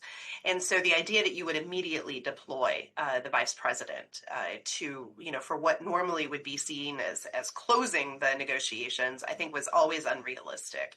A lot of hard work has to be done to get to that point. And I am cautiously optimistic that the two parties are beginning to understand that and engaging in those sustained efforts. Right. I mean, at this particular moment, it does look a bit like a sort of a who blinks first sort of a game. I mean, there's the naval blockade on Iranian ports. And then there is, of course, the political pressure on President Trump to bring this conflict to a conclusion long before November, when the midterms happen. I mean, who do you think is feeling the greatest pressure to bring this to an end at this particular juncture? So President Trump and his administration have repeatedly asserted that they are not under time pressure. But I think the reality tells a slightly different story. The longer this goes on, putting aside the midterms for a minute, the longer this goes on, the more fuel shortages we're going to see. And I know that we heard Secretary Hegseth this morning talk about the rest of the world needing the Strait of Hormuz more than we do, but like it or not, we are still a very interconnected economy, global economy. And so the impacts that are starting to be seen in places like Asia will be felt in the United States and are already being seen by the Americans. So I do think the U.S. administration is under considerable pressure to get global commerce flowing again. The Iranian regime has demonstrated I think what some people think is a surprising resilience. They are not beholden to their citizens in the same way that the United States and its allies are. And so they have an ability to withstand some of the more difficult impacts of this blockade and may well, in fact, have time on their side. And I think that's what you're seeing in the positions that they're putting out and that they're conveying to the United States when it comes to issues like nuclear and sanctions relief. They clearly feel like they are negotiating from a position of power. I mean, were the US to say, right, that's it, we declare victory, I mean, one can assume, can't we, that the Iranians would do everything possible to prove them wrong, and so that was a hollow declaration of victory. I mean, but here we are. We're entering month 3 of this conflict. I mean, is there anything the US can show, certainly to the US people and to the wider world, that it's achieved up until this point? So, as we have repeatedly heard from representatives of the administration, there have indeed been significant military successes. The U.S. military has performed magnificently when it comes to degradation of missile drone programs and other military successes. I think what's been elusive at this point are those strategic successes. At this stage in the conflict, President Trump will be looking first and foremost to get the Strait of Hormuz reopened. And of course, it bears repeating, as you just noted, we are entering month 3 of the conflict. When this started, the Strait of Hormuz was indeed open. And so if you're negotiating back to essentially the status quo ante, getting back to a place where you started, that's not a great situation to be in. And I do suspect that as much as President Trump would like to get out of this conflict and to walk away, it will be important to demonstrate to the American people that success has been achieved, at the very least, on the nuclear file. And so I do suspect that either the negotiations will need to acknowledge that and we'll need to see concessions from the Iranians when it comes to enrichment timelines and dealing with their stockpiles. Or I think the alternative is that the United States with Israel go back in and attempt to further degrade the nuclear program from the air. And so, that what the end state of this conflict looks like, I think is still an open question, but I do think nuclear is going to have to be addressed before we can walk away. Okay, and just lastly, I mean, there is another dimension to this conflict, which is, of course, what's happening in Lebanon. And you wrote a piece for the Atlantic Council, albeit a little while ago, I mean, more than a week ago, and a lot can change in a week, as we all know. But the piece you wrote is entitled, "Israel and Lebanon are closer to peace than they appear." I wondered if that still stands, and what's that based on? So, I mean, I think it's first and foremost based on the fact that you have, for the first time, arguably, a Lebanese government that feels not just, I mean, there have been, for decades, frustrations with Hezbollah kind of upending Lebanese politics. But for the first time, arguably, a Lebanese government that is willing to address this head on.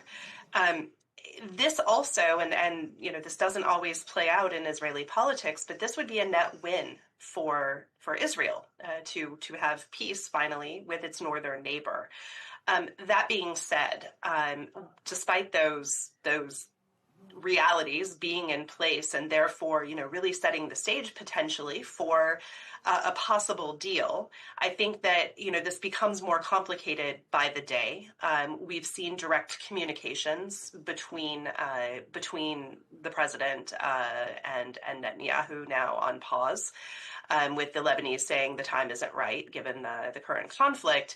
And for Israel, the northern communities are still, in their view, largely uninhabitable. That, of course, is the same on the other side of the border for Lebanon's southern villages. And so it is a complicated situation, but I do think that you have not seen this opening in many years, and as difficult as it may be, it would be a significant mistake for either party to let this moment pass them by.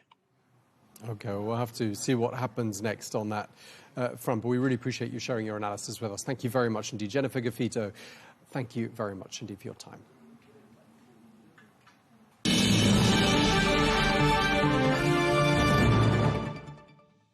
Well, let's speak now to Alan Eyre, who is a distinguished diplomatic fellow at the Middle East Institute and former senior diplomat on the U.S. negotiating team for the 2015 JCPOA Iran nuclear deal. He joins us from Washington. Alan, great to have you back with us on this program. I'm reminded that you speak Persian. You have negotiated extensively with the Iranians. And just looking at this conflict now in its third month, I mean, it wasn't supposed to last this long, was it?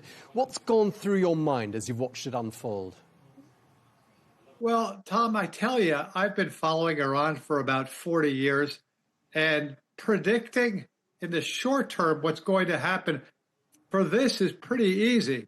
It was a mistake, a strategic blunder by the U.S. administration from the beginning. And unfortunately, ever since then, we've really not been able to extricate ourselves.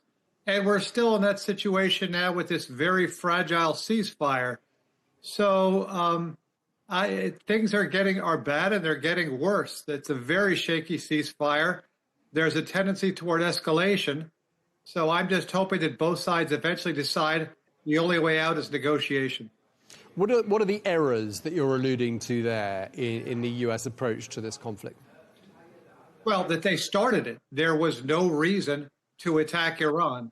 Iran was not seeking to develop a nuclear weapon. And so doing such an attack, largely or at least partially at the behest of Israel, was a strategic blunder, similar to the 2003 Iraq War. And I guess we expected that we'd decapitate the leadership, do a couple of days of shock and awe bombing, and the Iranians would accept our proposal, which they hadn't, but that wasn't the case. And now, especially with the Iranian seizure of the Strait of Hormuz, it's just so much more economically dangerous because every day the strait remains closed, more and more lasting global economic damage is happening. You've said in the past that getting the United States and Iran into the same room for negotiations is absolutely key. Are you surprised, though, that there's only been one round of talks so far in the peace process? Well, there were a couple of rounds before this even started at the beginning of the second Trump administration. But no, I'm not surprised. And again, to modify my earlier statements, I don't necessarily think, though I wish we were able to have two sides in the same room, there just needs to be constant communication. That's not happening now. There's not even a dialogue. There's just dueling monologues. where each side is insisting on its red lines. There's no flexibility.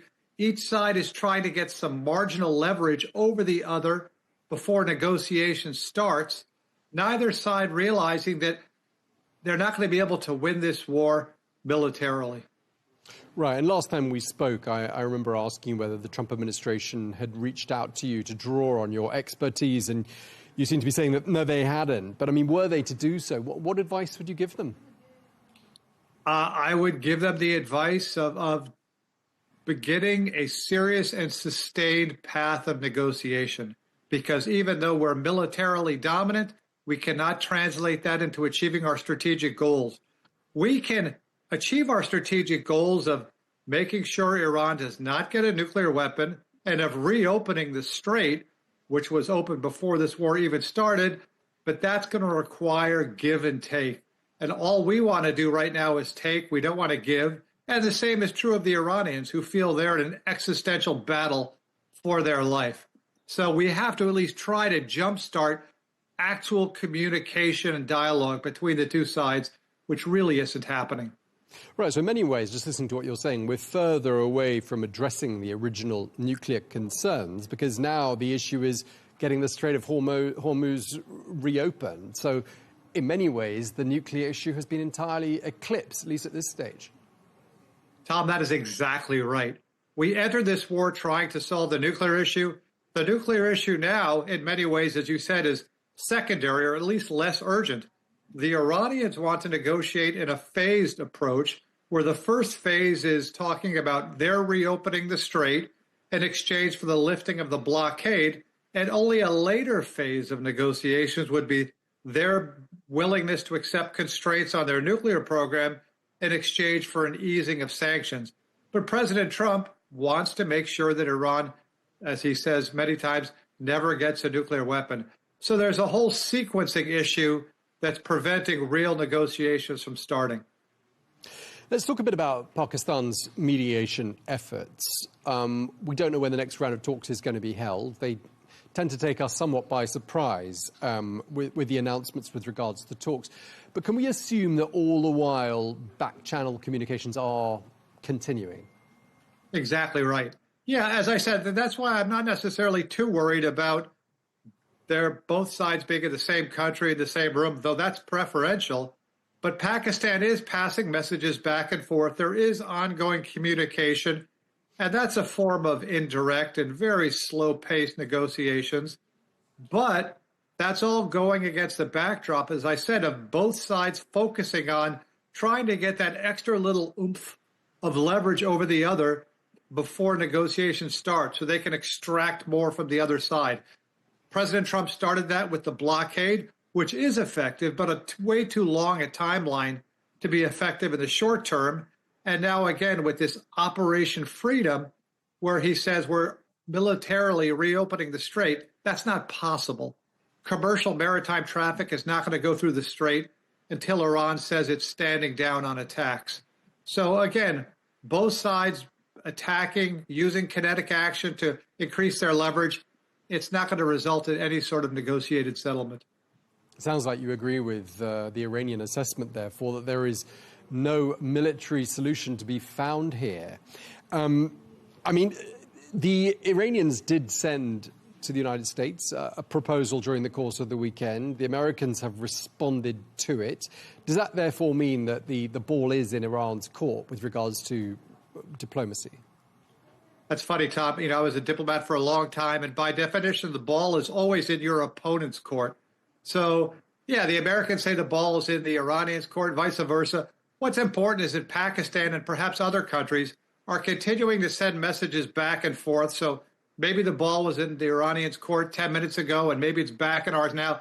But the point is that the rally needs to keep on going. The communication needs to keep on going in the hopes that both sides can get closer together.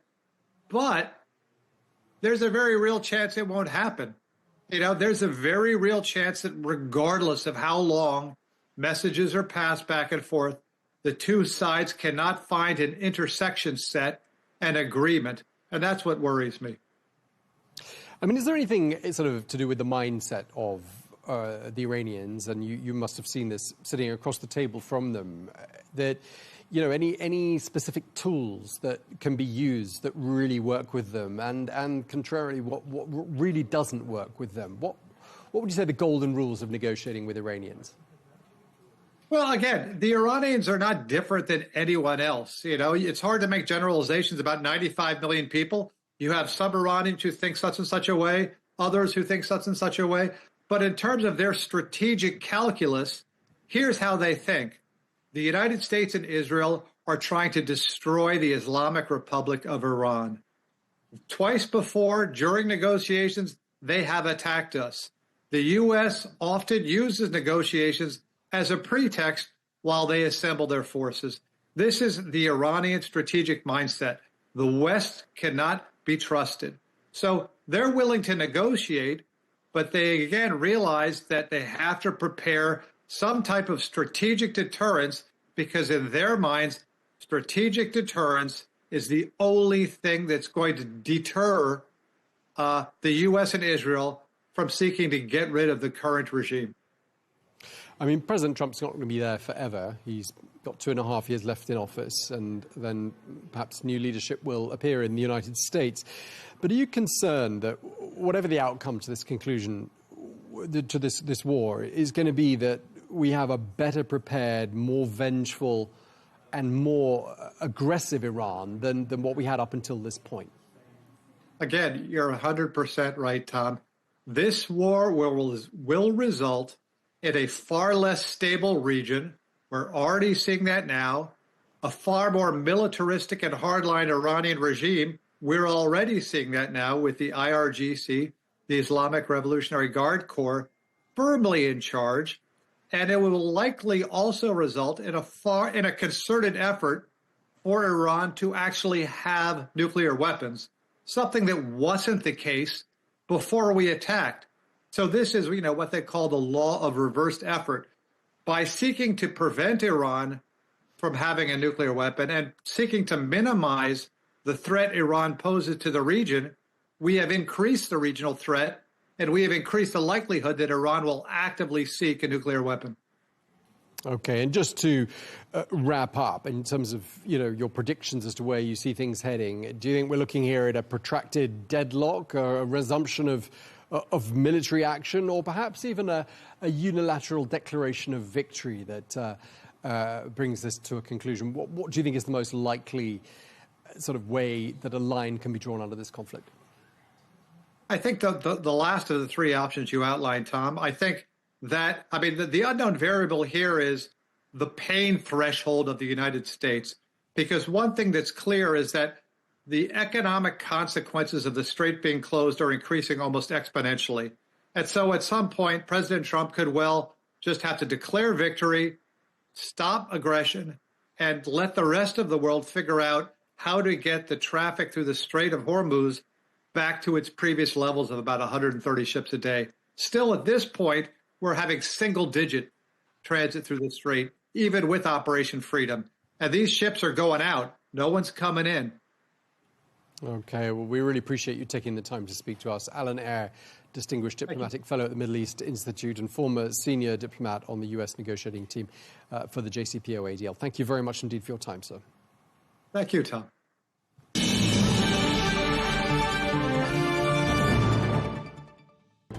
Well, that is all we have time for on Global News today. Thank you very much indeed for watching. Do join us again tomorrow for more exclusive interviews. Until then, goodbye.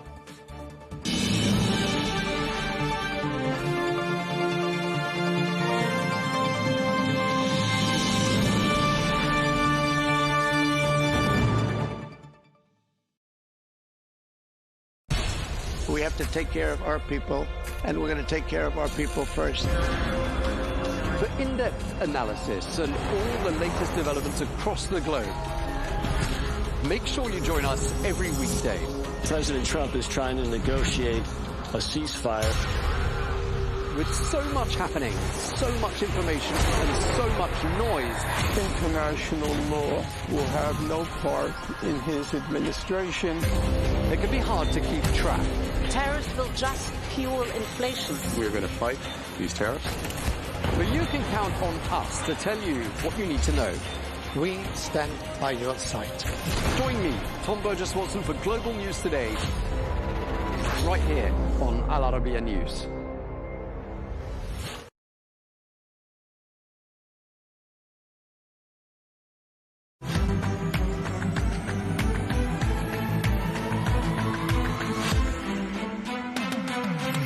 Africa is at a crossroads. Amidst vicious global competition, Africa must forge its own path and secure a place at the table. In May 2026, Africa's business and political leaders will unite at the Africa CEO Forum Annual Summit to set the course for the continent. Join us and shape the future of Africa. Al Arabiya English, your media partner. Welcome. The relationship between Moscow and the Arab world has never been a straight line. It has seen decades of rises and falls, from peaks of alliance during the Arab-Israeli wars to a sharp decline after the collapse of the Soviet Union, and then a notable return through the Syrian gateway, followed by Gulf caution amid the war in Ukraine. Today, with the Arab-Russian summit convening in Moscow, a central question is being asked. Is Russia seeking to restore its former glory in the region, or to build new partnerships that adapt to the transformations of the 21st century? Since the mid-20th century, the Soviet Union emerged in the Middle East as a pivotal player. As its early support for the independence of Egypt, Syria, Algeria, and South Yemen granted it special influence with Arab capitals, that influence soon turned into an active military and political presence, reaching its height during the wars of 1967 and 1973, when Moscow supplied Cairo and Damascus with weapons, experts, and pilots, becoming a principal partner in the Arabs' battles with Israel. In that period, the depth of the alliance with Cairo was embodied in a historic visit by Soviet leader Nikita Khrushchev to Egypt in 1964, where he joined President Gamal Abdel Nasser to celebrate the diversion of the Nile as part of the Aswan High Dam project. Those were highly symbolic moments that cemented Egypt as Moscow's closest Arab ally, and showed how development and weaponry, together with political positioning, became interlocking tools of the Soviet project in the region. At that time, Khrushchev delivered his famous line, "The High Dam is not just an engineering project. It is a symbol of friendship between the Egyptian and Soviet people." From there, a new phase began in which the Soviet Union became the primary patron of Arab nationalist and socialist regimes. But that alliance gradually began to crack through the 1970s, when President Anwar Sadat rose to power following the death of Nasser. Sadat sought to free his political and military decision-making from Soviet dominance and to pave the way for a rapprochement with the West. In 1972, he took a stunning step by ordering the expulsion of around 20,000 Soviet military experts and advisors from Egypt, a moment that marked the great rupture between Cairo and Moscow. And although cooperation in arming the Egyptian military continued up, what followed, the signing of the Camp David Accords and Cairo's opening to Washington, effectively ended the Soviet presence in Egypt and pushed Moscow to seek alternatives in Syria, Algeria, and Libya to compensate for the loss of its largest Arab ally, with the Soviet Union's collapse in 1991. Russia's presence in the Middle East receded, and Moscow withdrew from bases and ports that had underpinned its influence for 5 decades. With the dawn of the 2000s, Vladimir Putin redrew the compass of Russian foreign policy, seeking to regain influence lost with the Soviet collapse. Military cooperation revived with Algeria, Egypt, and Syria, and economic channels opened with the Arab Gulf in energy and grain, restoring Moscow's bridges of interest with the region. But the major shift came with the Arab uprisings of 2011, when Moscow saw a chance to cement its presence.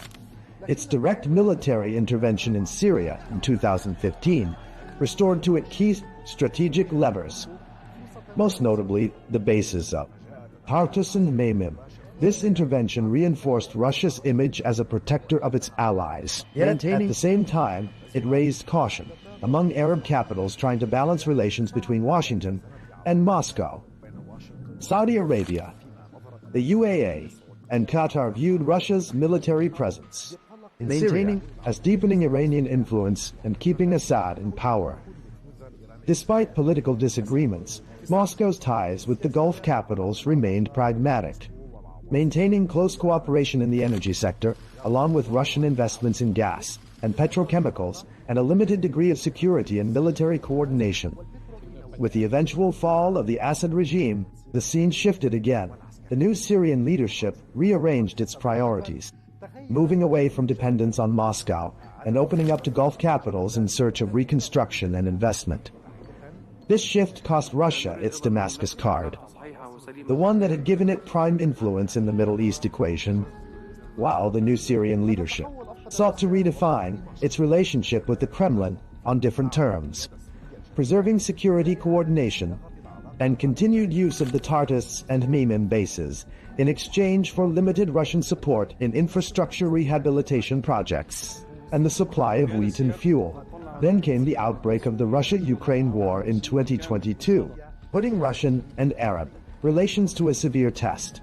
Saudi Arabia, the UAE, and most Gulf states adopted a policy of neutrality, maintaining oil cooperation with Moscow, while on the other hand, Egypt and Algeria continued their economic and military partnerships with Russia despite Western pressure. But Western sanctions affected grain and fertilizer trade and energy prices, driving several Arab countries to seek a careful balance between their interests with Moscow and their need for Western partners.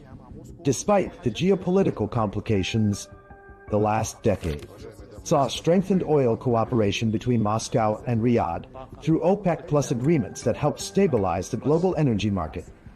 Mutual investments also expanded in petrochemicals, agriculture, and religious tourism, with high-level visits between Russian and Gulf leaders keeping communication lines open even at the height of crises. In parallel, Moscow maintained its traditional stance on the Palestinian issue, affirming support for a two-state solution along the 1967 borders and the establishment of an independent Palestinian state beside Israel, while calling, during the recent Gaza events, for an immediate ceasefire and civilian protection to preserve balance in its relations with both Palestinians and Israel. Russia's presence has not been limited to the Gulf, Syria, and Egypt. Algeria has been one of Moscow's oldest military partners and the largest importer of Russian weapons in Africa and the Arab world. Since 2019, Russia has played a prominent role in Libya through the Wagner Group supporting Haftar's eastern forces, giving it military and economic leverage in key regions. In Sudan, there was the 2020 signing of a preliminary agreement to establish a naval logistics base at Port Sudan, not yet implemented because of political circumstances. Meanwhile, Russia has remained a major arms supplier to Sudan. In Tunisia and Morocco, cooperation centers on agriculture, trade, and tourism, while in Lebanon, Moscow's influence is confined to the energy and offshore gas sectors. Thus, over 7 decades, Russia has shifted from a strategic ally of Arab nationalist regimes to an oil and investment partner for the Gulf states, and finally to a party in confrontation with the West, one that directly impacts the Middle East stability.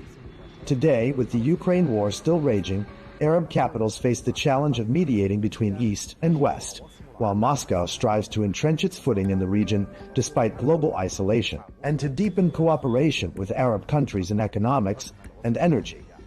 In this context, attention turns to the Arab-Russian summit, on which Moscow pins hopes to represent itself as a principal actor in the Middle East, and to broaden its political and economic partnerships with the Arab world amid a phase of profound regional and global transformation.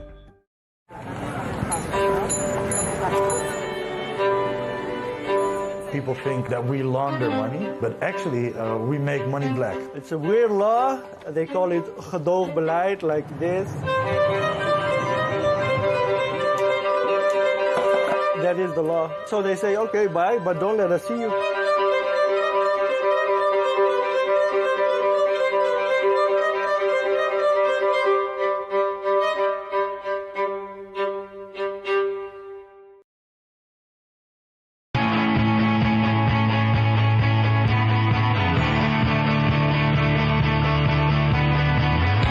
Welcome to the metropolis. the big city. This is where tech, trends, and culture meet. Meet the people. See the sights. Walk the city streets. And experience the lifestyle.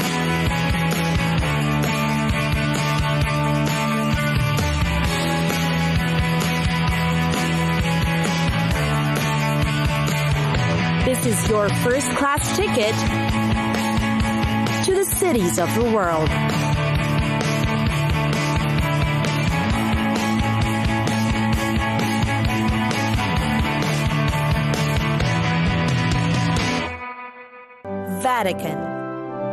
Vatican City, or the Holy See.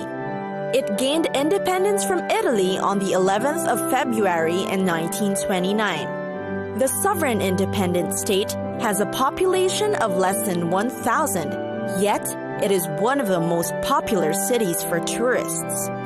The Holy See, which is surrounded by Rome, has been the home of the Pope since 1378.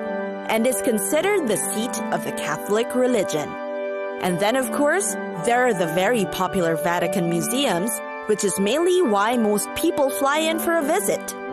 There's the Sistine Chapel, which is considered the private chapel of the Pope. This is also where cardinals meet to vote for a new Pope. Its ceiling frescoes feature paintings by the great Michelangelo, and the biblical scenes on the wall are by several artists, including Perugino and Botticelli. The gateway to Vatican City is St. Peter's Square and Basilica. It is built on the site that covers St. Peter's tomb. It is considered one of the largest churches in the world. Michelangelo's famous Pieta is also featured in this church. Italian masses are held here every Sunday. Visitors are allowed, but must follow the strict dress code, no bare knees or shoulders. Another attraction unique to the Vatican is the Swiss Guard. They have been guarding the Vatican City since 1506, and today would still dress in the traditional costume. These guards are Roman Catholic Swiss nationals, between 19 to 30 years old, and are high school graduates. On the Tiber River, there's a Castel Sant'Angelo. It was built as a tomb for Emperor Hadrian in the 2nd century. It was built over the Roman walls and has an underground passageway to the Vatican. During summer, concerts and other special events may be held there. It's a great place also just for strolling and enjoying the view by the river. For great eats, the popular ones are also within the Vatican museums. There are cafeteria-style restaurants, a bar, and pizzeria. You'll also find a courtyard with an Italian-style bar with alcoholic beverages. Meanwhile, there are more must-try treats outside the walls of the Vatican. You'll find high-end restaurants that serve sushi, fresh fish, and more. Places that serve quick bites, like cheese and cold cuts, can also be found here. There are also Sicilian restaurants, or Rome-based ones, each with impressive menus to choose from.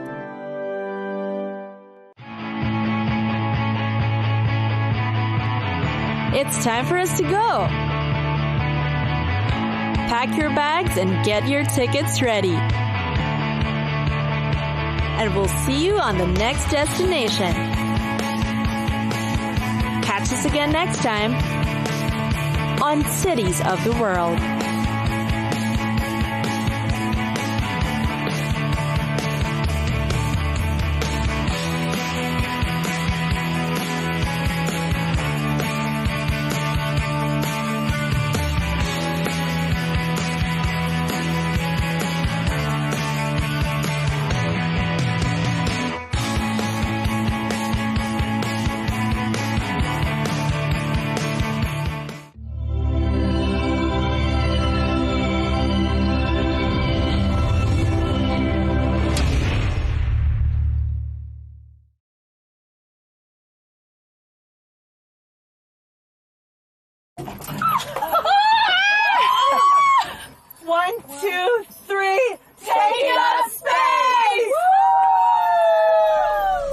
Millions of people around the world watched a crew of 6 women fly to space and back on board Blue Origin's New Shepard rocket.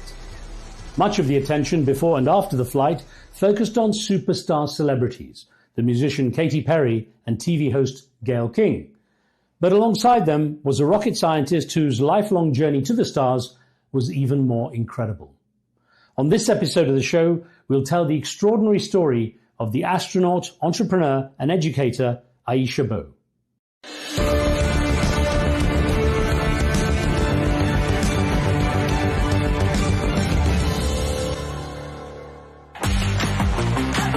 If you would have told me that one day I would be sitting here with a flight crew jacket on, talking to you about going to space, I would have thought that that story was a lofty one too.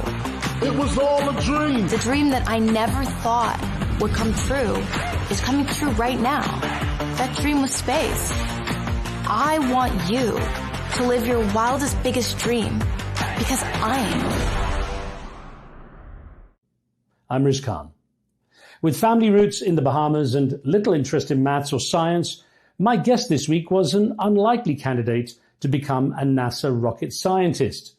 She was advised to pursue a career in beauty products, cosmetology, but chose a route to the cosmos instead. On the way, she became an engineer, entrepreneur, mentor, philanthropist, and fashion icon. Blue Origin's female-only flight to the stars featured several famous faces, attracting widespread interest, followed by a social media backlash from those who questioned its value and purpose. But for Aisha B, her journey to space was always about much more than the view.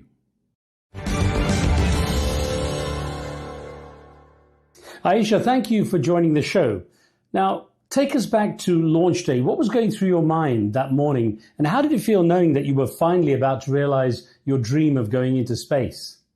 Riz, I have waited my entire life for this moment, and oh, was it worth it? To have the opportunity to travel at about 2,200 miles an hour and to fly up to the international boundary of space, which is the Kármán line, and see the Earth. I was just overcome with emotion because as someone who spent their career working at NASA, who's traveled around the world working with kids, who's been really excited about space and science, to see Earth from that view, I knew that everything I had gone through to be in that moment was worth it.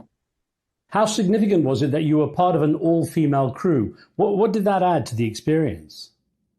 Well, I think that there are headlines and things that are designed to create a lot of engagement.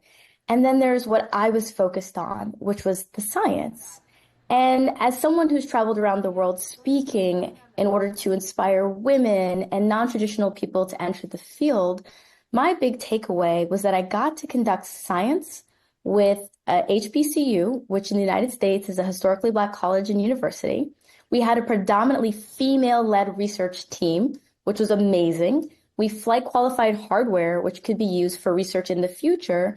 And we were able to demonstrate that we could genetically sequence plants in space during a suborbital flight. And all of these things combined are why not only do I think the flight was meaningful, but it did represent some firsts for science. We'll talk more about that, but describe what the atmosphere was like inside the capsule as the countdown began. As the countdown began, it was electric. T-minus 10, 9, 8, 7, 6, 5, 4, command engine start, 2, 1, ignition.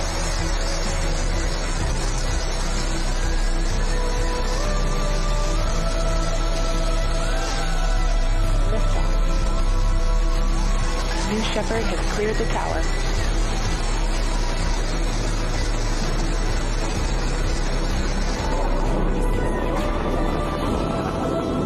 I think anybody going into space, there's this moment of just awe and wonder as you really think about all the engineering and all the progress that had to go into the moment. When I started working at NASA, it was not possible to go to space on a commercial flight with Blue Origin.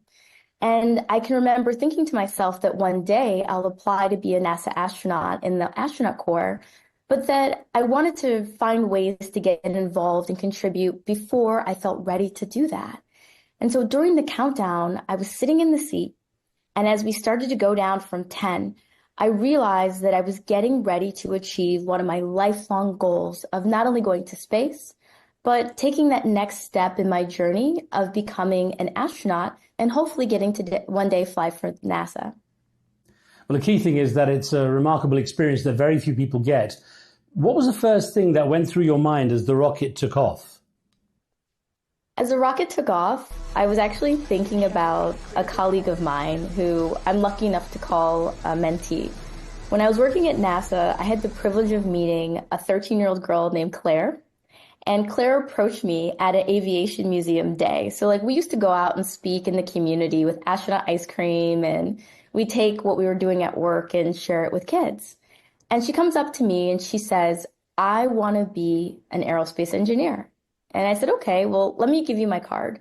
Well, this 13-year-old girl, she emailed me. Like she literally sent me an email. I give my card to adults all the time and they don't even email me, right? And so I decided to invite her in to follow me at work. And so 13 became 16. She's now one of my mentees. And from that relationship, she ended up deciding that she was going to pursue aerospace engineering. She studied at Cal Poly San Luis Obispo, and you'll never believe this, she worked on the very same rocket engine I was flying on. And so when I sat down that day, it was more than just me achieving my goal of going to space. I actually had the opportunity to fly on a rocket engine that I watched someone who I've mentored since she was 13 help create. And I'll get onto your remarkable path to NASA a bit later. But let me ask you what it feels like to reach 2,300 miles per hour, basically 3 times the speed of sound. It was an incredible feeling. I mean, I trained for this moment over the course of the last 2 years. And if anybody has the opportunity outside of this conversation to pop into my Instagram or my social media, they'll see me jumping out of planes and, training in a FAA human-rated centrifuge. And so by the time we hit Mach 3, I was smiling from ear to ear. I looked at the GoPro footage and it was just pure joy because I was ready, I was prepared, and I was excited to be able to capture the moment. So we have some footage of you in that centrifuge.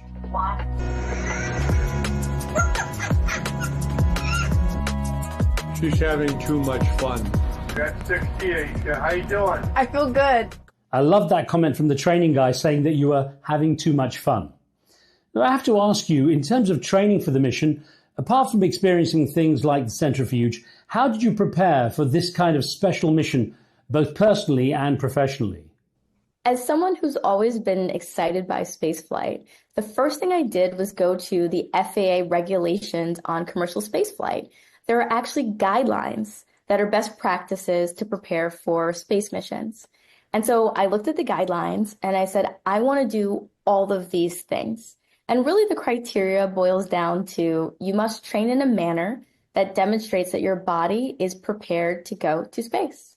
And so I found the centrifuge.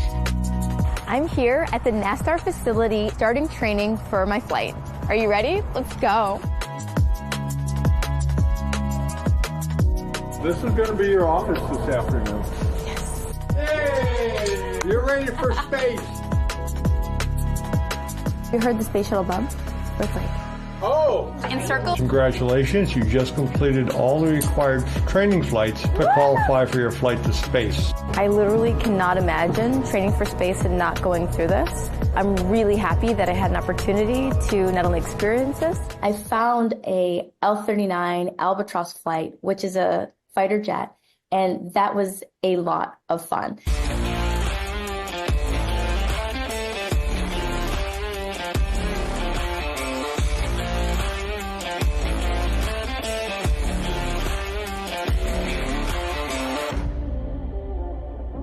Half of the time I couldn't determine if I was training or having like a lot of fun, but I went through what the FAA kind of lays out as much as I could as a private citizen, and I'm really hoping to expand upon my training in the future and do more. I'm sure that there's no way, no matter how much training you do, that you could actually compare any of that with the actual liftoff experience. Oh, there are some things that are really close. I'll tell you that the FAA human-rated centrifuge that I flew at the NASA facility, they've trained over 500 astronauts, and they had the flight profiles from multiple vehicles. And so I had the opportunity to experience what they would simulate as a SpaceX launch. I also experienced a Virgin Galactic launch, and I had a rocket-assisted launch, which was really, really, really fast. So we hit 6 Gs in the simulation. On the way up, we experienced 3, but when we fell back to Earth, we hit about 5.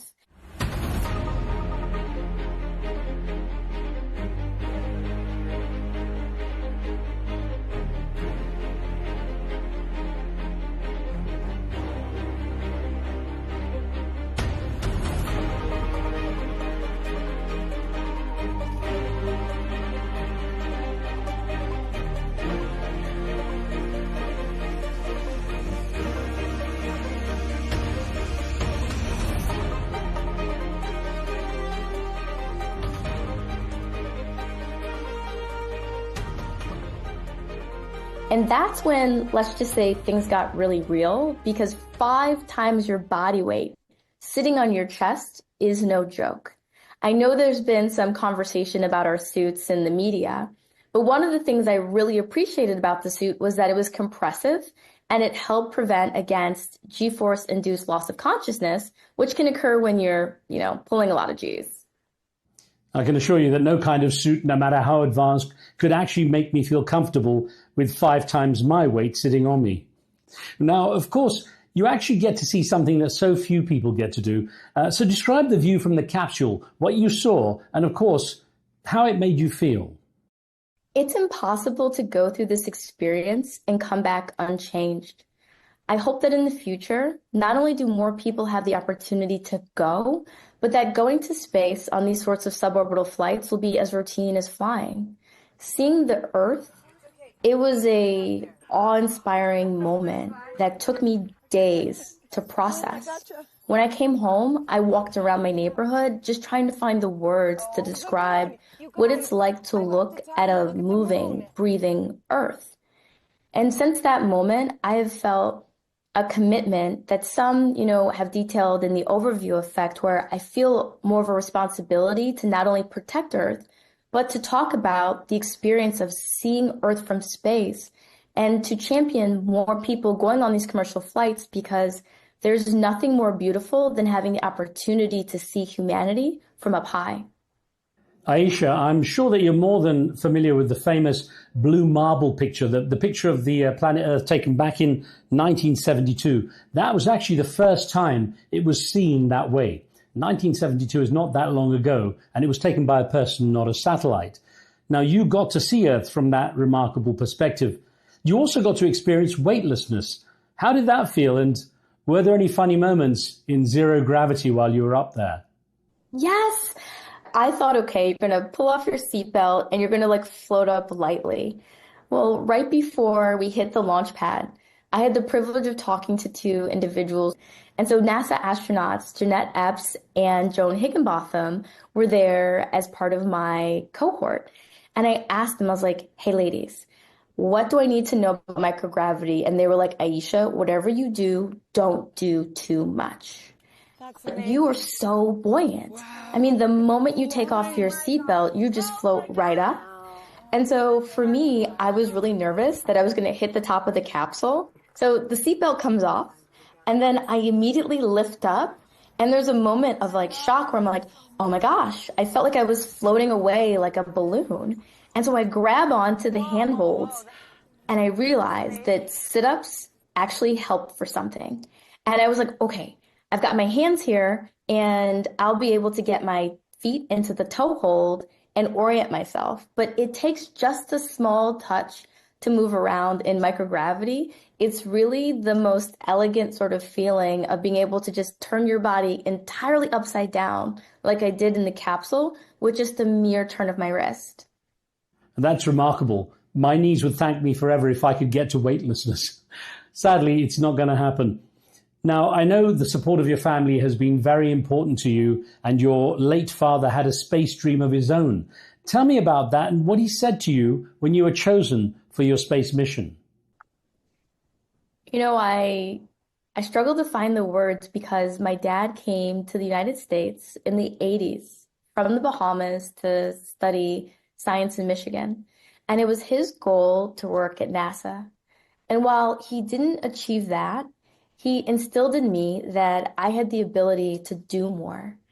And when I found myself in high school, I didn't think that math or science was for me. And it was my dad that said, you can do this. And so I went from community college to studying aerospace at the University of Michigan and working at NASA. And when we lost him earlier this year, I didn't know that I was actually going to be able to do this. I wasn't sure how I was going to find the energy or the strength because I never thought that I would get to achieve one of the greatest goals in my life without my dad. And so when you look at the footage of me in the capsule, some people see me floating a patch that says Bahamas. And while that is a nod to my heritage and my father, it's also a nod towards history. The New Shepard vehicle follows the trajectory of Alan Shepard in 1961. And most people know that New Shepard took off in the United States, but they don't know where it landed. It landed in Grand Bahama in the Bahamas. And so for me to have the ability to complete his dream, to have my 92-year-old grandfather, who was born at a time where there were not aircraft on his island, fly to see me take a rocket to space, was just a beautiful full circle moment that I will forever be grateful for. Well, God bless your late father, Aisha.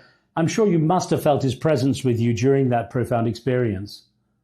I did. And, he said via text to me, when I told him that Blue Origin was going to fly and I was going to be part of the crew, he said, Aisha, all the people who have come before me who are no longer here, and all the people who will come after you that you have not met will forever be proud of the courage that you've displayed in this moment. And so during the mission, my call sign was Exuma, which is a nod to the island my grandfather was born almost 100 years ago. Thanks for explaining that. I wanted to ask you about the meaning of your call sign, but since you mentioned your 92-year-old grandfather, I want to refer to a comment you've made in the past about his experience with getting around during much of his early life was on a horse. Yes. Not only was he on horses, he was somebody who was really instrumental in moving the nation forward. And so from Exuma to going to NASA, my grandfather was always somebody that said, if you don't see it, create it. He was never somebody that was okay with the status quo. And I think you see a lot of that spirit in me today. Well, Aisha, apart from the Bahamas flag patch you took, what other special mementos did you take up there with you? Well, let me start with the fun one. One of the things that brought me comfort as a kid is a dish called conch chowder. And so I actually had dehydrated conch chowder, which is a Bahamian, it's just a cultural phenomenon. We love conch chowder. I had it dehydrated and I flew it in my pocket, which I think that's the first conch that has made it to space. An artifact that I'm really proud to have on loan from the Museum of Flight in Seattle. And that's the American flag that Pete Conrad, who was the third person to walk on the moon, had in his personal flight bag. And the reason I had that was because Nancy Conrad, his wife, lent it to me. She's a mentor, and she really wanted me to carry something that was a powerful symbol of the past, the present, and the future of space. That flag will be returned to the Museum of Flight in Seattle, and it will now have 2 flown in space certificates, one from the Apollo mission and one from mine. And so students and people are going to be able to go in and learn not only about the past flight, but the flight that we just completed now and into the future. And the last, which I'm really excited about, was I spent the last couple of years traveling around the world trying to bring space down to Earth. And I did this by collecting the hopes and the dreams of people who didn't see space as a career for them. Through the U.S. State Department, I've been to India, I've been to Kenya, I've been to the Bahamas, I've been to Mongolia, I've been to Kyrgyzstan. And on these postcards, I had students write their dreams. And so I flew dreams to space, which will be returned to them, thanks to Jeff and Lauren. and the postage will return these postcards back to the dreamers. And I can't wait to get those responses. Like, they're going to go into their mailbox and they're going to see your dream flew to space and returned back to you. Now, what are you going to do with that, right? You got to make the dream come true. Fantastic. So many wonderful mementos. Well, sadly, your father never got to see your mission into space, but at least your grandfather did. How did he react once he was there at the launch site? Well, my grandfather was overcome with emotion, and he had a wonderful person to comfort him in Oprah. I was really surprised for him because I was not, being in the capsule and being part of the flight, I couldn't really see what was going on. And I start getting all these messages from my family members, and it's just my grandpa and Oprah, my grandpa and Oprah. And they were like, wait a second, you told us you were going to space. Oh my goodness, like you actually did it. And wow. So I think that not only did he have a good day, in his words, he told me that he had one of the best days of his life. Yes, I saw Oprah giving your grandfather a hug as they watched it all happen. Amazing. But tell me about the nickname you and your all-female team came up with for the mission, the Six Taking Up Space. Well, we really wanted to find a way to kind of share what we thought this mission meant. And for us, we felt like we were taking up space. We're making it available. We are more than likely one of the most watched space missions in modern time. 1, 2, 3, taking up space! I actually will tell you a funny story. I was walking around my neighborhood and there's a middle school.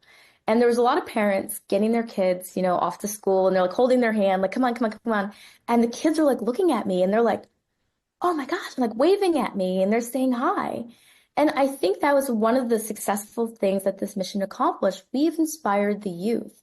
And so there's this wonderful part of me that's excited about what the students are going to do with it because they're writing me, they're sending me messages. They're really excited to have had the opportunity to see themselves in space.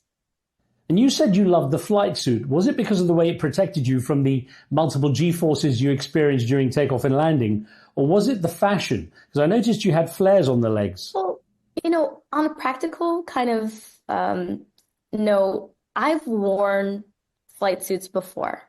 And what I'll tell you is that they were not necessarily designed for my physiology.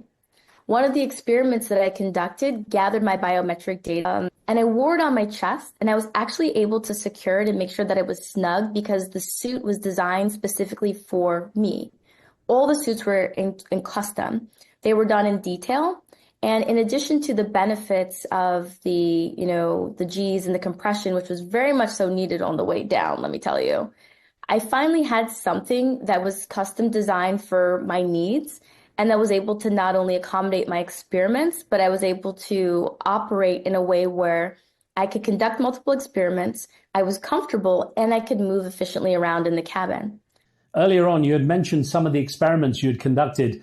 Were there any experiments you would have liked to have conducted that you didn't get a chance to? Yes, I would have liked to have done a brain scan. After the flight, I felt so different than before. And I think, you hear, oh, this will change you, but I really wanted to better understand how my brain changed after the flight, because I've been writing and I've been dreaming and I've been thinking with renewed clarity and a feeling and a passion that I have not had, I think, ever in my life. In addition to that, I'm interested in continuing to monitor my vitals because I gathered data prior to the flight, during, and immediately after. But after taking off that bio button, I'd like to continue to gather data on myself that could inform future research. Makes a lot of sense. Now, after the flight, you shared some powerful reflections on the trip. Can you recall what you said and what you meant by those phrases? After the flight, I'll tell you, it was a bit of a blur. But from what I recall, I was in awe of having the opportunity to fly.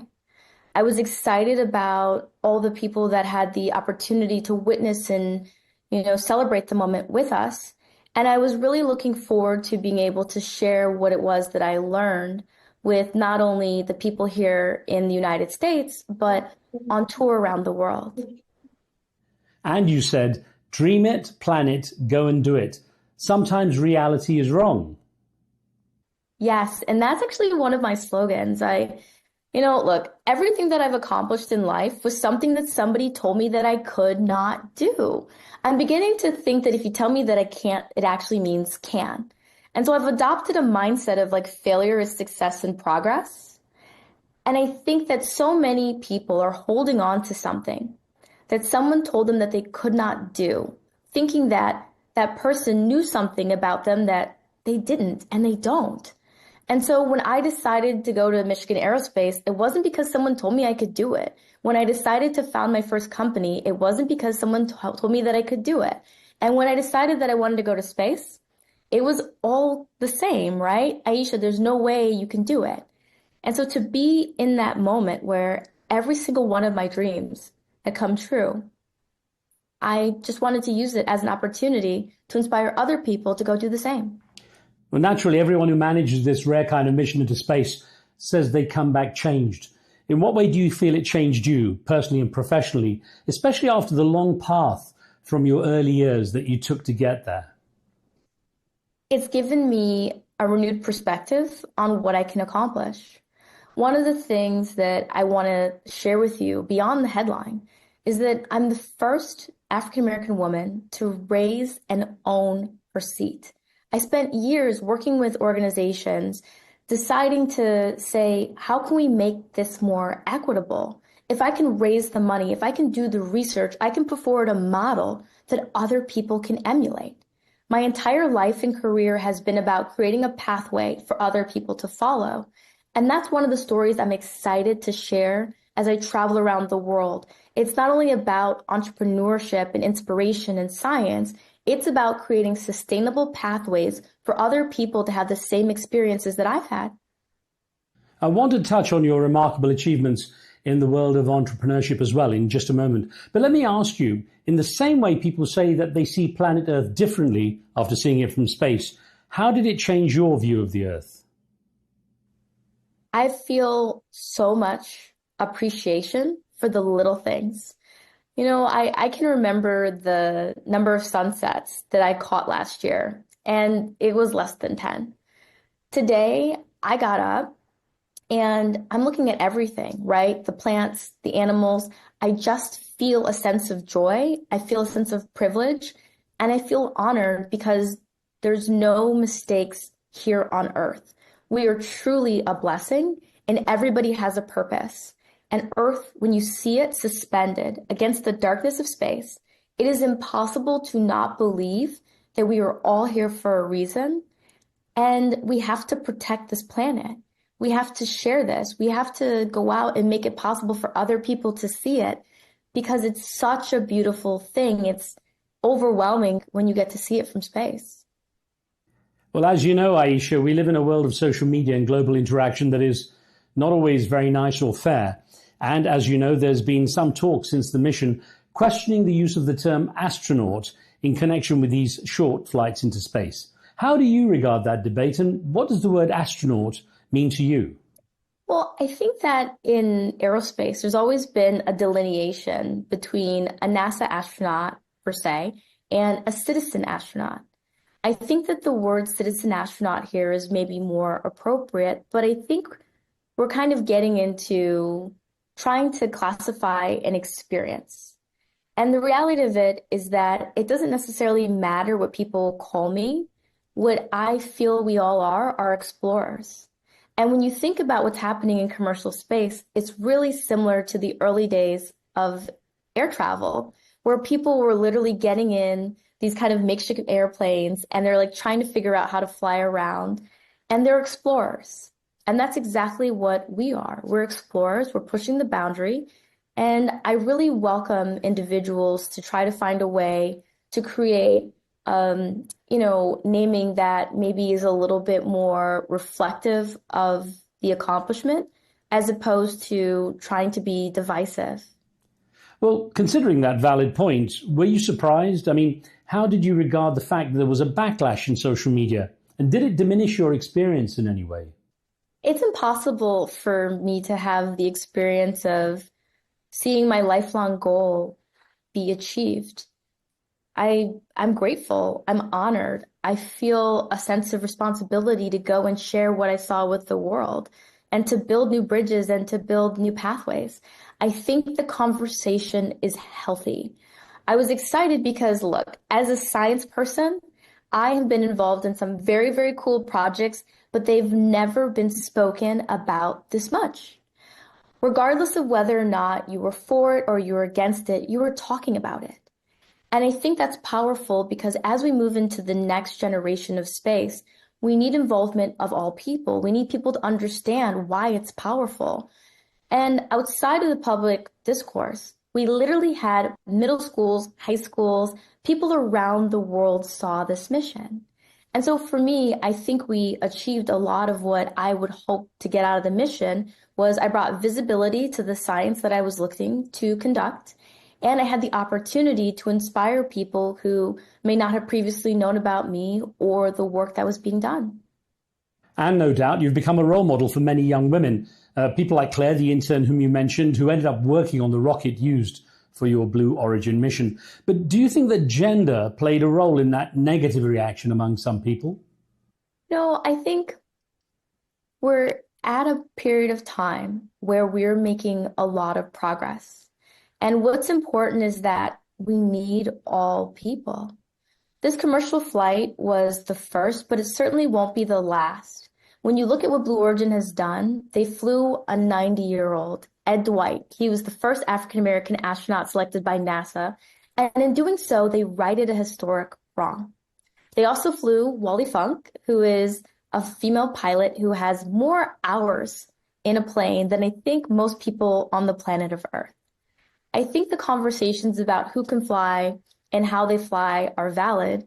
And I think that opening up the door and talking about what we want the future of space and the future of aviation to look like, I don't necessarily think it's about the outcome. Well, listen, the Prime Minister of the Bahamas personally sent you a congratulations message, and a lot of young people are now very inspired by what you've accomplished. What sort of messages have those youngsters shared with you? Well, we had a 6-year-old at the launch. Her name is Zofia. And Zofia was tagging along with her family that day. And there's a beautiful picture of her looking up at me as we're parading to the launch pad. And all I can remember is her gaze. She was locked on. And I could tell that she was engaged. I could tell that she was inspired, but I really wouldn't know how inspired until after. It was a week after the launch, and I got a message from her dad, and it was an illustration. And it was the capsule coming down with the parachutes popping out. And he said to me, "I think I've got a problem." I'm like, "What do you mean?" And he said, "Zofia said that she wants to go to space, but she's going to wait until she's a little bit older, maybe about 9. That, to me, I mean, it really sums up what's happening in my inbox and on my phone. There are so many people telling me that not only were they proud and they're excited, but that it renewed their dreams. I've had that as well with adults who grew up seeing space shuttle launches and were really motivated, inspired by them, and who were really excited to see that this launch was getting such wide coverage and sort of asked the question of, do you think that there are going to be more launches with this wide coverage in the future? And I hope so. I hope so for NASA missions. I hope so for Blue Origin missions. I hope so for Virgin Galactic missions. I hope so for all missions. And your trip into space was also celebrated with a viewing party by staff and students at Washtenaw Community College, where your academic journey began. Looking back at that time, how far away did the dream of space feel then? I mean, it felt like just that. It felt like a dream. Washtenaw Community College was where my life began because I met a lot of individuals who they didn't care about what I demonstrated on paper before. They were focused on pouring into me, and I started to drown out the noise and only focus on the things that I wanted to achieve. And so one of the other stories about this launch that I'm really excited to share in the coming days is a student named Nathan Perry, who was a Washtenaw Community College student who was actually working on the launch site. And he's a Blue Origin employee, and we just have this connection because we both started from humble beginnings, from community college, to NASA, and to space.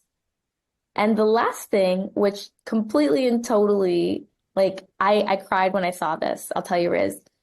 My community college sent cardboard cutouts of me to the middle school, to the high school, and they had one available for their launch party, and they invited people to come in and actually take pictures of it and share it because it was literally making dreams real, right? This person went to community college, she's now on this rocket, and we have community college graduates who are working to make sure that she's safe alongside people that she's mentored. Well, you carved the path. It's really inspiring. So I wonder, what sparked your shift from originally being uninterested in STEM subjects, science, technology, engineering, and mathematics, to actually becoming a NASA engineer? You know, I struggled with self-doubt. I had low self-esteem, and I spent so many days looking at myself in the mirror and not liking my reflection. And after a while, as a young person, it's really painful. And I started to say, Aisha, what would it be like if you felt good? What would it be like if you liked what you saw in the mirror? And what I realized was that I had committed to all of the negative things I thought about myself, replaying day after day after day. And so I took control of the mental narrative. And I deliberately started to say, you know what? I'm not going to allow you to put yourself down in your mind. I'm going to tell you that you can do it. I'm going to tell you that you are brave. I'm going to tell you that you should have courage. And once I started replaying that in my mind over and over again, I started to realize that I actually felt differently. I felt lighter. And I started to achieve and I started to accomplish things. I think that young persons around the world are in many circumstances under a lot of pressure. It can be so hard for them. And so once I separated the pressure I felt from trying to figure out how I, at 17, was going to study something that would allow me to pay for my life for the rest of my years on the planet and just focus on my goals and my dreams, I really started to flourish. Well, it's good that happened because there's the incredible story of how you almost missed out on your opportunity to join NASA. That was a close call that almost ruined your dream. Yeah, because as I was working on the self-esteem, I mean, it's not an overnight job. It was something that I had to practice. And even to this day, and on launch day, I got up and in my mind, I affirmed myself. I said, Aisha, you have spent your entire life planning and preparing to be here. Today, you are going to get up, you are going to be present, you are going to do good science, you're going to be focused, and you're going to get everything out of this experience. It took me years to get there because as a college student, I didn't realize the power of being kind to myself. I didn't realize the power of finding a community that could pour into me. And so I had to build those things over the years. And as I've traveled around the world with the State Department or invited talks, I think that a lot of individuals have potential that is just untapped because they have not been taught how to harness the noise that can be in your mind and how to affirm yourself and how to make sure that you give yourself the best possible foundation for success, which is optimism and self-love. And Aisha, I want to discuss how your story progressed because when you left NASA, you founded your own company, STEM Board, that advises the US government. What drove that decision and what kind of impact has it had? Well, it started with people like Claire. I was meeting students and I was realizing that I had more to give. I loved working for NASA. It is a dream job and I highly recommend it to anybody who's thinking about it. But in my job, my focus was engineering. I didn't have the opportunity to travel around and talk to students and share my journey as much as I would have liked to. And what I realized was that people thought that I was in my job because I was a genius, because everything was perfect, and because I had the best upbringing. And the reality of that was it wasn't quite true. I had a lot of challenges. I had a lot of failures. I had a lot of setbacks. But it was how I chose to look at them that made the difference in the long run. And once I started doing this, I said, what if I created a company? And once again, people laughed in my face, but I was dog sitting this dog who was amazing, and the dog told me I could do it, right? So I was like, animals, they're your friends, like, go do it. And so I said, well, wouldn't it be really cool if I actually built a company from scratch and it worked? Wouldn't other people maybe feel inspired and do the same? Well, 12 years ago, I built Stemboard. We're an engineering firm. We've twice been recognized by Inc. 5000 as one of the fastest growing companies in America. We have been also recognized for hiring and retainment of veterans in the United States and the good works that we've done around the world. And it was all because I just decided that I would make it up, right? I made up the logo, I made up the company. And today I have engineers who work for me full time in multiple states. And that's what we do. You know, we make dreams reality. And we really stand as a model for what other people could do with their potential in the future. And if that wasn't enough, as a young woman starting and running such a successful company, you had to go and start another one called Lingo. What are you hoping to solve with that business? Well, I'll tell you, Lingo was a mistake, but it was a wonderful mistake. You know, running one company is enough. It's definitely a lot of responsibility on a day-to-day basis. But Lingo came as an act of love. We as STEMboard engineers were donating our time to help nonprofits in the community. And what we realized was that these nonprofits were going out and they were teaching kids, they were doing STEM workshops, but they may not have had the time or the expertise to develop the content and the curricula in-house. And so we decided to do that for one of our nonprofit partners, and the pandemic happened. And we said, we have to help these nonprofits. We have to help the parents and the teachers at home. And so in the course of 1 year, we made, we delivered, and we helped instruct over 5,000 kids. And we said, whoa, this is going to need to be its own thing because there's such a need for it.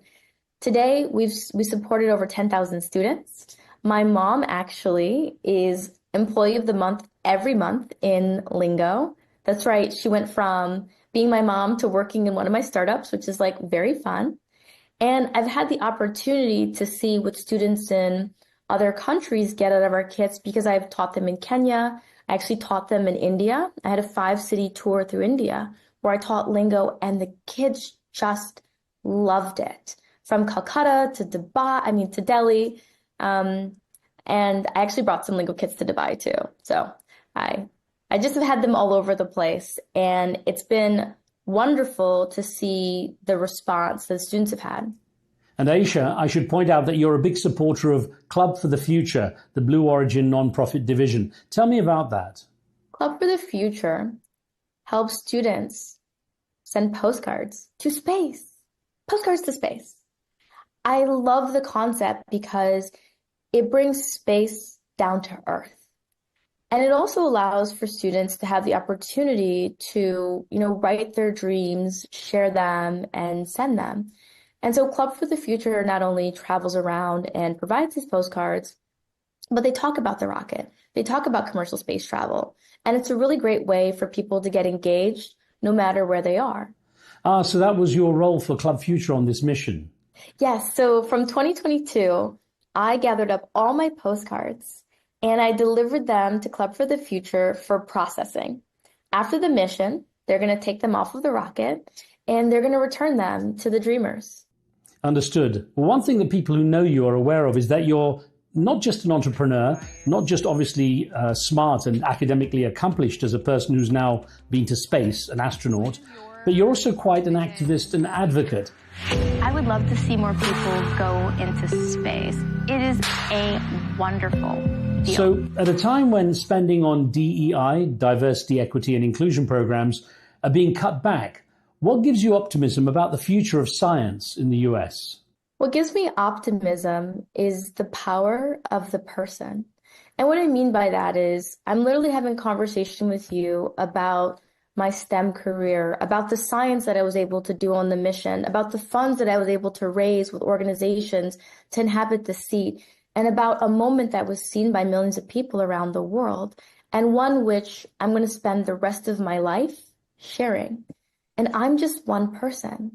Imagine the power that comes from this conversation and other people deciding that they have the power to shape the future the way that they want it to be.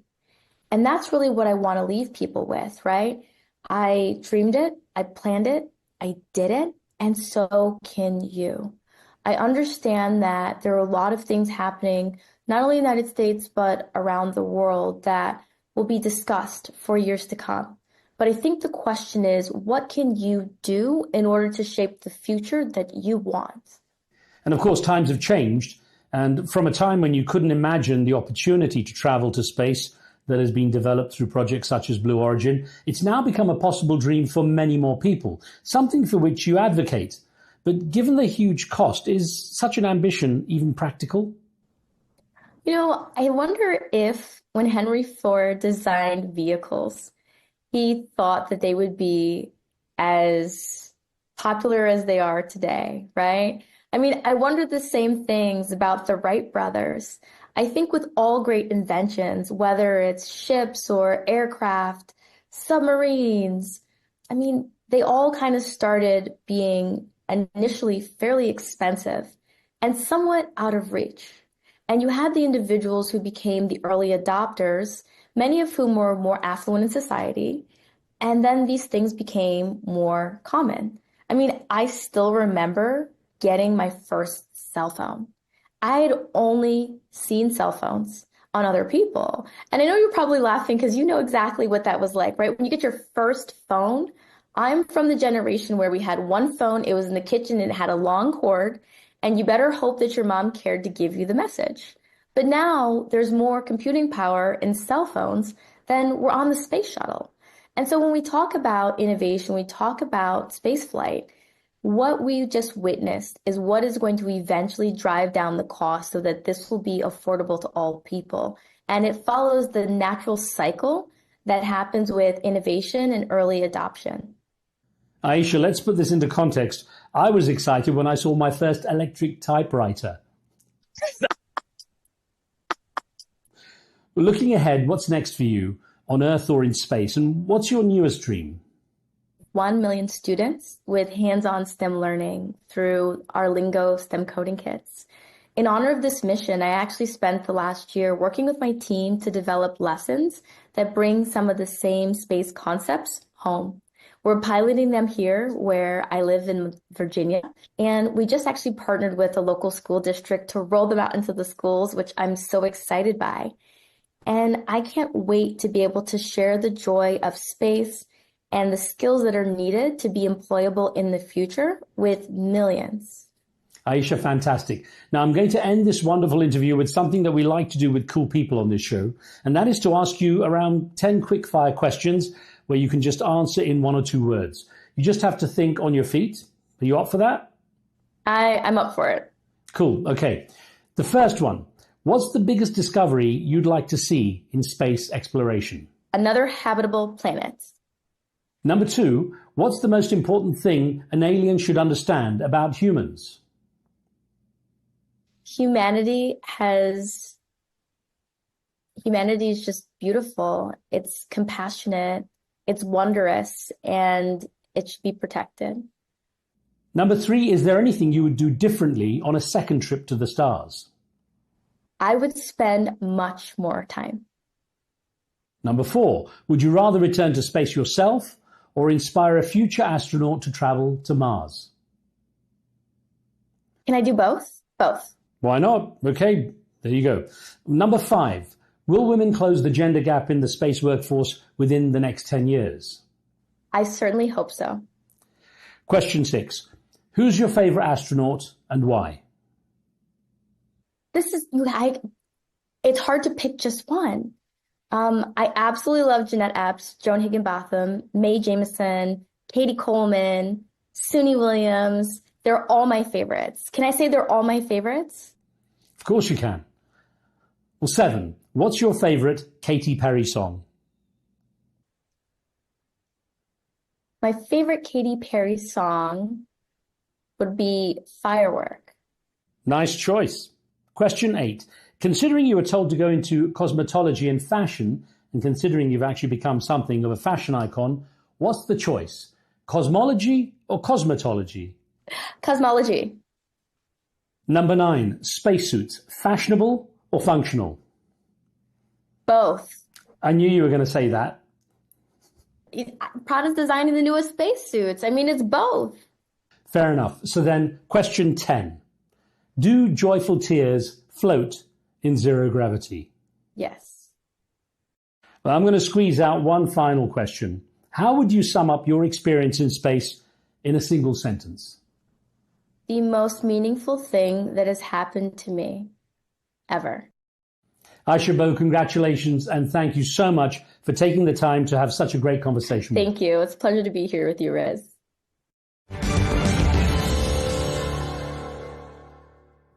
The remarkable astronaut, Aisha B. That's it for now. Don't forget to subscribe and leave your comments and thoughts. I'm Riz Khan. From me and the team, thanks for watching. We'll see you next time.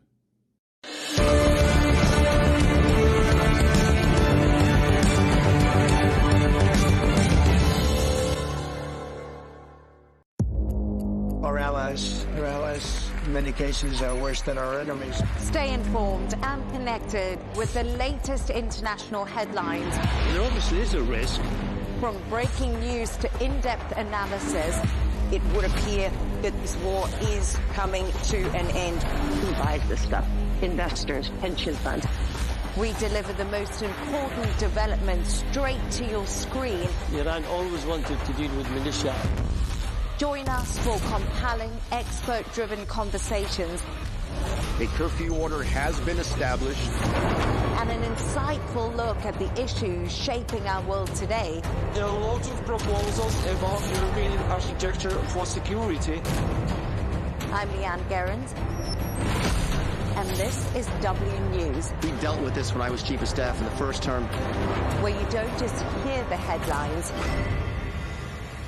you get the full story.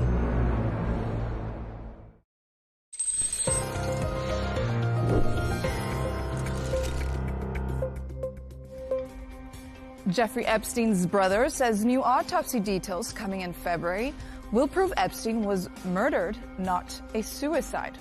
Epstein, the convicted sex offender, died in his New York jail cell on August 10, 2019, while awaiting trial. His death was officially ruled a suicide. His brother Mark Epstein identified the body and has questioned the ruling ever since. What does that tell us about this? Oh, it's a scary thought that you could be killed in prison by the government. Mark claims there's evidence of murder. He even hired former NYC chief medical examiner Dr. Michael Baden, who said the injuries point to homicide rather than suicide. Never seen 3 fractures like this in a suicidal hanging. Going over 1,000 jail hangings, suicides, in the New York City state prisons over the past 40, 50 years, no one had 3 fractures. Despite Mark's claims, the FBI and DOJ reported in June 2023 that there was no credible evidence of foul play. Still, Mark doubled down in a January 9th interview with News Nation, saying more autopsy facts will be released in February that prove it, insisting the injuries didn't match the way his brother was found hanging. Mark has also claimed Jeffrey told him he had compromising information on powerful figures, including Donald Trump during the 2016 election, allegedly enough to cancel the election. In a recent December 2025 interview with Chris Cuomo, Mark went even further, suggesting Trump could have been involved in his brother's death. You really believe that Donald Trump is capable of having your brother murdered to spare himself embarrassment? Absolutely. Based on what? From meeting him years ago and just watching his performance the last 20 years. He doesn't seem to have a limit on what he would do to help himself. Now, a vocal critic of the Justice Department's investigation, Mark says he won't show his face publicly due to safety concerns. His continued claims and the promised new autopsy details are reigniting debate and conspiracy theories surrounding one of the most controversial deaths in recent history.